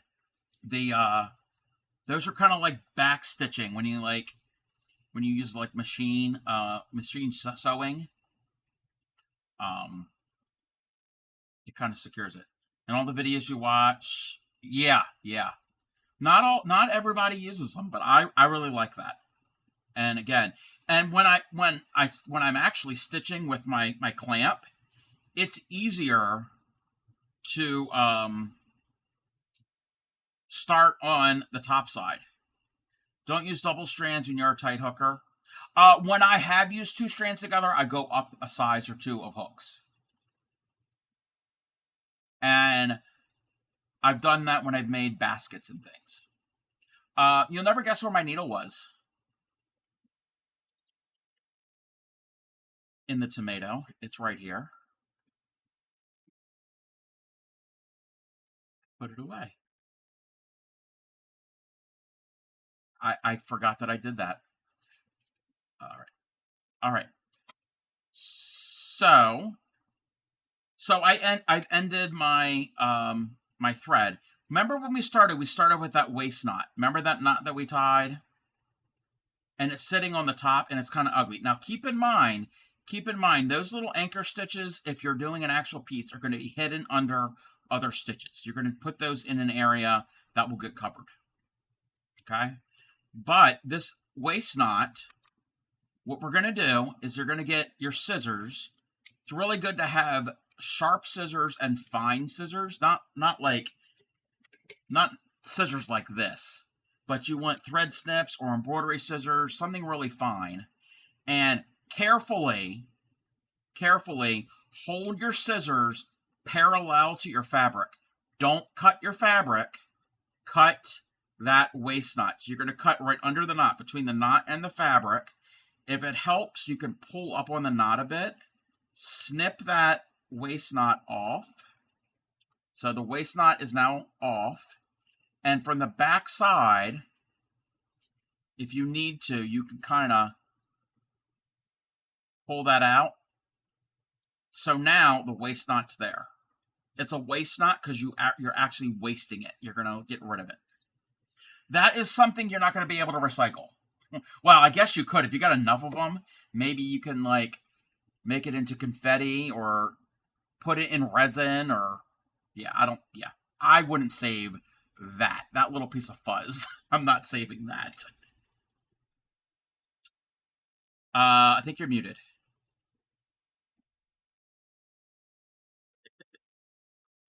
Okay. So I know you're getting a headache and you're probably getting tired. We got a couple more stitches.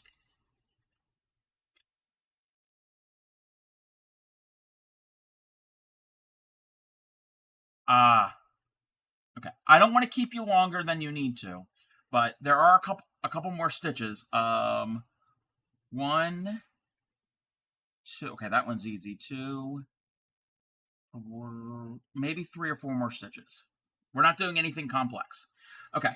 So I'm not going to teach this one. If you want to demonstrate it, if you want to do it, it's fine. It's called a straight stitch. Well, first I'm going to start a new strand. I've got my waist knot, and again we're going to start the same way. I'm going to come down and from the top, come up and do a couple little anchor stitches.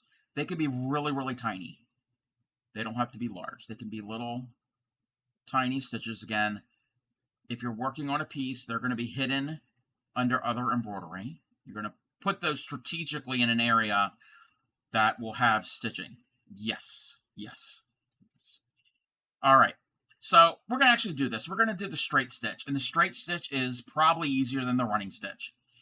So the straight stitch, you're going to come up. You're going to go a distance. And it doesn't matter. These can vary. These can be different lengths.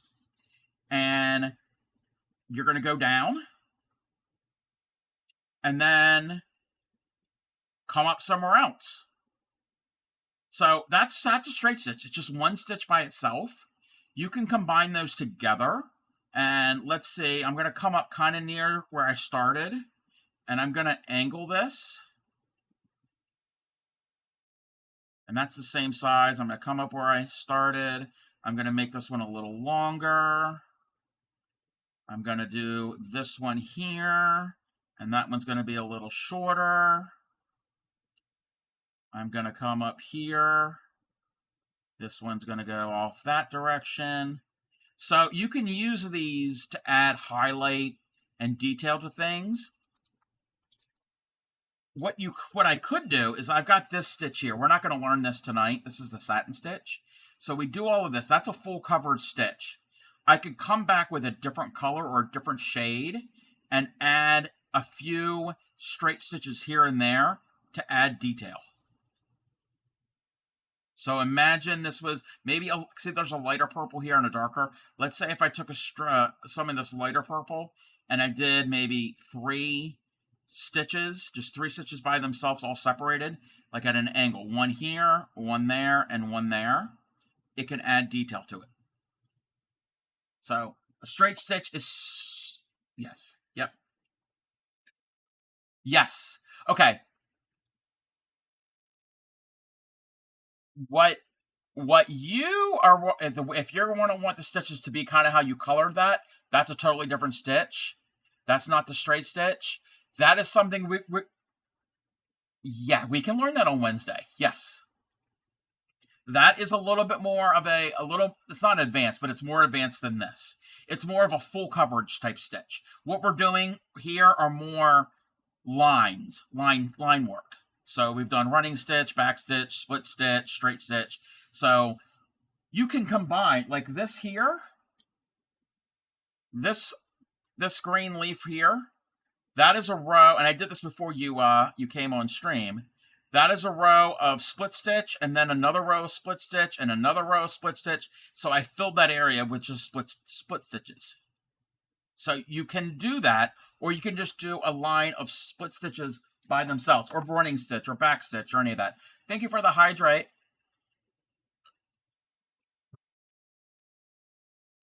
All right. So the next 2 stitches, I can never remember which is which. They're basically the identical stitch. It's just how you have the loop on what side. And I use them interchangeably. They're the stem stitch or the outline stitch. So I'm going to come up. It doesn't matter where we're going to come up. I'm going to come up. And I'm going to make a stitch. So I'm going to go about the same distance. But I'm not going to pull it all the way down. Okay? I'm going to leave a loop. Okay? Now, and I don't remember which is which, but it doesn't really matter. One, you have the loop to your left, to the left of the needle. One, you have it to the right. It's the same stitch. One is just, I don't understand. But what we're going to do is we're going to come up about halfway between where we came up and went down. So we've got that loop there. Halfway between, come up and pull it through. And now we're going to go down. It's kind of like what we've been doing, almost like the split stitch, but we're not splitting the thread. We're going wrong. Oh, wait a minute. I got to leave the loop. We're going alongside. Okay? So one of them is the stem stitch. One is the outline stitch. It depends on what side the loop is on, and I can never remember which is which. Okay? Oh, 1 second before you do that. I'm going to put this in the chat. So I put a link. Welcome in, Bubbles and Honey. How are you? That link I put in there upcycling. I'm actually going to pin it. I should have pinned this at the beginning of stream. And I think it might be pinned in your chat. Maybe, maybe not. I don't know if it does it in both. But it's pinned in my chat.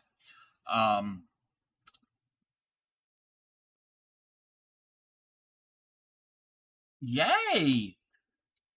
So that link is actually for crewel stitches, but you can use a lot of these stitches in other types of embroidery. I'm going to go to the stem stitch. I'm looking at the stem stitch. And let's see. Okay. Push the needle up. Pull the thread through the surface, decide the length, pull the thread, leaving a loop, hold the loop out of the way to the right. Okay, so you would hold it well, what I've been doing is I've held it to the left. So technically what I'm doing is the outline stitch, but if you hold the loop to the right, it's the stem stitch. It's the same thing. It's just what side they're leaning towards. And sometimes you can mix them together. You could do one to the left, one to the right. So it's pretty much the exact same stitch. Hmm.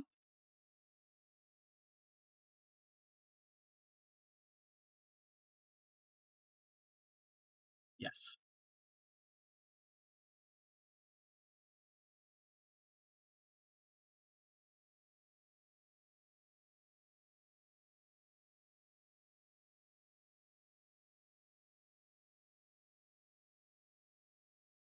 Yes. So that's if you're doing it this way. But I do it this way. It it doesn't really matter.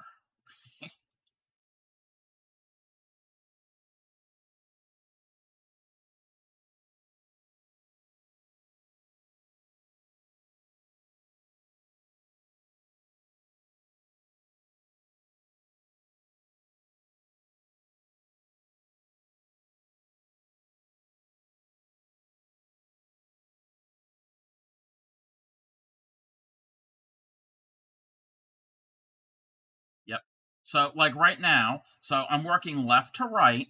This is the working thread. It's above the stitch line. So I'm doing the outline stitch. Okay. Now this next I'm gonna throw everybody for a loop. So now the working stitch is below the stitch line, and that stitch that I did right there, because the working thread is that loop that's right down here, that bit is technically the stem stitch. It's the same thing. It's just one loop is to one side, one loop is to the other. Yeah. Okay.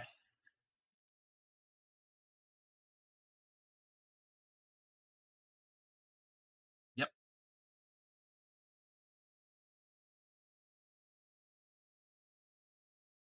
Go down, leave a loop, don't pull it all the way through. And how are you, Bubbles and Honey? Oh, wait a minute. Okay. Doing good. You had some honey bunches. Yum. We're pretty good. We are, I'm teaching upcycling some basic embroidery stitches. You found moldy food? Oh no, a spider and moldy food. You're not having good luck today.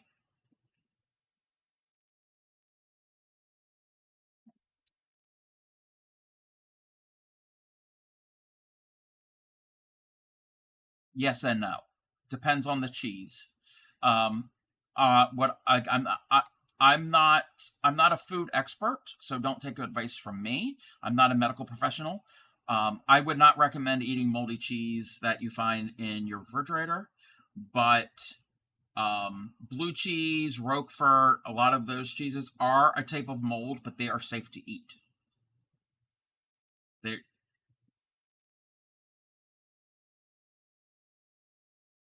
Yes, because blue cheese is it's blue, it's a bluish green, and there's white in it. But if it's all green, it's done, and you be able to tell by smelling it. Ooh, it's horrible. It's horrible. Yes, yeah.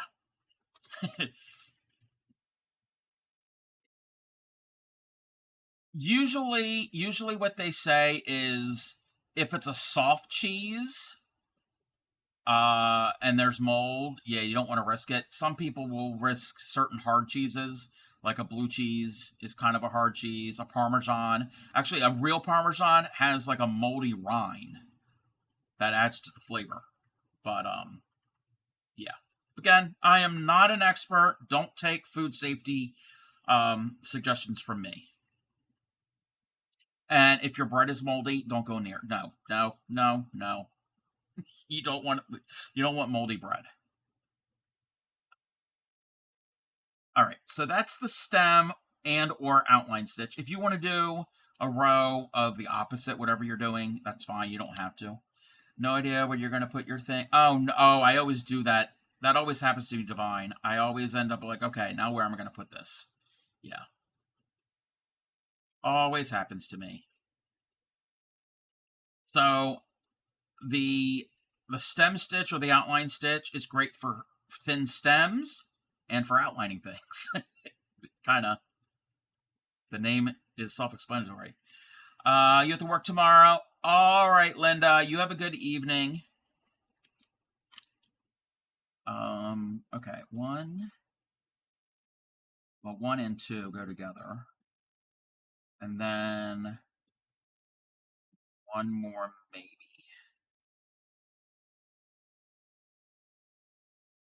Okay. Yes. Why? It's good. It's good practice. It's good practice. And anybody, the link that I posted at the top of my chat, that's the Royal School of Needlework, based in the UK. It's based at Hampton Court, um, in England. That is a free website, and that's just the crewel embroidery stitches. And we're not doing crewel work because this is not crewel yarn. But a lot of these stitches are done in basic embroidery and in crewel work. So they have amazing pictures, step-by-step pictures, and videos of every stitch. And there are some very intricate stitches that I've never even done. So take a look at that, and just look at all the cool type of stitches that there are. All right, you ready for another stitch?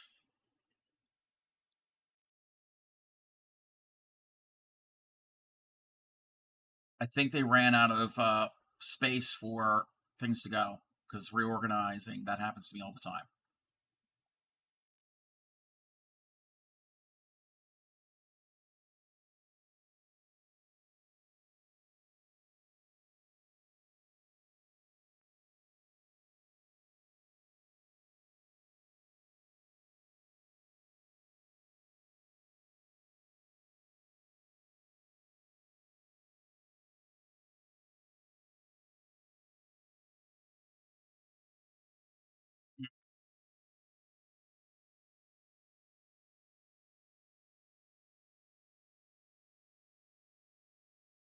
Mm-hmm.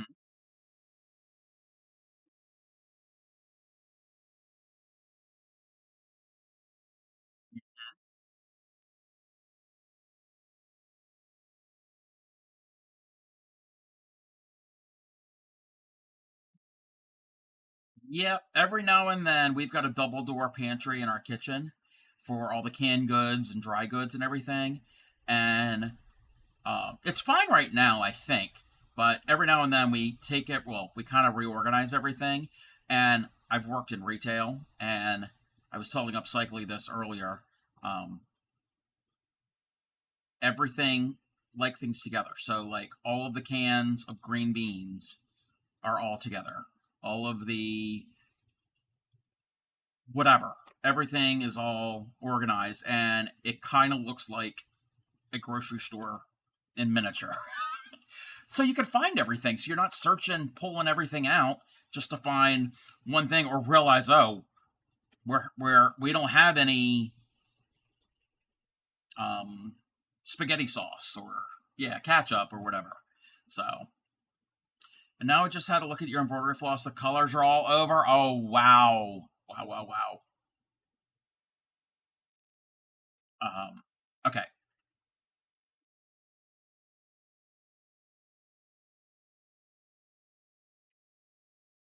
Alrighty. So we're going to do the chain stitch, and we're also going to do a detached chain stitch.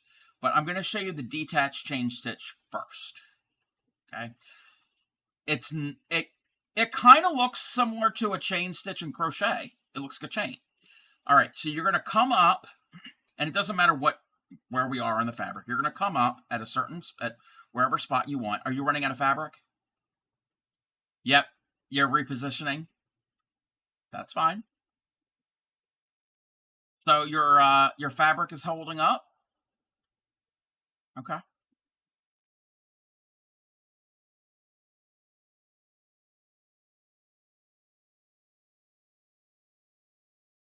Okay. You're going to come up at a certain spot wherever you want to start it, and you're going to go down really, really close to where you came up. Okay. But you're not going to pull it all the way through. You're going to leave a loop, and you're going to go out a bit, however long you want it to be. And you're going to come up in the center of that loop. Okay? You're going to come up, and you're going to give it a little bit of a tug. You don't want to pull it too tight. And then what you're going to do is you're going to go down right on the outside of that loop and tack it down. That is a detached chain stitch, also known as a lazy daisy stitch. And what we're going to do now is I'm going to do a few all around here. So near there, near where I came up originally, here at the base, I'm going to come up again, and I'm going to go down right next to it. Okay, I'm going to leave a loop. I'm going to come up inside the loop about how long I want it. I'm going to pull it a little tight, tack it down. I have to make my tail of my thread a little shorter. And then we're going to keep doing a few of these. And you can turn your hoop around, or I'm just going to do this. I'm just going to keep going this way. It doesn't matter if your first, when you come up is on, it doesn't matter what side it is. And then we're going to come up, tack it down. And you see, I'm forming these all in a circle. And do you see what's going to be forming? Exactly. And if you had seen my stream the other week when I was working on the mock-up of the embroidery piece, these pink flowers, the light pink are these stitches, is the lazy daisy or detached chain stitch.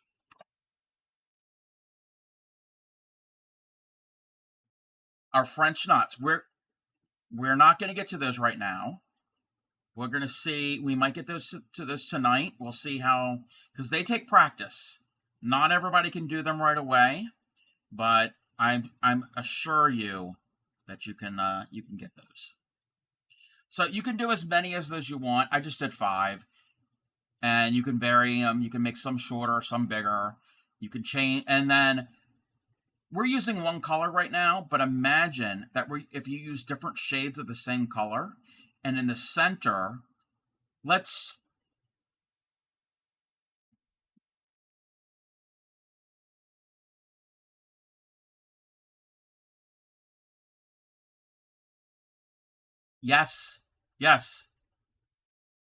you could do that.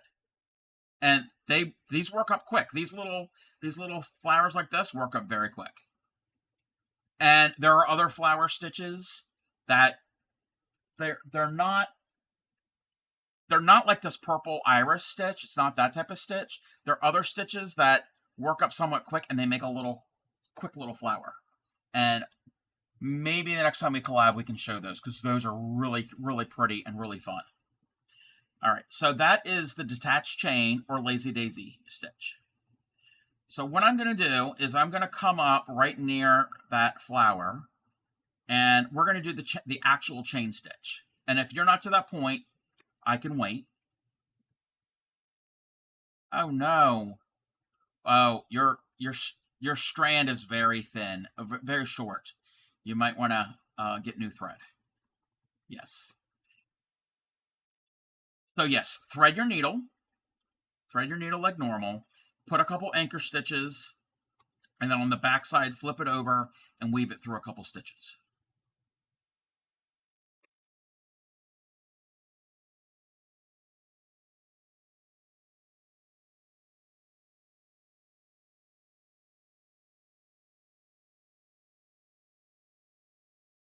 I know Divine does embroidery. I'm not certain if anybody else does.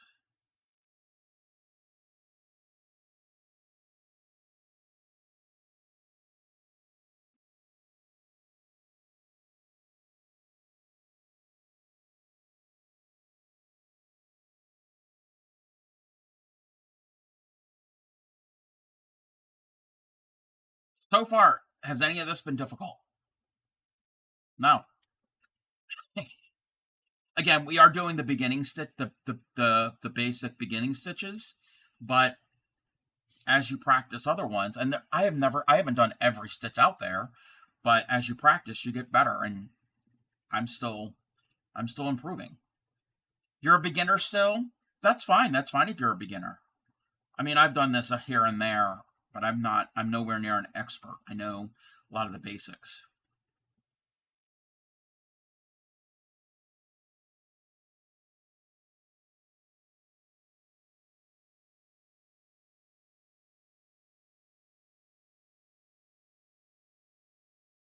And again, for this piece, it doesn't matter if you do the anchor stitches. It's just, I guess, good practice. And oh, I haven't done the basket weave stitch. I want to try that. Yeah, and I'm gonna have an ad. Um, did I? Let me go. Let me go and do that. And I have to take a bio break, so it's perfect because I'm having an ad. So I will be right back.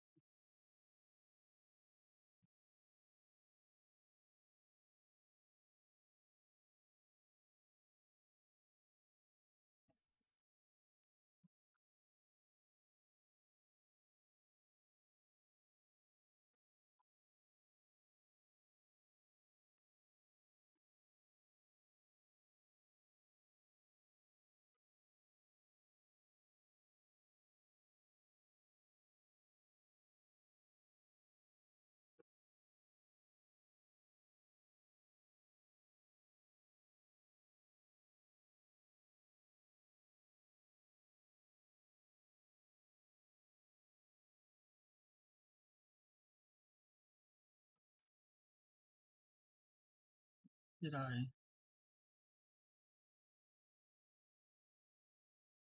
What did I do to my camera? Hold on a second. I'm having.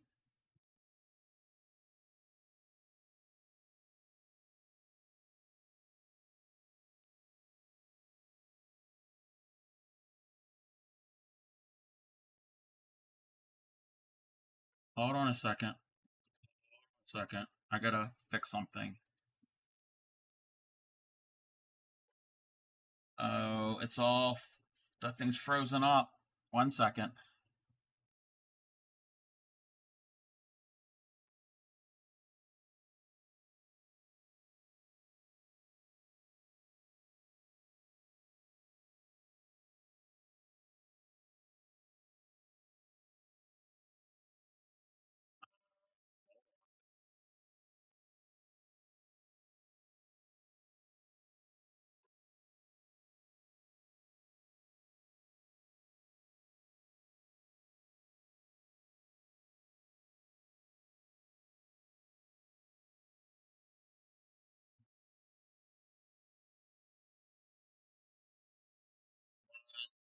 Second. I'm having some problems. Uh, it's the Zoom. It's the the camera control through OBS is frozen off, is not responding. And if I try to close it, it'll shut down OBS, and then it'll stop the stream. How?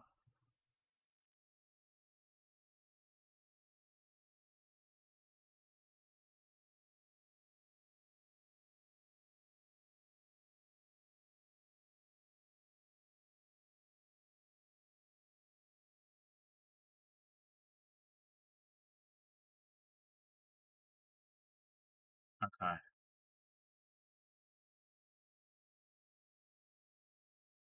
Nope, didn't work.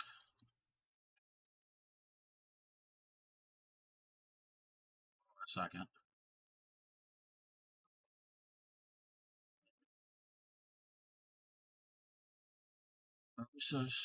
Okay. If stream ends, I'll start it up right real quick.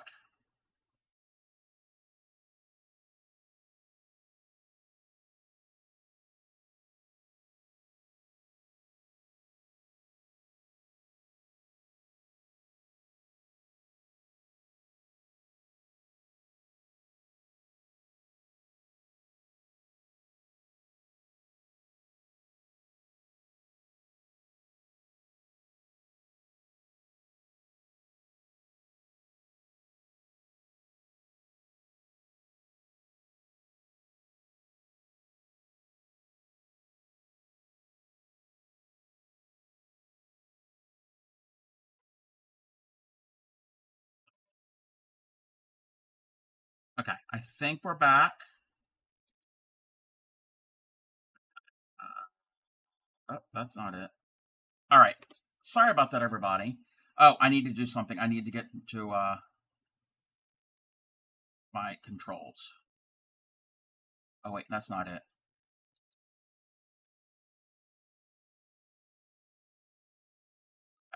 I know it's a weird coloration. It's my fabric is not. Oh, it's because of the angle. It's picking up the pattern of my of the weave, and it's making weird colors. So, um, okay, sorry about that. What did I? Let me catch up with chat. What do you call a medium embroiderer? A medium embroiderer is somebody who does decorative stitches that can tell the future.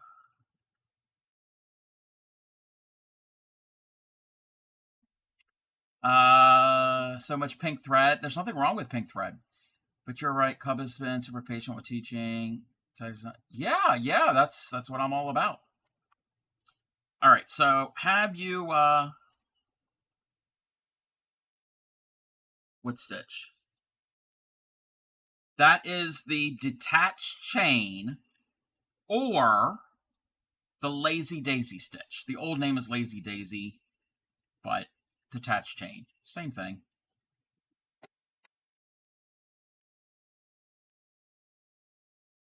When you're what? Yes, just go under a couple of the stitches on the back. Yes. You just go under like maybe twice. Just go under, like, do it and then do it another time. It could be the same stitch, the same couple little stitches. All right.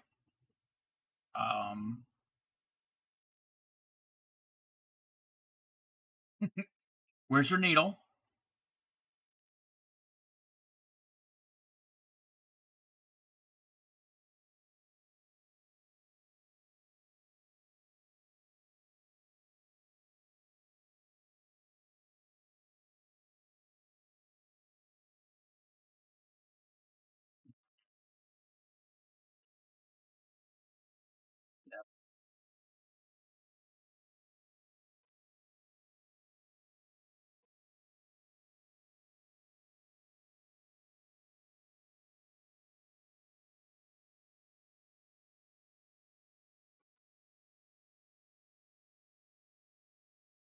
You're a professional embroiderer now.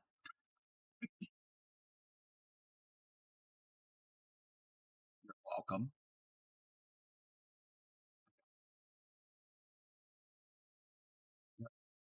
Yep. And it doesn't matter where you start this, wherever you choose, it doesn't matter. We're gonna make a line, like a line of stitching. So just like we've done here, So we're going to make a line. So however you want them. So yeah, make your waist knot from the top, go down, then come up and do a couple of anchor stitches. That's just good practice. And then come up wherever you want. Doesn't matter.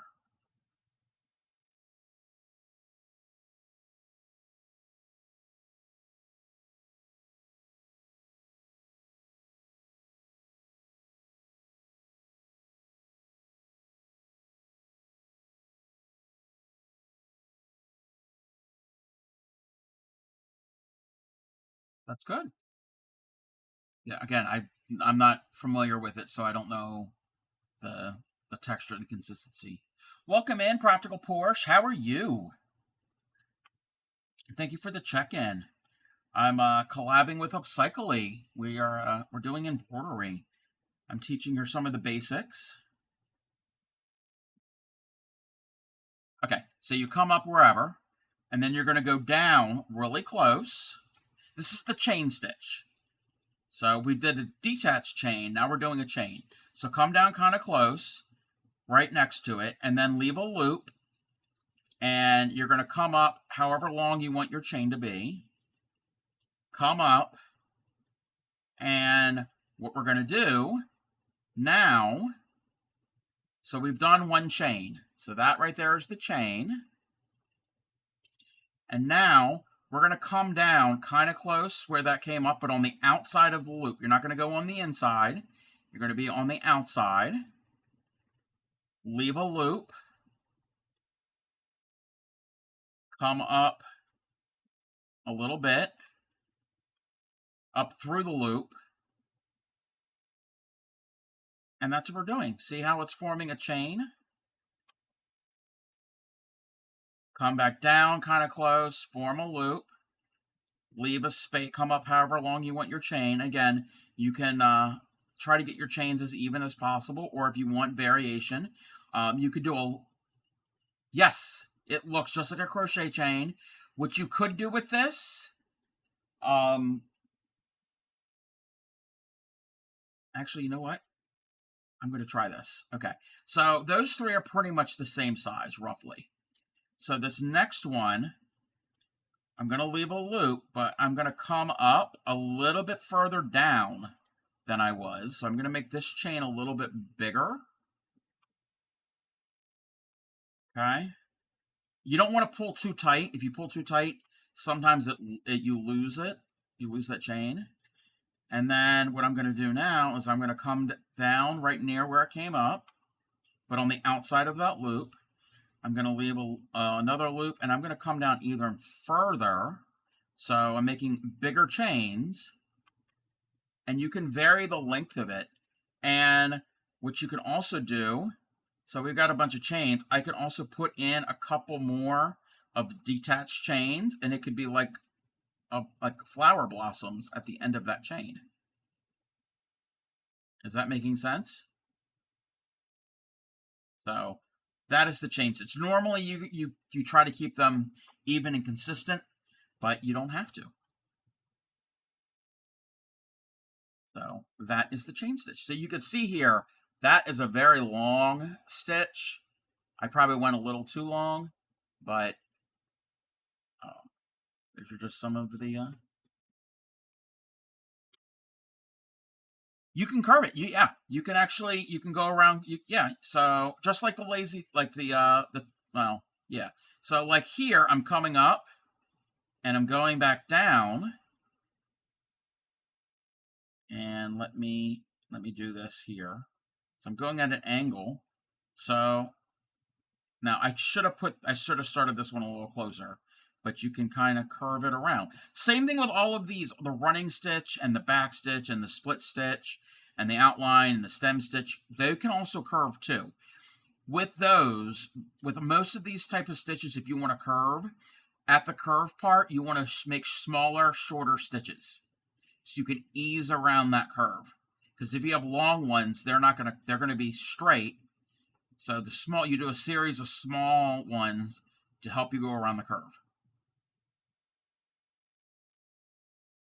Okay. So okay, we've got I'm going to show you how to do this last stitch.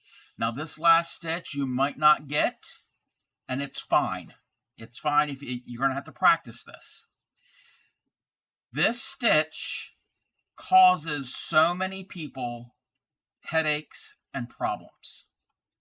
But if you take it slow and you follow how to do it, it's not that difficult. It only takes practice. Welcome in, Luna.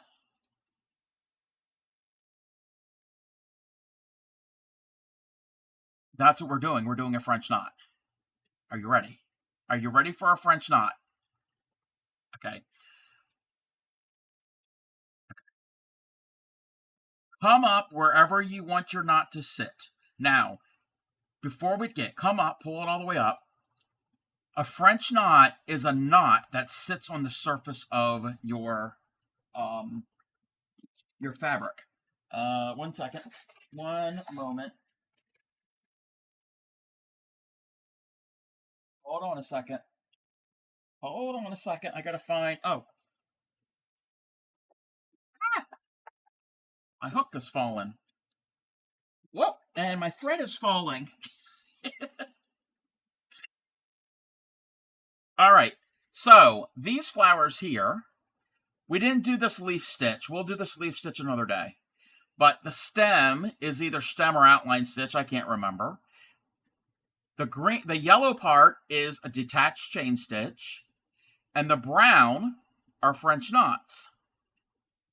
I put one of your earlier pieces of embroidery. Yo, yeah, I'll have to check that out. Let me see some of these others. That's not it. Oh, this tree, the trunk is rows of split stitch. And let me see if, there we go. Light would help, Crafty Cub. You see how it gives texture of the split stitch? Like texture of a tree, of a trunk? And these green, I'm going to use two more colors of green.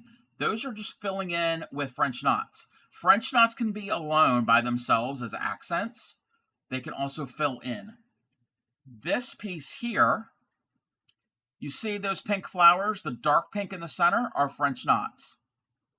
So they are the center of the flowers. But yeah, I would love to see your embroidery, Divine. I'll have to check that. All right, so we're going to come up. And sometimes this might help if you put your hoop on your table, or you don't have a stand or a clamp to hold it in. Those come in handy too. All right. So you're going to take your thread in your left hand and your needle in the right hand, and you're going to put your needle away from you, above your thread, okay? So the needle is laying horizontal. It's not pointing down. It's pointing to the left, because you and I are right-handed. So you're going to put it above the needle. You're going to wrap the thread around the needle, just like so. Do you see that? And we're going to come down real close, not in the same spot as you came up, but real close. And when we do this, we're going to pull that thread. The key thing is keep tension on that thread. So I'm going to try to do this with one hand. I'm going to hold my hoop, and I'm holding tension on that. And I'm going to reach under, and I'm going to pull the needle through very slowly, very, very slowly. Pull through, and then once we get most of it through, you can release, and don't pull it all the way till it goes to the back. So that is a French knot. What you can also do is, instead of wrapping it once, you can wrap it twice, and that makes a bigger knot. So again, the key thing is holding tension on that thread as it's wrapped around the needle, and pull it through. So that knot sits right there. You can see it right there. It sits on the surface of the thread, of the fabric. They take practice. And you can space them out. You can cluster them all together. Like that tree in my needle book, I'm clustering them all together. You can put them in a line so they can form a line of a shape. You can use these to represent the centers of flowers. They can represent berries on a, yeah. Oh, wait, you said pistols? Okay. there's a stitch called a pistol stitch. And a pistol stitch is a variation of a French knot. So, since you mentioned French knot, pistol stitch, so I'm going to do a pistol stitch. So I'm going to come up, I'm going to wrap my thread, and instead of going real close to where I came up, I'm going to go out a bit. Okay? I'm going to make it a little bit longer, pull the tension, still have tension on it, until it gets through. Oh, that's wrapped around. Okay, this might not work. And you're going to pull through, and if you look here, the knot is at the top, and it's got the little stalk of the pistil. Like the little pistil as in the center of a flower. And so I'm going to make one right next to it. So I'm going to come up. My thread's getting short. I'm going to go down. I'm going to wrap it around. I'm wrapping it twice. I'm going to go down a little bit further away from where I came up, pulling tension on that thread. Pull it through to the back side.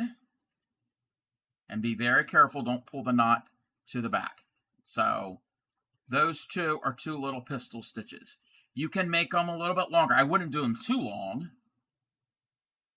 but with the right colors, they can look like those little stem-like little sticky up things that are in the center of a flower. And those are called pistils, and that's why it's called a pistol stitch.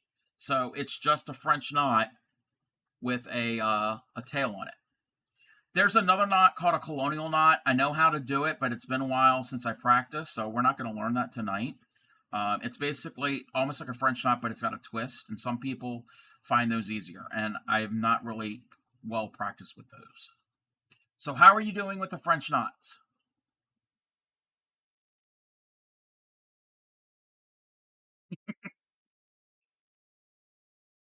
It takes practice. Yeah.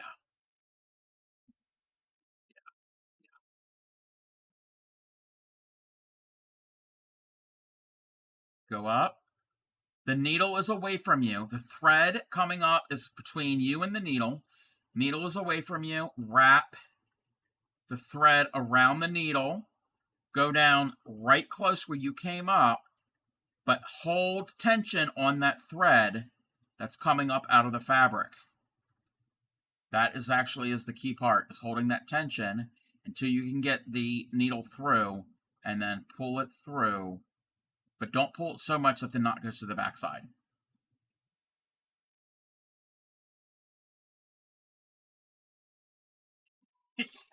I don't know about the video in the Royal School of Needlework's website, but let me find this. Let me find this link real quick.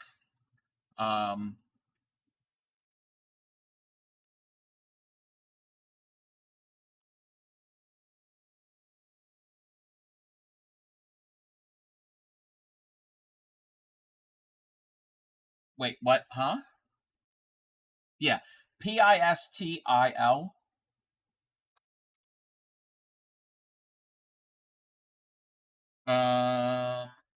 Okay. This is a half-hour video, and we're not going to watch this. But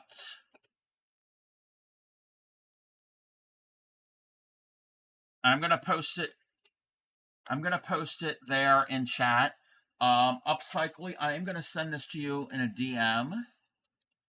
Because it's a long video, and this is Sarah Humphrey Embroidery. It's the ultimate guide to French knots, and it's great for beginners and how to fix them and where to use them. So that YouTube channel is like anything you can think of embroidery, anything in the embroidery world. amazing pieces that she has done. I highly, highly recommend watching that video for French knots and all the other videos that are on her channel. And I kind of used her channel before we streamed today to kind of refresh my memory on the different types of needles, because she has a video on describing the different types of needles that we discussed about earlier. So it was fresh in my mind.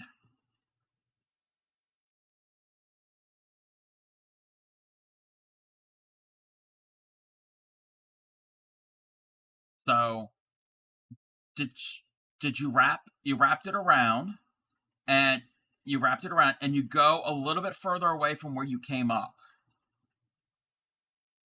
Not real close where you came up, a little further away. Keep tension on that yarn, on that working thread.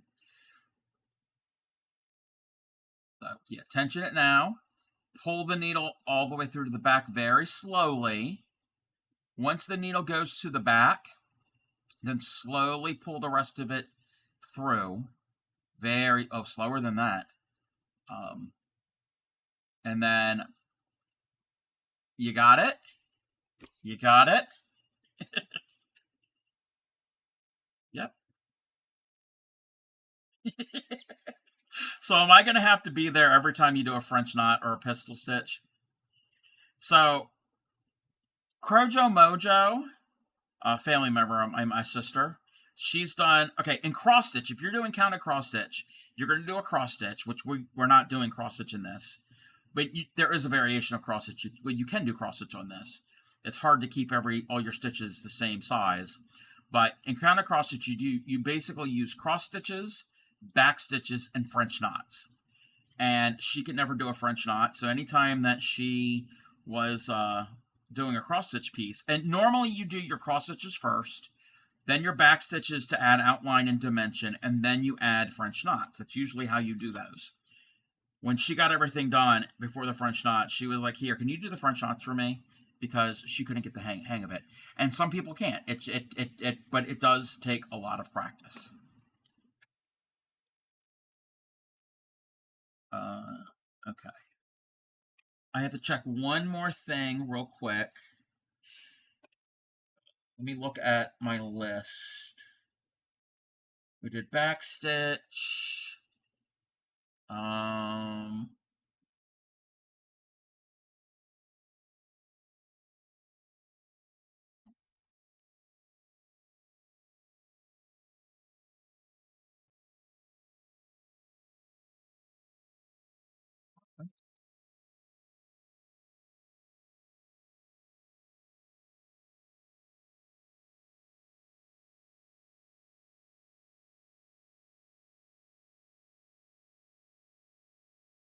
Okay. Are you ready for? And this will be it for tonight. 3 more stitches. I'm gonna call them the 3 Fs because they all start with F. um. Okay. Wait a minute. Okay. So I have to get more thread.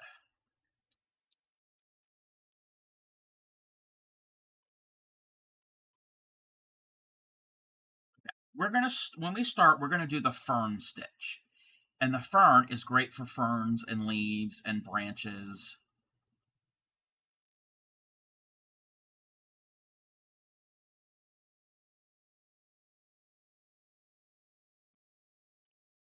Oh, that's the wheat stitch, and that's crochet. Different art form. I have not yet tried that stitch.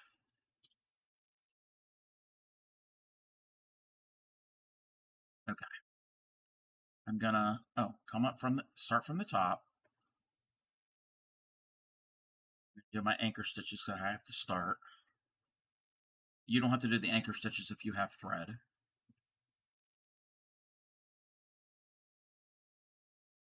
Oh yeah. I completely forgot, Divine. You said you wanted to see that one stitch. We're gonna get to that stitch. I am so sorry. I know it's kind of late.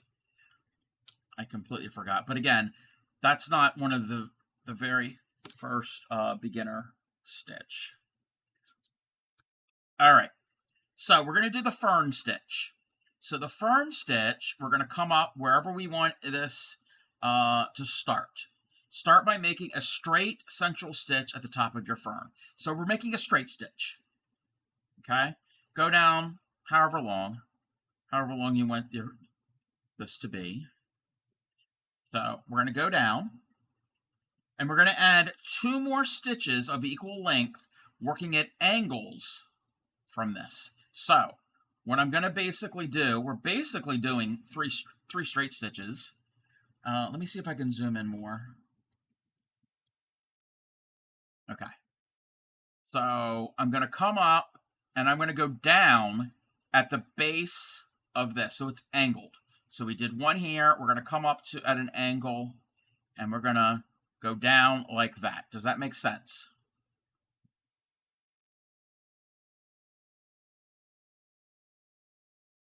It is, but we're gonna keep adding to this. Yes. So basically, this is like a building on, like, with crochet, you build multiple double crochets, and it could be a bobble or a popcorn or whatever, or a granny stitch. Same type of idea. You're building multiple of the stitches together to make a more complex stitch. So we've done one straight stitch, another one at an angle going into the same hole. Now, a straight stitch usually is by itself, like it's not connected. It is, but either way, it's not. Again, it's art, so there's nothing is like set in stone. So we have a straight one at an angle, and they share the same bottom part of the stitch. And we're going to make one on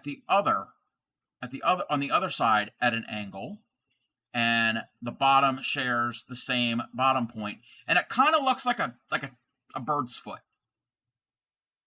Okay? Yes. And now what we're going to do is we're going to work this group. We're going to work that on top of each other.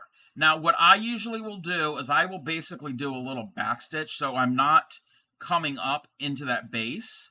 I'm going to go down however long I want it. I'm going to come up, and then I'm going to go down into where all of those 3 stitches meet. And now do the same thing. We have angled stitches that are going to angle off and branch off from the bottom of that stitch. And you can curve these. So that one was, oh, I'm caught on my fabric.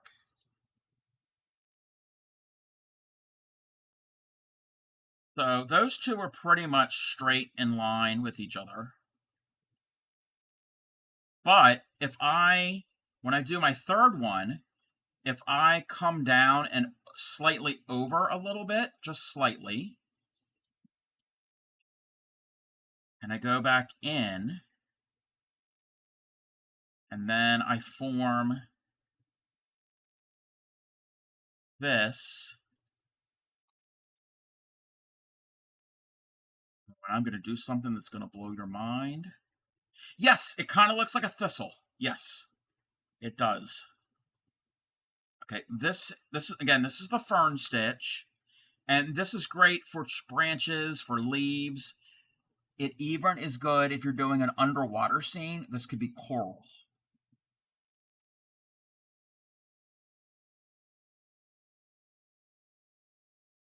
And you don't have,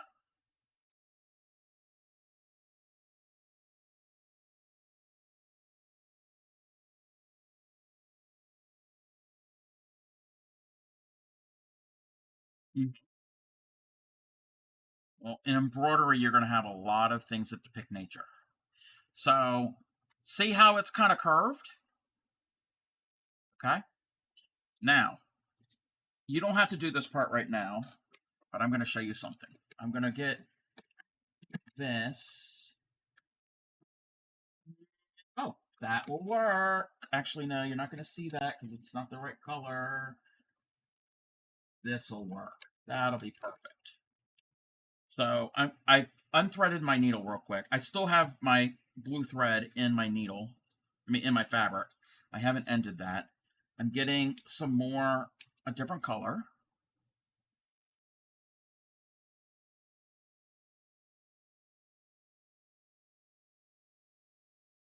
using this pink.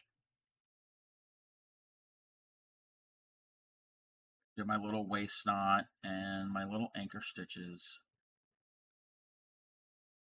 And you don't have to have a pattern traced out. You can kind of do things freeform, but it is easier to have a pattern drawn out and ready to keep you on track. All right. Okay. So I've got my little stem. It's blue, but it could be any color. But let's say it's green, but it's blue, but it's not. But anyway. So what we could do is come up at the tip of each of those stitches. And I'm putting on a French knot.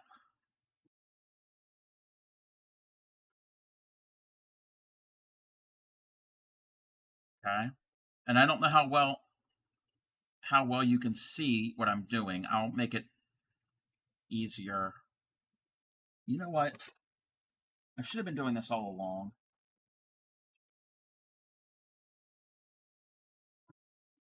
Hold on a second. I should have been doing this whole time, but it's fine. Because it'll be a lot easier on me, especially with these French knots. And again, I know you don't have a clamp like this. I could give you a link for this clamp, but they are shipped from England, and the shipping is going to be insane. There are other ones.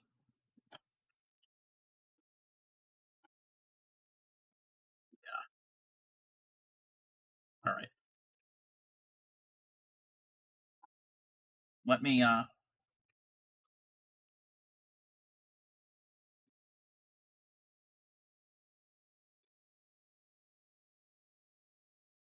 right. Okay.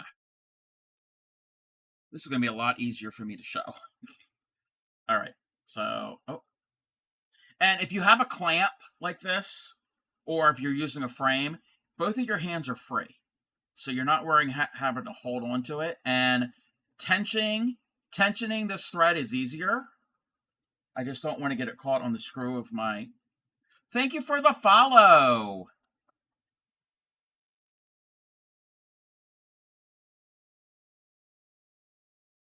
And like I said, this does help a whole lot. So they could be berries, they could be blossoms, or like little buds on your flower. And not only on the tips can you put this, but like I said with the French knots, you can cluster them. So down here at the bottom one, this one here, I'm going to put in, oh, I pulled the knot to the back. So you know what? I'm just going to let it stay on the back. I pulled too tight and nobody's going to see it. They'll never know. Exactly. So I put one there, and I'm going to put another one right next to it.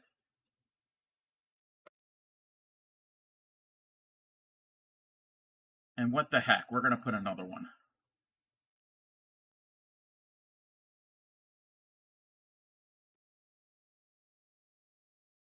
So now you've got more of a, and again, I don't know how well you could see that.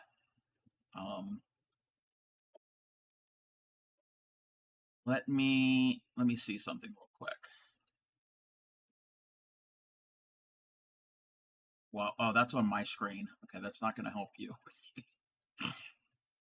I was trying to make my camera zoom in more, but that's only if wait, hold on a second. Let me see if that'll work. Yeah, that would only work if you're looking at my stream. It doesn't work for, yeah. But I meant other people watching. I was trying to zoom in. If they're only watching on your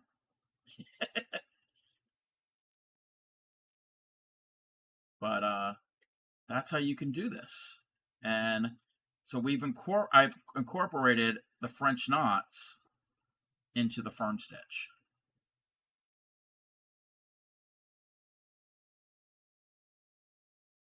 Okay. What will happen? What will happen is there's a good chance that that knot will end up being pulled to the back. That's probably what I did by accident.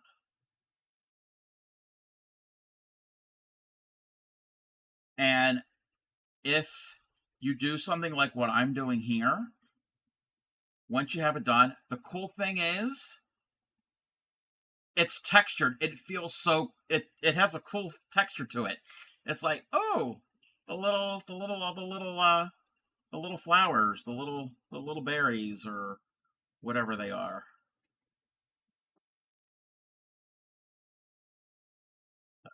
That is I'm just going to do a couple. Okay, I love doing French knots so much. I can do this all day. I'm getting carried away. All right. So that's the French stitch, the French stitch, the French knot. Okay. If you have a clamp also, this will help for letting your thread untangle. I'm letting it dangle and untwist. Okay. We're now going to do the feather stitch, and the feather can also be used for branches and even more for like coral underwater. Okay. So I'm going to do it in this pink thread. Move the blue out of the way. Okay. You're going to come up wherever.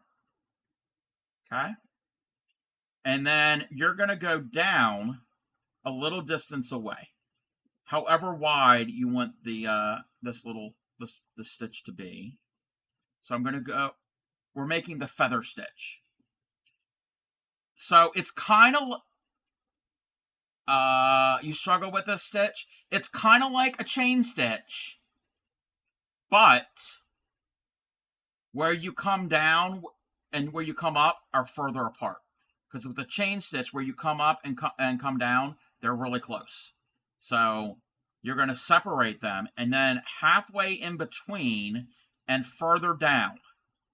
So we've got where we came up, this is where we came down, and now we're going to come up again is in between those two, but further down. Does that make sense? Okay. So you're coming up in the middle of that loop, basically. You're going to come down and you're going to do that. Now, we're not securing anything. We're now going to go over to either to the left or the right. I'm going to go to the right. And about the same distance that those are, we're going to go down. And then we're going to come up in the middle and a little further down.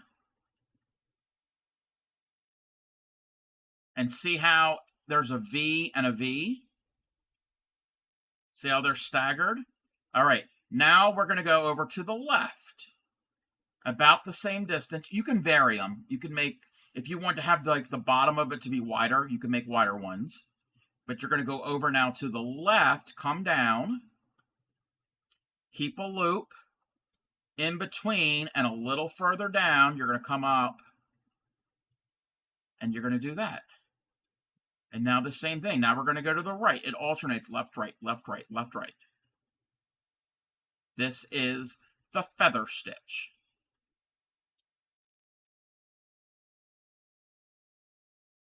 Okay?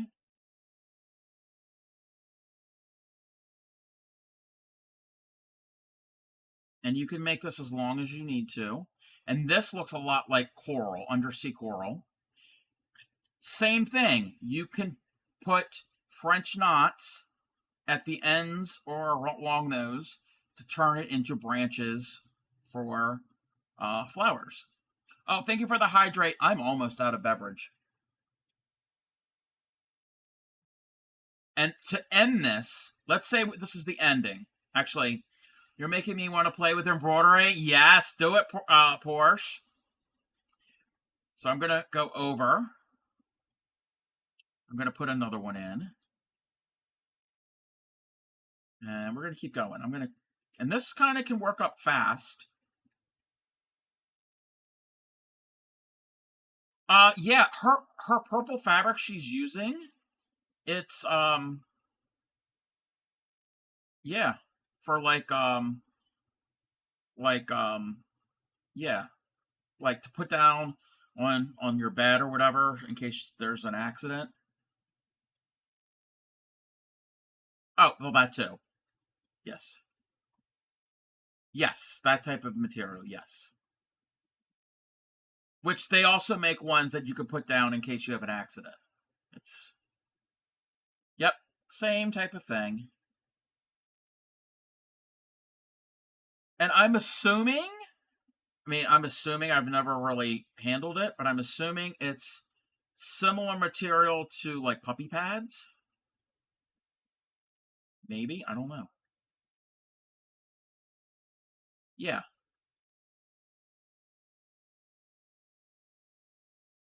All right. So you make it as long as you. Oh, I'm off. I'm out of frame. So you make it as long as you need to, and to finish it, all you do is remember we came up in that loop. We're just going to go on the other side of the loop and come down, just like if it was like a chain stitch, and that anchors it. Uh huh. The thicker. Okay.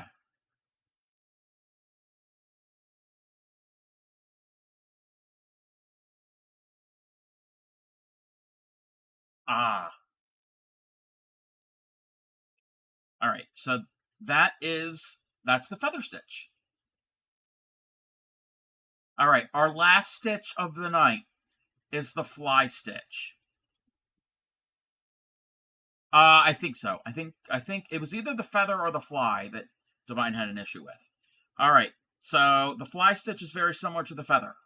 So we're going to come up. We're going to go down a distance away, not real close. Have it a little bit further away. Come, yeah. Oh, do you want me to wait for you? Okay. You'll be able to catch. You'll be able to figure out the fly stitch. So you come up, you go down a distance away, kind of like you did with the feather stitch. Go, come back up halfway between those two and a little further down. And then what we're going to do is you can vary this. You could go and tack it down, tack that loop down, just like that. Or what you could do the same thing, come up halfway between, a little further down, and make your stitch a little bit further away from that V. And it's got a little point on the bottom. You could do for birds. It could be, you can, oh, you can even do this. I don't know if I'm going to have room. Watch this. Watch what I'm going to be doing here.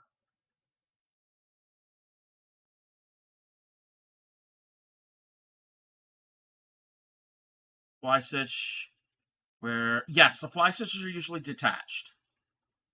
So, but what I'm doing here, I'm doing a variation, and I'm putting a bunch of fly stitches,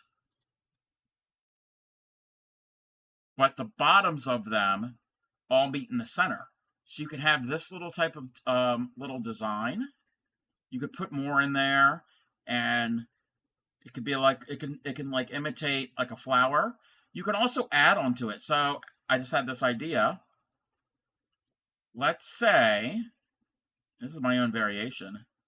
So we have this fly stitch. I'm going to come back up here. We're going to see how this works. I'm going to come back in the middle, but a little further down.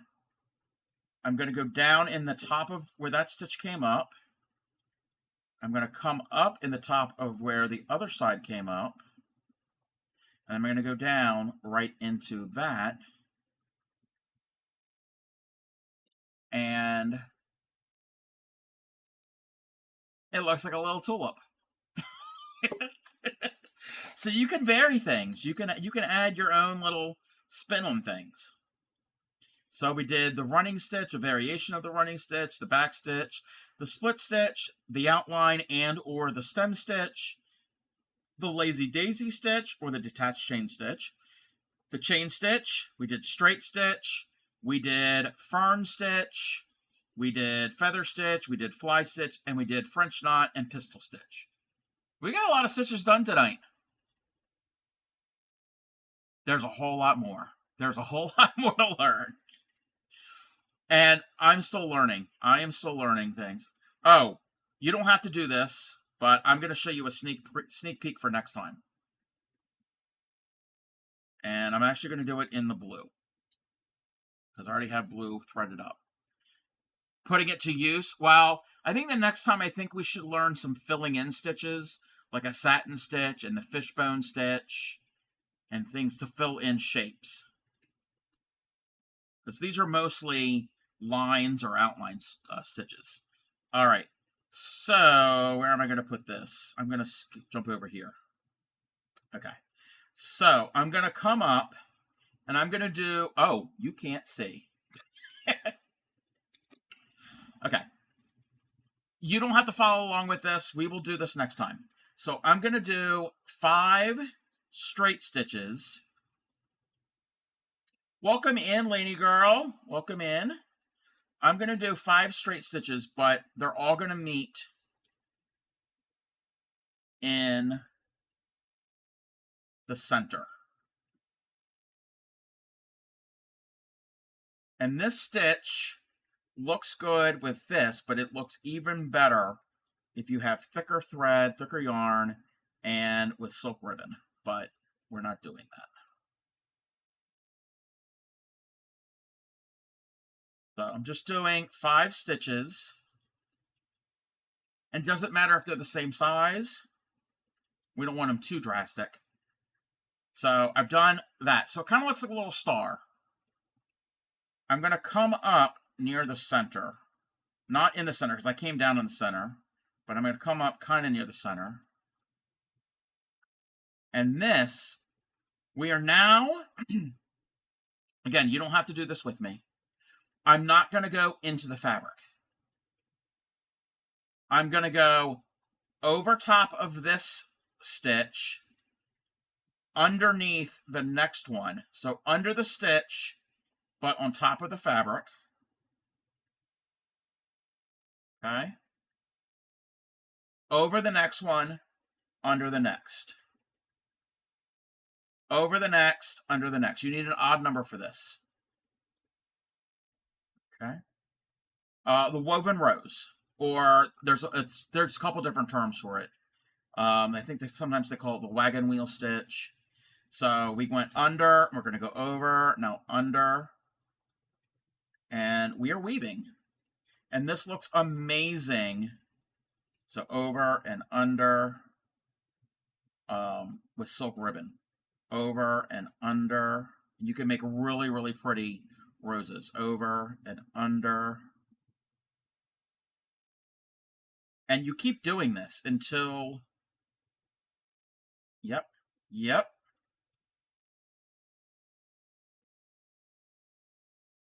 Uh-oh. And under. It's going to take me a little while to fill this in.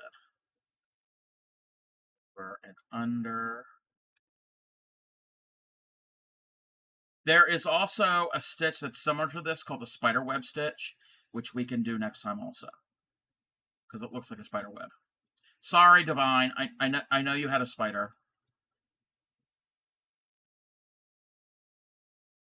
And under.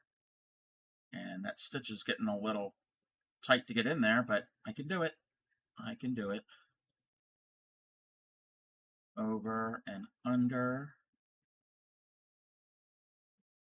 Under.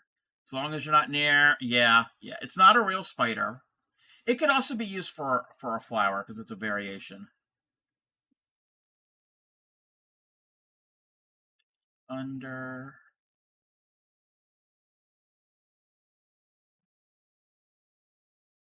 One starting stitch was a little shorter, but that's fine. Over and under. And I will have to show you a picture of it done in silk ribbon. I have a book, and it's gorgeous.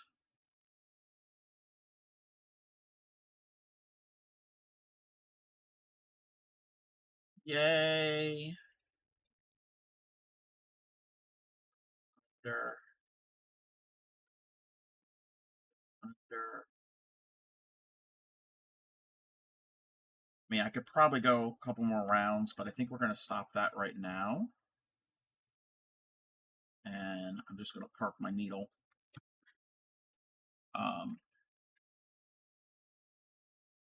Let me get it in frame.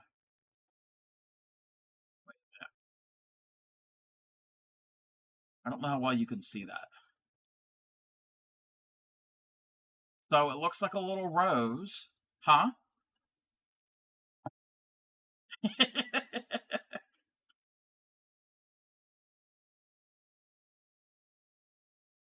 I mean, I can add a few more because you can see those stitches there. So I would have to go around a few more. Also, what I could do is I could stop there and I could add a leaf shape, which is a totally different stitch we haven't learned yet. There's different leaf shapes. Let me show you what this looks like in silk ribbon. Let me see if I can find it real quick. Actually, you know what? Because we're going to be winding downstream. Well, at least I am, and I know it's getting late. Oops! Something just... Okay, we're good. We're good. All right. We got to zoom out. We got to zoom on out. So, Grammy gave me this book. I haven't done any of this type of stuff yet. But, isn't that pretty? So, this is a special stitch called, I forgot what it's called. But there are French knots in here. There are all different types of things. So, I'm going to go through.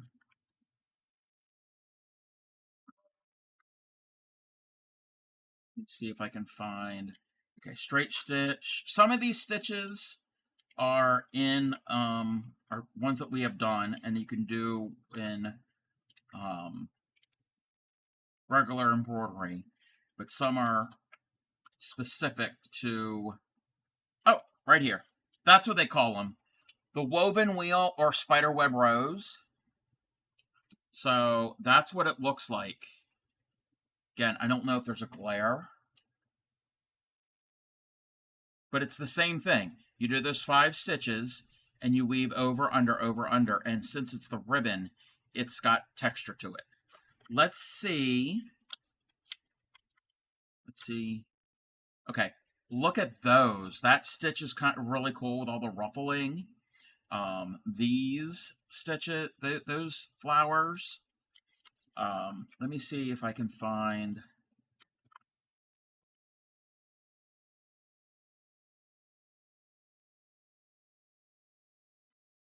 Well, there are. Each month does have its own flower. Like, it has its own birthstone.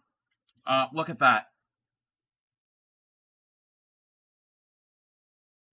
That's ribbon, but then there's also embroidery thread to add accents. Let me find a... Now, in this book, there are projects. So, look at those. That's heavily embroidered. There are owls in here. Those are kind of cute.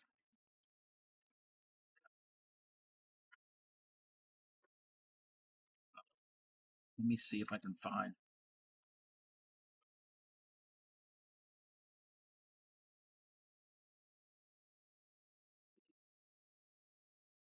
Find the one picture. 5 a.m. All right. You want to make a little pouch and some pocket? Yeah. Yeah. Okay. Why is my lighting horrible? Look at that.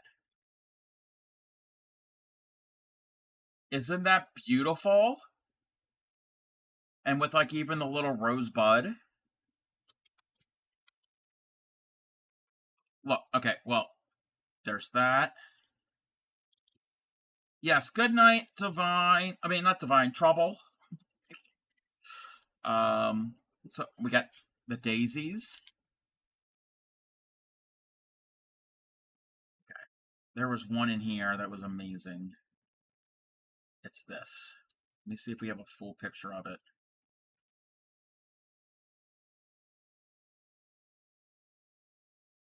Maybe it was further back because I.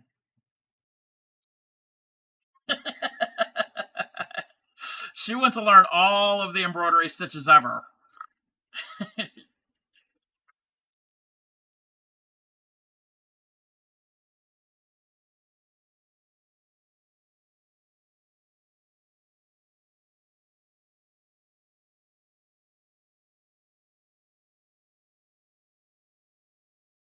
Look at that.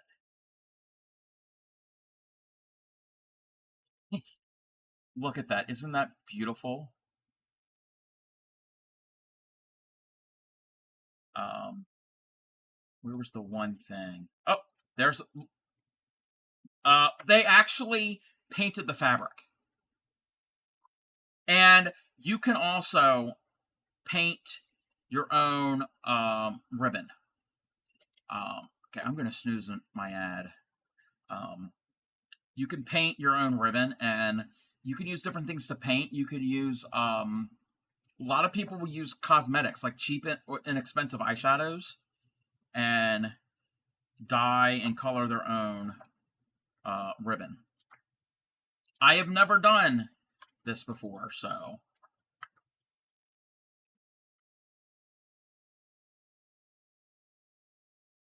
Mm-hmm. Most definitely.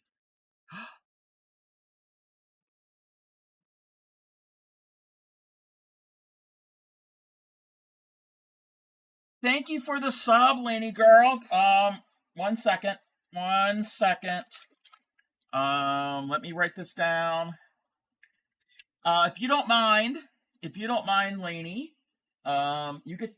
I have two things. Well, I have one thing to ask of you. You get to pick two colors, and what happens with subs?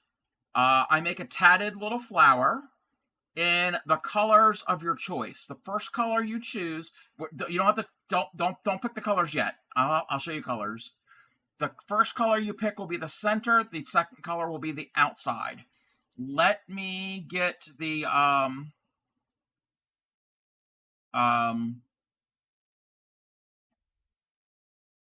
the thing. Oh, I don't have this on this scene. Okay, we can get it real quick. We can get it real quick. Sorry, Upcycly. Um. Oh. Whoop, whoop, whoop, whoop, whoop, whoop. So,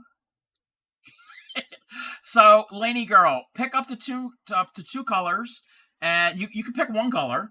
But the first one you choose will be the center of the flower. The second will be the outside. Plus, I have white. So tell me your numbers. 4 and 10. 4 and 10. I'll get onto that probably come March of 2030 because I am so behind on these.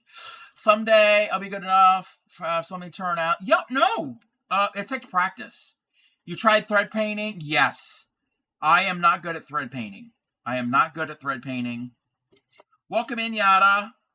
And again, thank you, Laney Girl, for the sub. I appreciate that.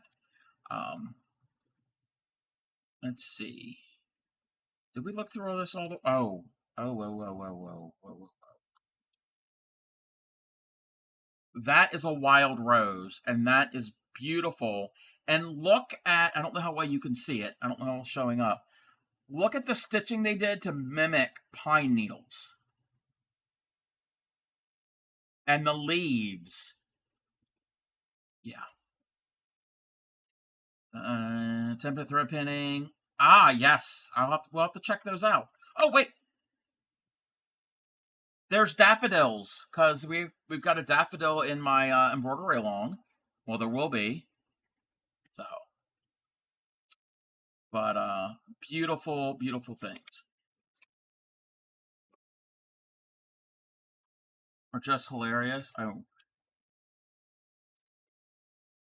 um, let me see one thing.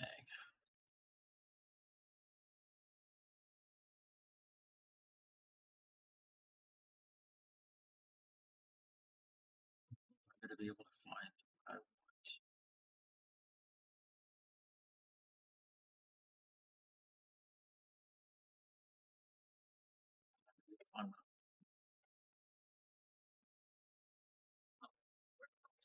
For the what? Are you gonna try it? Okay. She says troublemaker and me ringing the metal bell repeatedly. Sassy girl, stop ringing the bell. Oh, oh. Okay. So one sibling is causing trouble with the other sibling. Sounds about right. That's about right. I'm gonna have an ad starting. Because people might be sleeping. Ah, well, no one's asleep.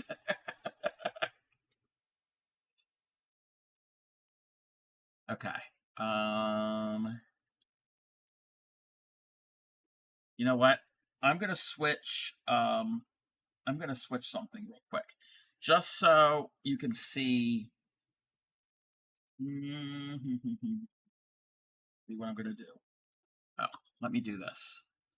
I'm gonna bring my threads to the front so I don't have a tangled mess, and then I'm gonna show something so it can show up a little bit better, probably. So I'm just pulling my threads to the front.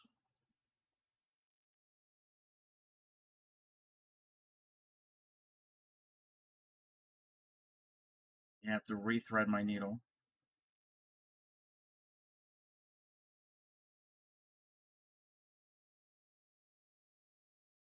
Yeah, if they're yelling, I can't see chat right now.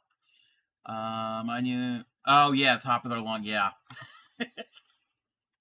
Okay. Where is that? Let me grab something.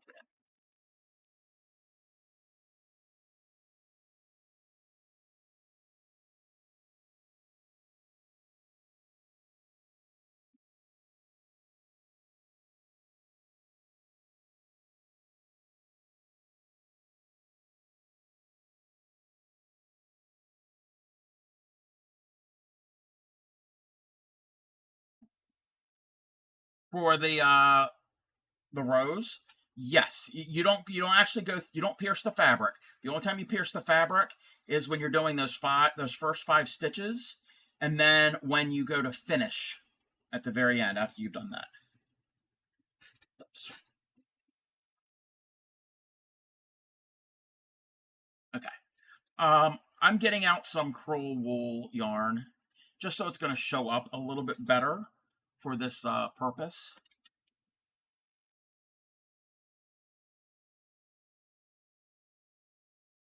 It's very nice to work with.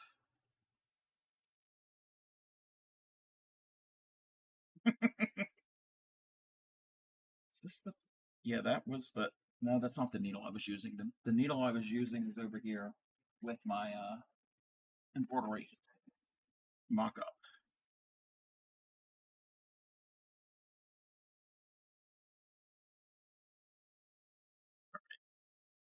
I am going to do the waist knot thing. Can't start. I can't ever start your embroidery. You don't have the proper size hoop. Oh no. Wait, what do you mean you don't have the proper size hoop? I don't know if Divine can hear me.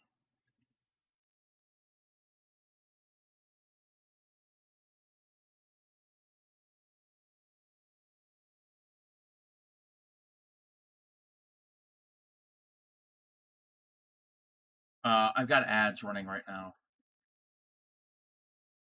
Oh, add Joe's on. Why don't you wait? What do you mean you don't have the proper size hoop? You can use a smaller hoop. You just have to move it around more. All right. So I'm going to be making 5 straight stitches in a circle. So, and they're going to all meet in the center. A bigger hoop, it doesn't, yeah, yep, or a bigger hoop, yeah. Yep, it doesn't have to be a certain size. But these these stitches, I want them to be similar sizes. They don't have to be exactly the same. Two, and you kind of evenly space them around. Three, and I usually go down in the center.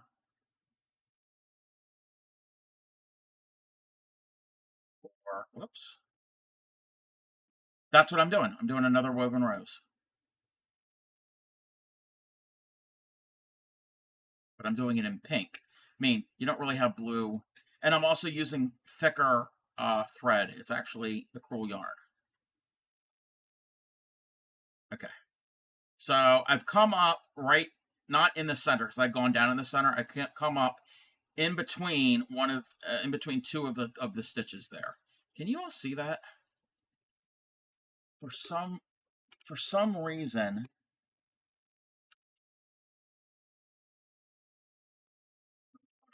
mess up. Let's 1 second. Fix my camera. Okay, we gotta go. Whoa. All right. So I've done my 5 stitches and I've come up in between two of them right near the center. So we're going to be working on the top of the fabric. I'm going to go over, and it doesn't matter if you go around clockwise or counterclockwise, whatever works. Does not matter. So I'm going to go over one, under one, and we're not piercing the fabric. We're going under that stitch. Over and under. So our needle, what's that?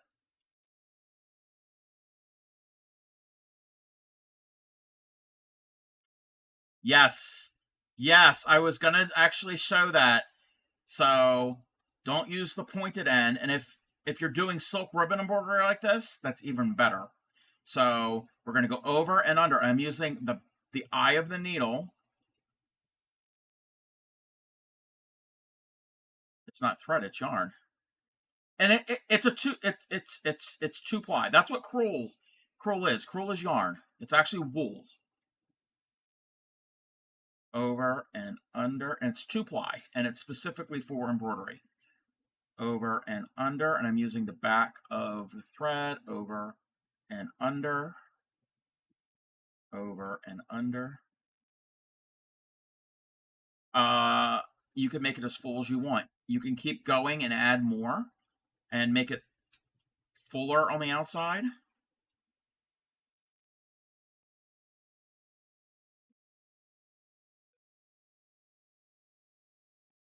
This is just one way to make roses. They're all different types of embroidering roses. And that YouTube channel, Sarah Humphrey Embroidery, has videos on how to do all different types of things. Like, she's got a video on 5 different ways of doing trees. And she's got 5 different ways of doing lavender flowers. And I think there's a video on 5 different ways of roses and all different types of things. Found 6 of your mom's old kits that you can complete for her. One is crewel, yes. You can still buy crewel embroidery kits, but especially in the 70s and early 80s, they were very popular to get a kit, and you can make them into pillows and wall hangings and things. We have, well, I don't think, well, actually, do we have it? I don't think we still have it. I don't know who has it. I don't know if Crojo Mojo has it. I know I don't have it.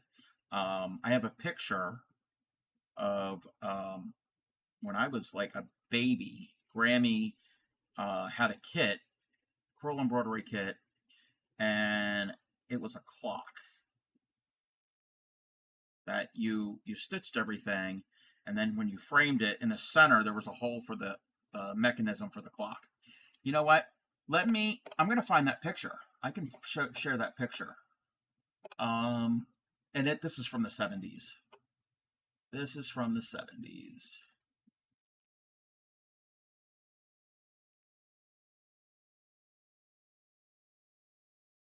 Nope, that's not. Oh no, that is that, I think. Oh,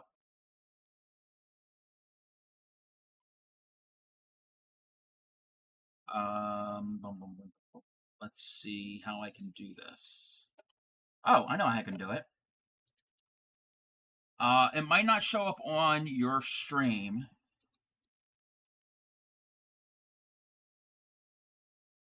That's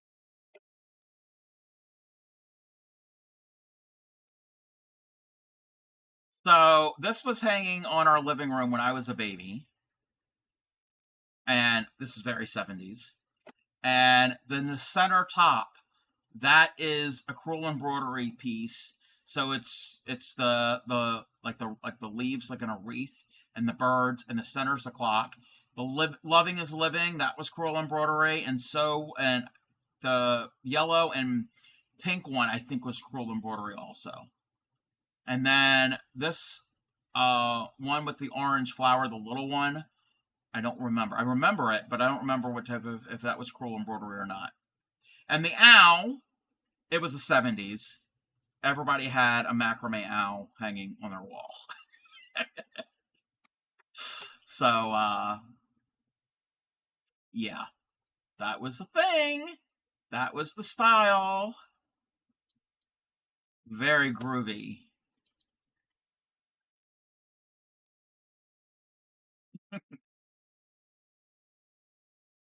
You lost your pen. Oh, no, you found your pencil. Okay. Over and under. And the more you add in here, the more you pack them, the more fuller these roses can be. And they add a lot of dimension and texture. They're three-dimensional. And they look really good if you do like a large one and then a couple small ones next to it in clusters. And then the leaves to go with it. I'm not going to do the leaves tonight, because that would be done in a bunch of other totally different stitches, which are fun to do as well.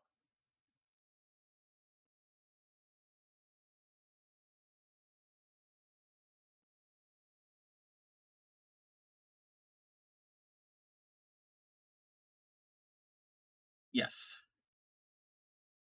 And again, I wasn't planning on teaching this. I was just giving a sneak peek, but all right. So to end this, whenever you think your rose is full enough, I'll show you how to end it. It's really easy. If I can weave this under here, maybe that's where I'm going to end it. No, I got it. Okay. So now what we're going to do is you're going to like kind of move it around. And also what you could do with this also is, if you still have thread, you can kind of go into the fabric a little bit and make a little loop, but don't pull it all the way down. And then come up. Grandmother hated macrame decorations. She loved the macrame chair. Oh, yes. Hated owls. Never saw the owl. Oh, really? Okay, I pulled that a little tight. Okay, so you could see that little loop there, I'm going to like stitch it in, but I'm not going to pull it all the way in. And I'm actually piercing under the fabric, into the fabric. So I'm going down and leaving a little, so it looks like petals are curled. And you kind of have to play with it and make it a little loose. I pulled a little tight. And you could vary the sizes of these. I don't know how well it's showing up with this thread. You got to be very careful. I'm not weaving. I'm just going up and down through the fabric like regular stitches. But, or however you want them. Doesn't matter where. But I'm leaving like a loose little loop there. You know how a rose, the outer petals kind of curl out? Yep, so I'm trying to overlap that. I'm trying not to pull them too tight. And I'm making some that are smaller and some that are bigger. Putting them wherever I want them. Because they're not just perfect round circles. They've got that flower shape. And you can add as many as you want. Put them however. And then you can finish it off on the back. So that's not the best rows, but that gives you an idea. So the center is like that, but then also the petals on the outside. Or you could do it like this. You don't have to add that. So there's different types of roses.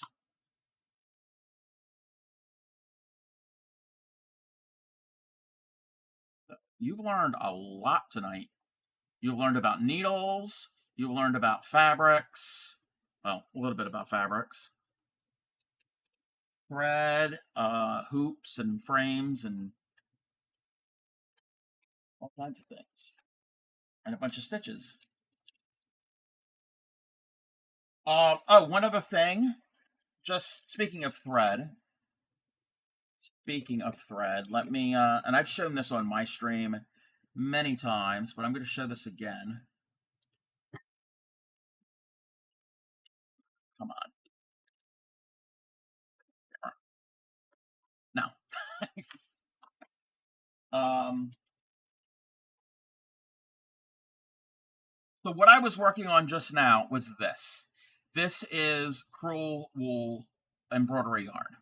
It's a 2-ply yarn. So I'm going to, okay, there we go. So there are 2 strands that are twisted, okay? And it's meant for embroidery. So that's what that pink rose was. What I have been using for most of the stream is this.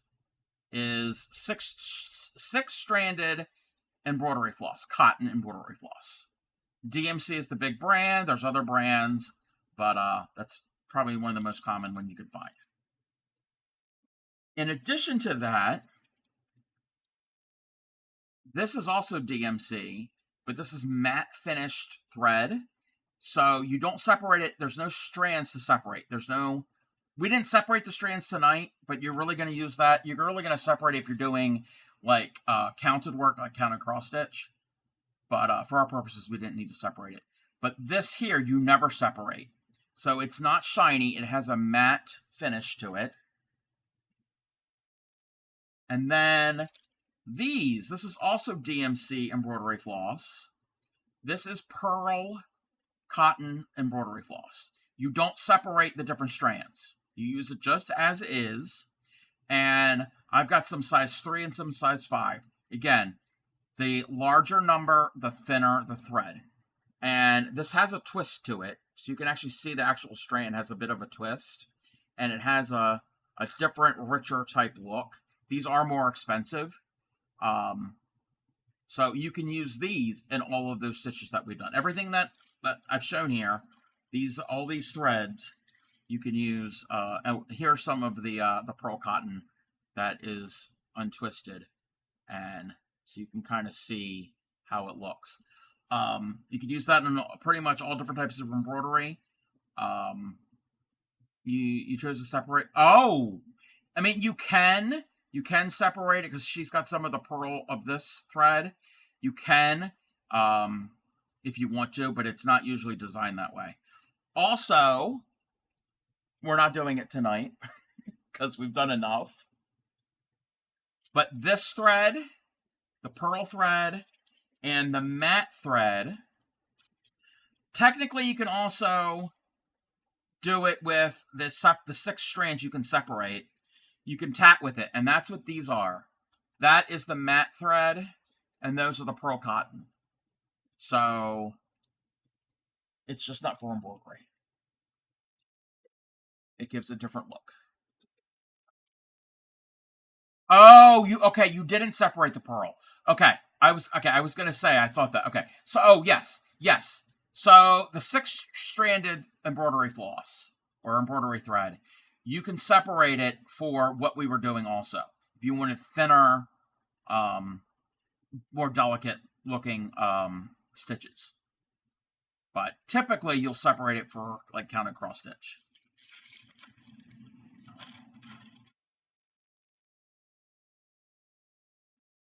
But that was pretty fun. We played around with the thread.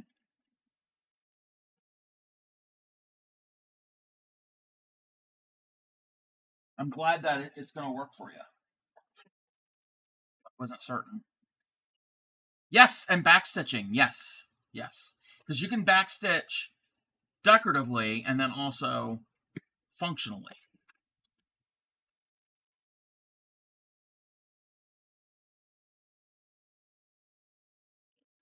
Putting my thread back to where it belongs. But okay, I don't know about anybody else who streams and crafts. When I'm done streaming, it doesn't matter what it is. I raid out.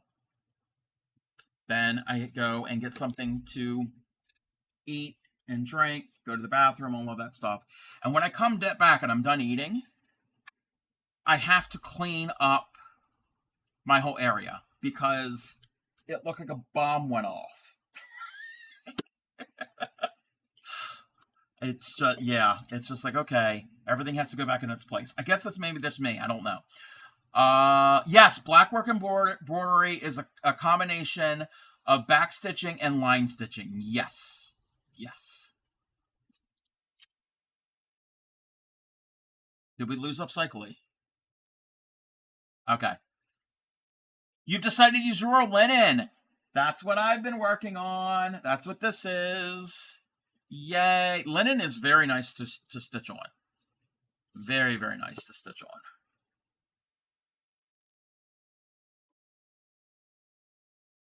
So what I need to do is to do this. Yes, yes, right. Oh, serious question. In my stream, a serious question? Who do you think you are?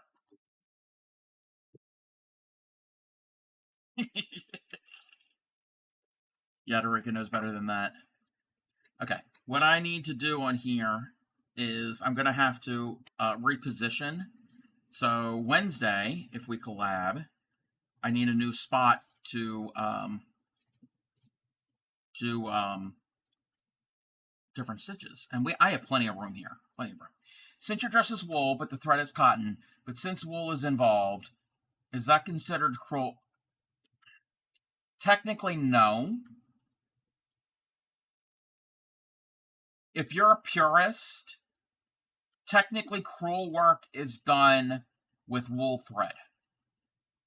And traditionally, this is, well, even though I was using wool thread there, that technically isn't traditional wool, really authentic true crewel, because yes, you can do it on linen, but usually it's done on a linen twill, and that's just how the type of how it's woven. That's if you're pure. You're debating on using wool thread, but you didn't own. Yeah, yeah. Wool thread isn't as easily available, and it can be expensive. It can be expensive, and to get in the wide range of colors. I was just lucky, and I happened to just get a shitload of colors. But yeah, that's technically it would be considered just embroidery with maybe some crewel stitches, but it's not actually crewel work. Because technically the embroidery-a-long that I'm doing, that's on linen. So it's not real, but it is using wool thread.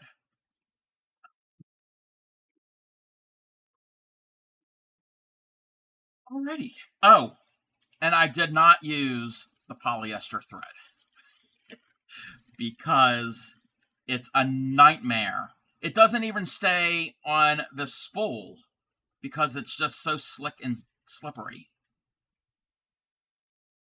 Fun fact, all my clothes I have worn while streaming are wool. I did not know that. I did not know that. All of mine have been cotton polyester blends.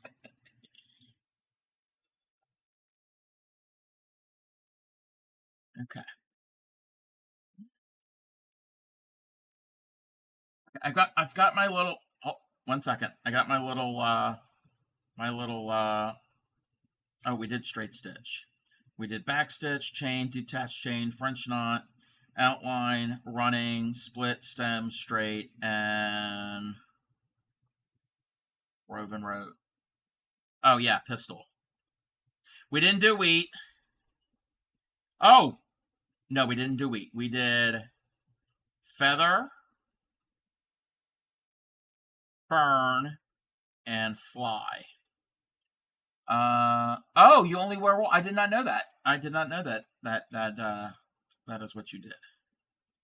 So yeah, we've learned a lot of stitches. Next time we can do ones that cover an area. And again, I'll show you the example.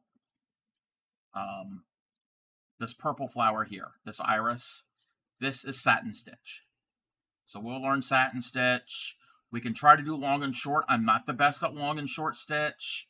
Um, there's a couple others that I can think of. Oh, the fishbone stitch. That's a fun one to do. So, let me see something.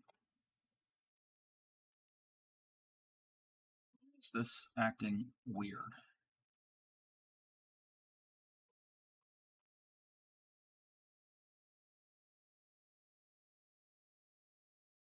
Okay.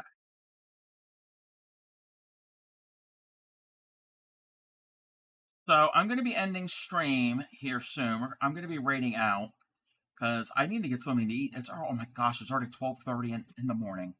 Uh, did you have a possibility to raid a raid target upcycling?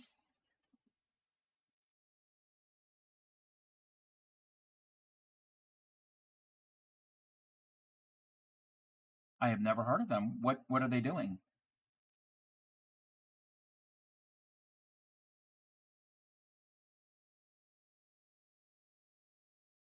They're doing.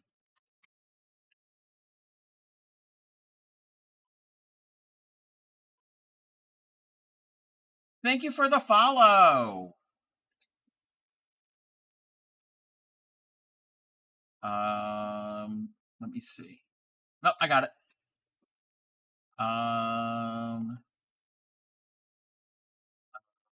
Okay. Cozy Vibes Crocheting. Yeah, they've only have 250 followers.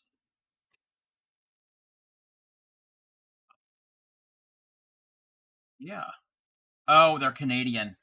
Maybe that. No, we're not going to ask. But I was going to say, do they know Steve from Toronto? No, no, no. I'm not going to ask them that because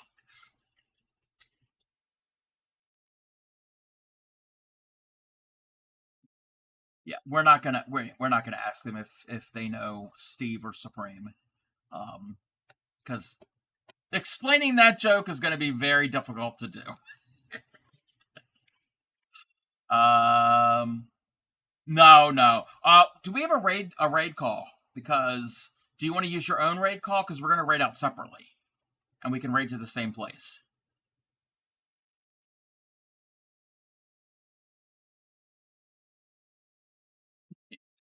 You just put it in mind. Thank you, Upcycly, for giving me the raid call.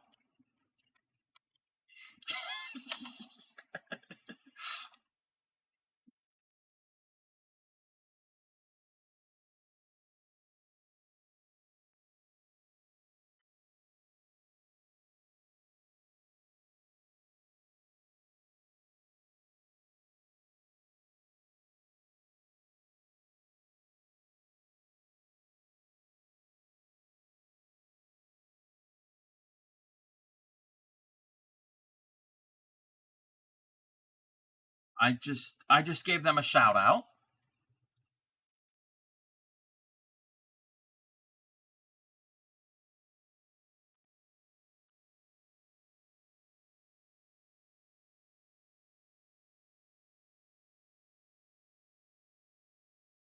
All right.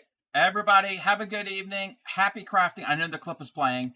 Happy crafting. Take care of your friends, your family, your community. And I will see you tomorrow. Tomorrow is Mastering Monday. I plan on showing different ways to join granny squares or any type of square. So I'm going to get this raid started. I think Upcycly's getting her raid started. And I think I'm going to the right spot. So we're going to give them a double raid. Alrighty. Good night, and thank you very much, Upcycly, for collabing with me. I had a lot of fun.